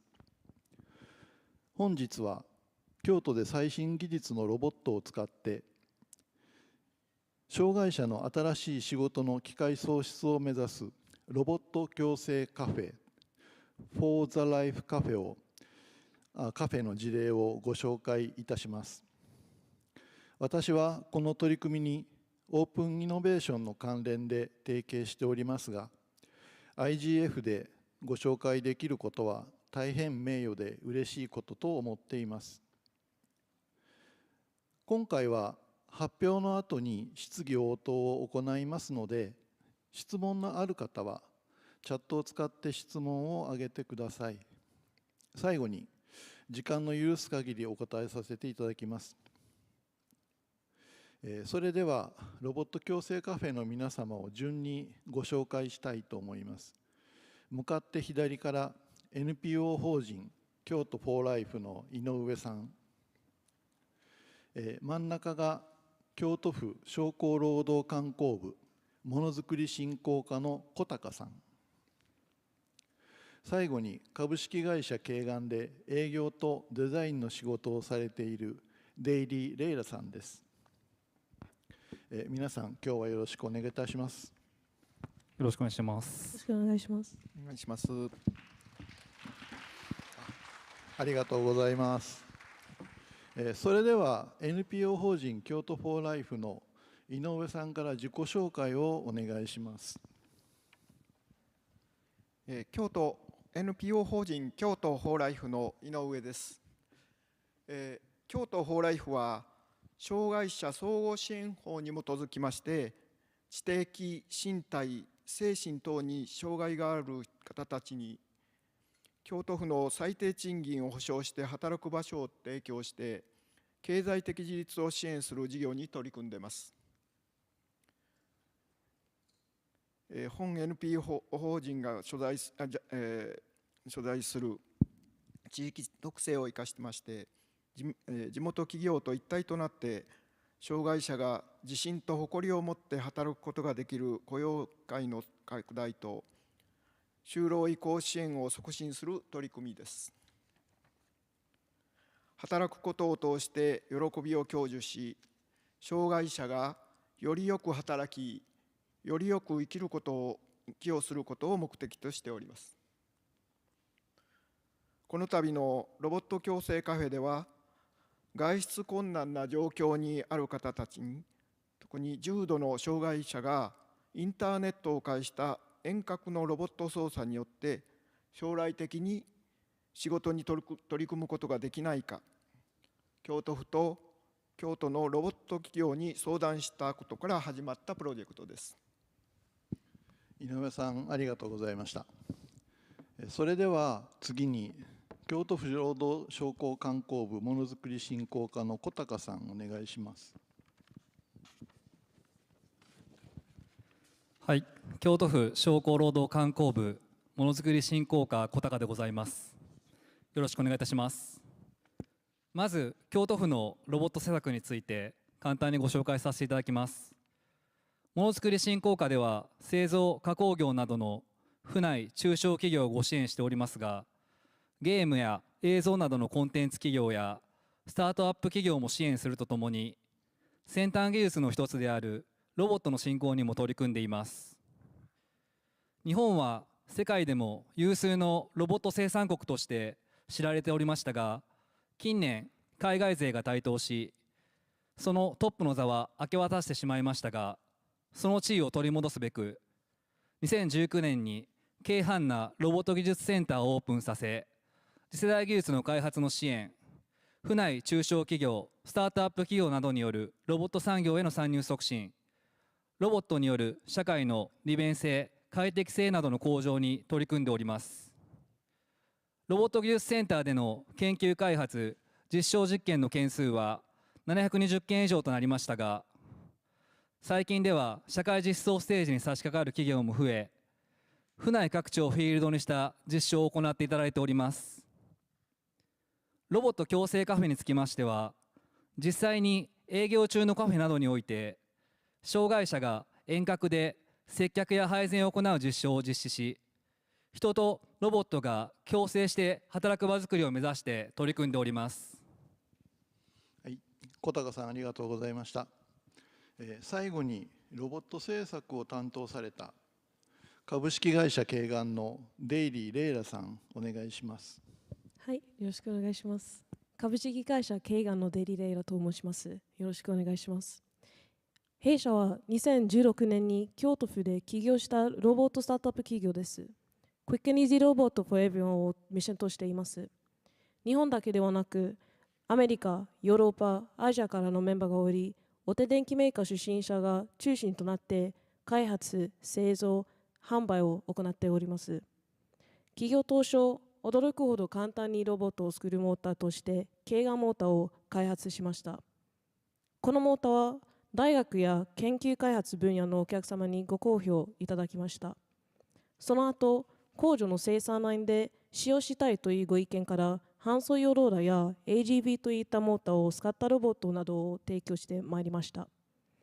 2022年には自立移動ロボットケイガンアリを発売し、工場や倉庫、レストランなどでお広くお使いいただいております。ユーザーの要望に応じ、物を運ぶだけではなく、コミュニケーションの役割も担うことができる、カスタマイズ性の高さを特徴しております。はい、ありがとうございます。皆さんはロボット共生カフェに取り組んでおられるわけですが、どのような経緯で始められたのでしょうか。事の起こりについてご説明願えますか。まずは小高さんからお願いします。はい、障害者が在宅でインターネットを介してロボットを操作して仕事することができないかと井上さんからお電話で直接ご相談がありました。同じ時期にたまたま軽犯な10人という座談会を行っておりまして、これは軽犯な学研都市の研究者や企業人同士の知り合いの輪を広げていくことが目的の座談会ですが、たまたまこの席上でもロボットの研究をされている研究者とリハビリ関連の施設運営をされている経営者のメンバーたちでロボットを使用してカフェの接客やコミュニケーションを支援できないかという話で盛り上がりました。これらのことが重なりまして、井上さんのお話も何とかしないといけないという思いでロボット共生カフェと名付けてプロジェクトをスタートさせていただきました。井上さんがご相談されたのはどのようなことだったのでしょうか。はい、昨年、すでに実用化されている遠隔操作でのロボットを活用したカフェの、接客業務を視察させていただきました。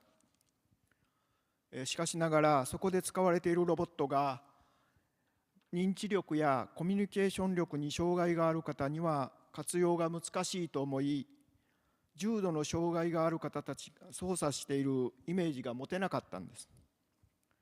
そこで普段からご協力いただいている地元企業の皆様に、私がイメージするロボットの開発について相談いたしました。その中で教えていただいたロボット技術センターに早速電話連絡いたしました。今でも覚えているんですが、お問い合わせがあった時は要望にちょうど合うようなロボットを開発されている企業がなかったため、正直できるのかなと思いました。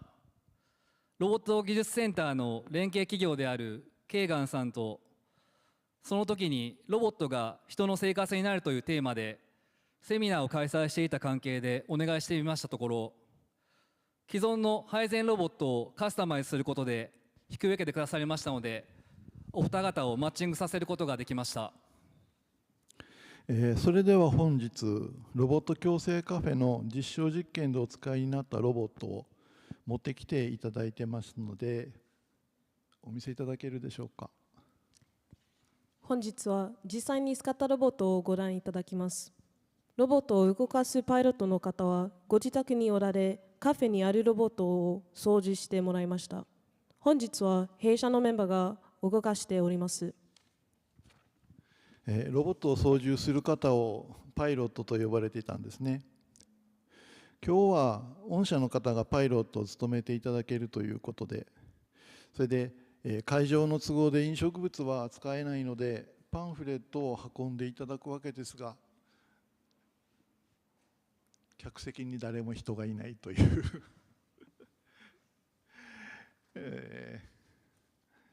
ロボットのデモンストレーションありがとうございます。そのまま続けてください。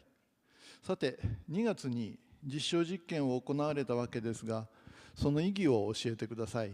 井上さんからお願いします。はい、心身に重い障害があり、常に介護を要する方、難病等により日常的に医療対応が必要な方、いわゆる引きこもり状態で外出が困難な状況にありながら就労を希望している方たちがおられます。このような方たちでも自宅からロボットの遠隔操作により働く機会を創出していくことができないか、ロボット共生カフェの取り組みには将来的にも期待しております。障害者支援の業界で最新テクノロジーであるロボットを導入することはこれまであまりなかった試みです。簡単な操作でロボットを遠隔操作して働くことができること、それが就労の可能性につながるかもしれないことを障害者を支援する組織の方々にもっと知ってほしいと思います。実証実験の際にロボットを操作された方はどのように選ばれたのでしょうか。はい、パイロットは地元で引きこもりの支援されている人たちを支援されている団体の方に相談して決めることができました。実際のパイロットの方はパソコンやインターネットが大好きな方でしたので、ぜひやりたいとおっしゃってくださいました。そのロボットの開発について教えてください。私はロボットのことはあまりよくわからないんですけれども、自宅から遠隔でロボットを動かすということと、パイロットの人が手が不自由だったために操作しやすいロボットにしてほしいということでお願いいたしました。操作が複雑だとロボットを動かせないので、できるだけ簡単にしてほしいということをお伝えいたしました。このようなことを伺い、ロボットを操縦はキーボードなどを使わず、フットペダルを使うことを通しました。パイロットが操縦しやすいように配膳するテーブルを一つにしました。そして操縦を簡単にできるように開発を行いました。本日はその時に使ったフットペダルを持ってきました。ここを足踏んでロボットを操縦します。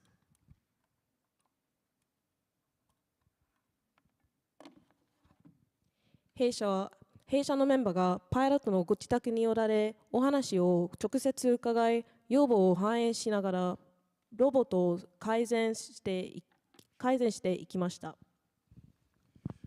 障害者の方はそれぞれに違った障害を抱えていると思いますけれども、個別の障害を抱えたパイロットに対応する難しさの例を挙げてください。はい、パイロットの方はとても喜んでいただきながら操縦のトレーニングを受けられました。弊社としては長時間の操縦でも疲れないようにユーザーインターフェースの改善を観点しております。今後の課題はご要望に対してどこまで細かく対応できるのかと思います。以前、大企業ではできないスタートアップ企業だからできる小回りの良さがあるとお聞きしておりますが、どのようなことだったんでしょうか。弊社は基本的な機能を最小限にした上でカスタマイズしながらお客様に最適なロボットを提供することを得意としております。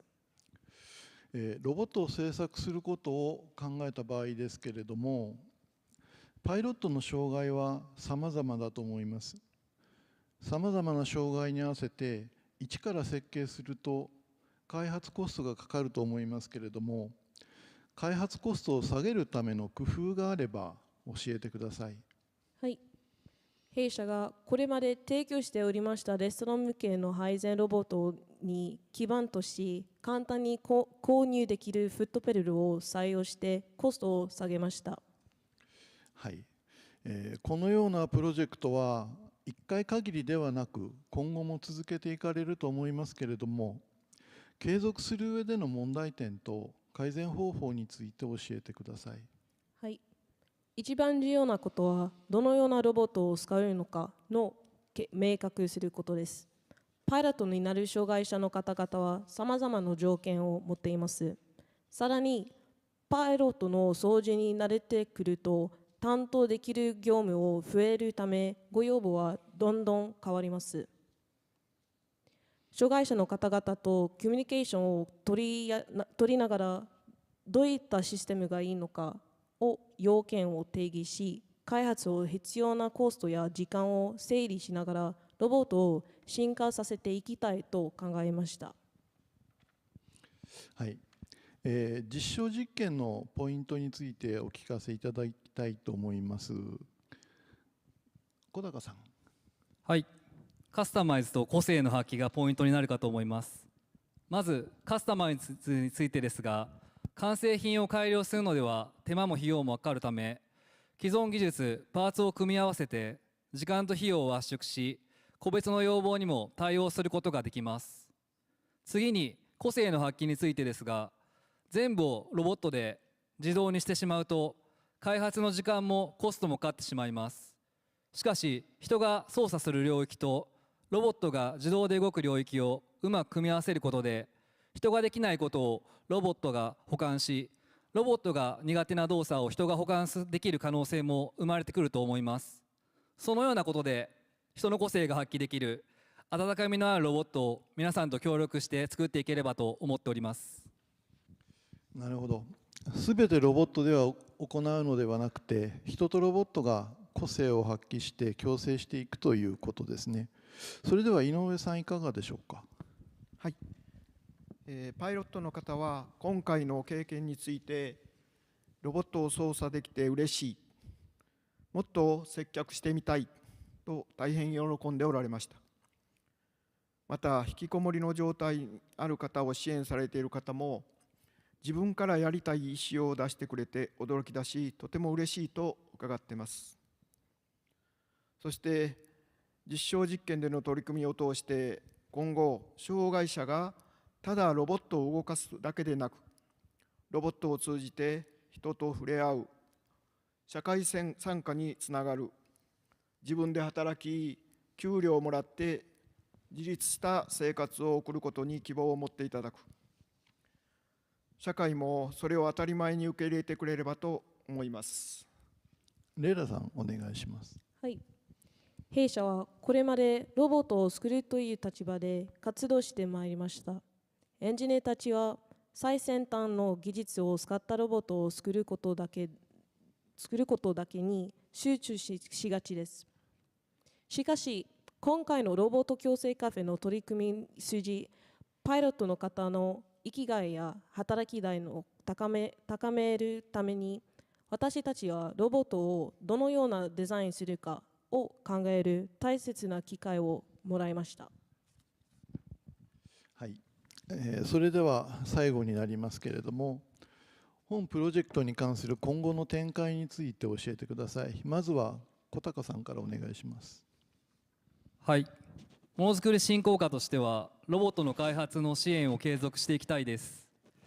連携先を増やすことも必要と考えておりまして、福祉の部署との連携もそうですが、府内の市など行政間の連携も広げていければと思いますので、そういった連携を増やしながら実際の福祉の現場ともつながればと検討しております。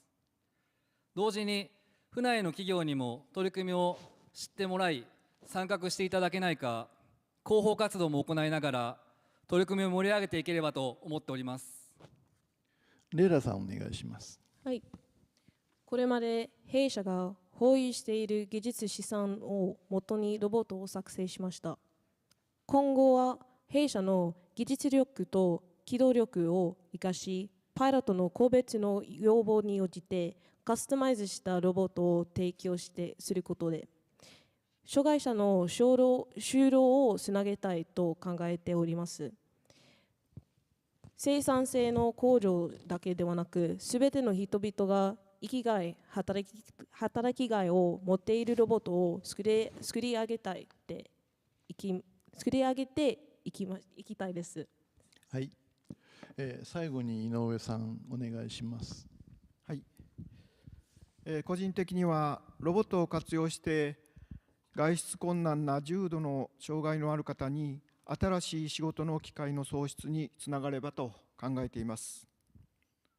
まず重度の心身障害者を想定したシステムのカスタマイズが可能かを検討させていただきたいです。次に将来に向けてロボット操作のパイロットの育成、技術開発、システム作りに支援学校の生徒さんたちにもご協力をいただきながら一緒に取り組んでいければと考えています。ロボットを活用して仕事をする障害者が自信と誇りを持って取り組むことを支えていけるように、ご家族の皆様、生活支援事業者等の連携を図っていきたいと思います。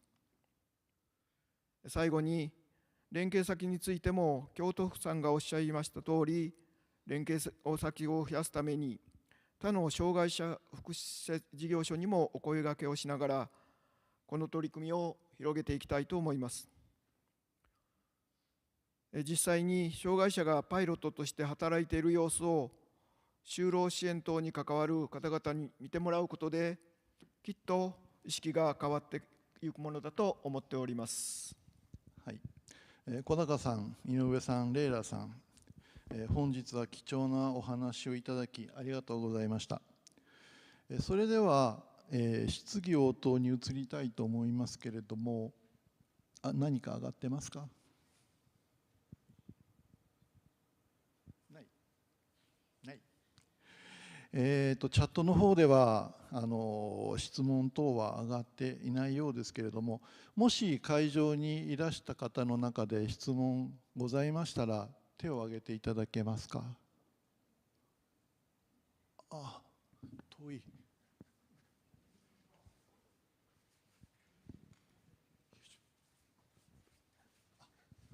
ここにマイクあるね。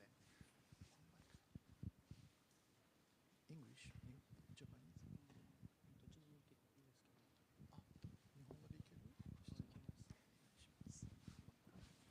ありがとうございます。ですね、ミギョンと申します。ベノンから来ました。ですね、ロボットの開発資金についてちょっと知りたいんですけども、このロボットを開発するのにいくらかかったか教えていただければ幸いです。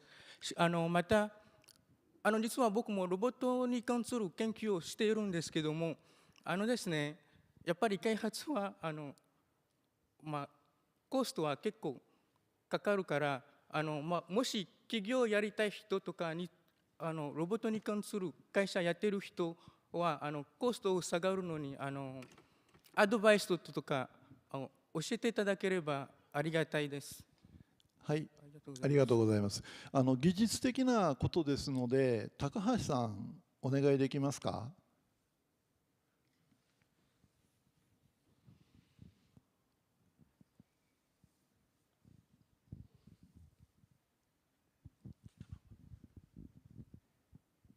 ロボットの開発をしておりますケイガンと申します。ご質問ありがとうございます。開発に関してどれぐらいの費用がかかったかというご質問ですけども、弊社の中ですね、期間でいうと大体3年から5年ぐらいの期間を要しまして、開発をしてまいりました。たくさんの方々にご協力いただきまして作り上げたものなんで、金額はいくらっていうことはちょっとなかなか申し上げにくいなというところでございます。で、コストダウンをこうしていくためにっていうお話。途中で翻訳し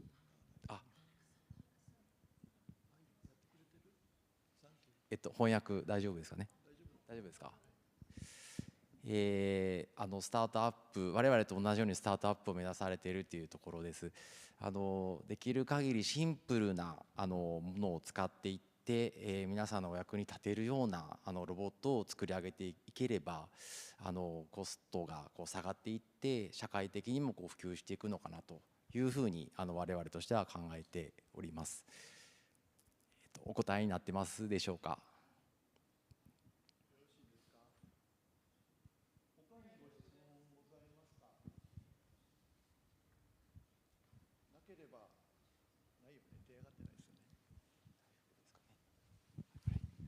はい、ありがとうございます。他にご質問ないようですので、本日はこれで終了とさせていただきます。皆様どうもありがとうございました。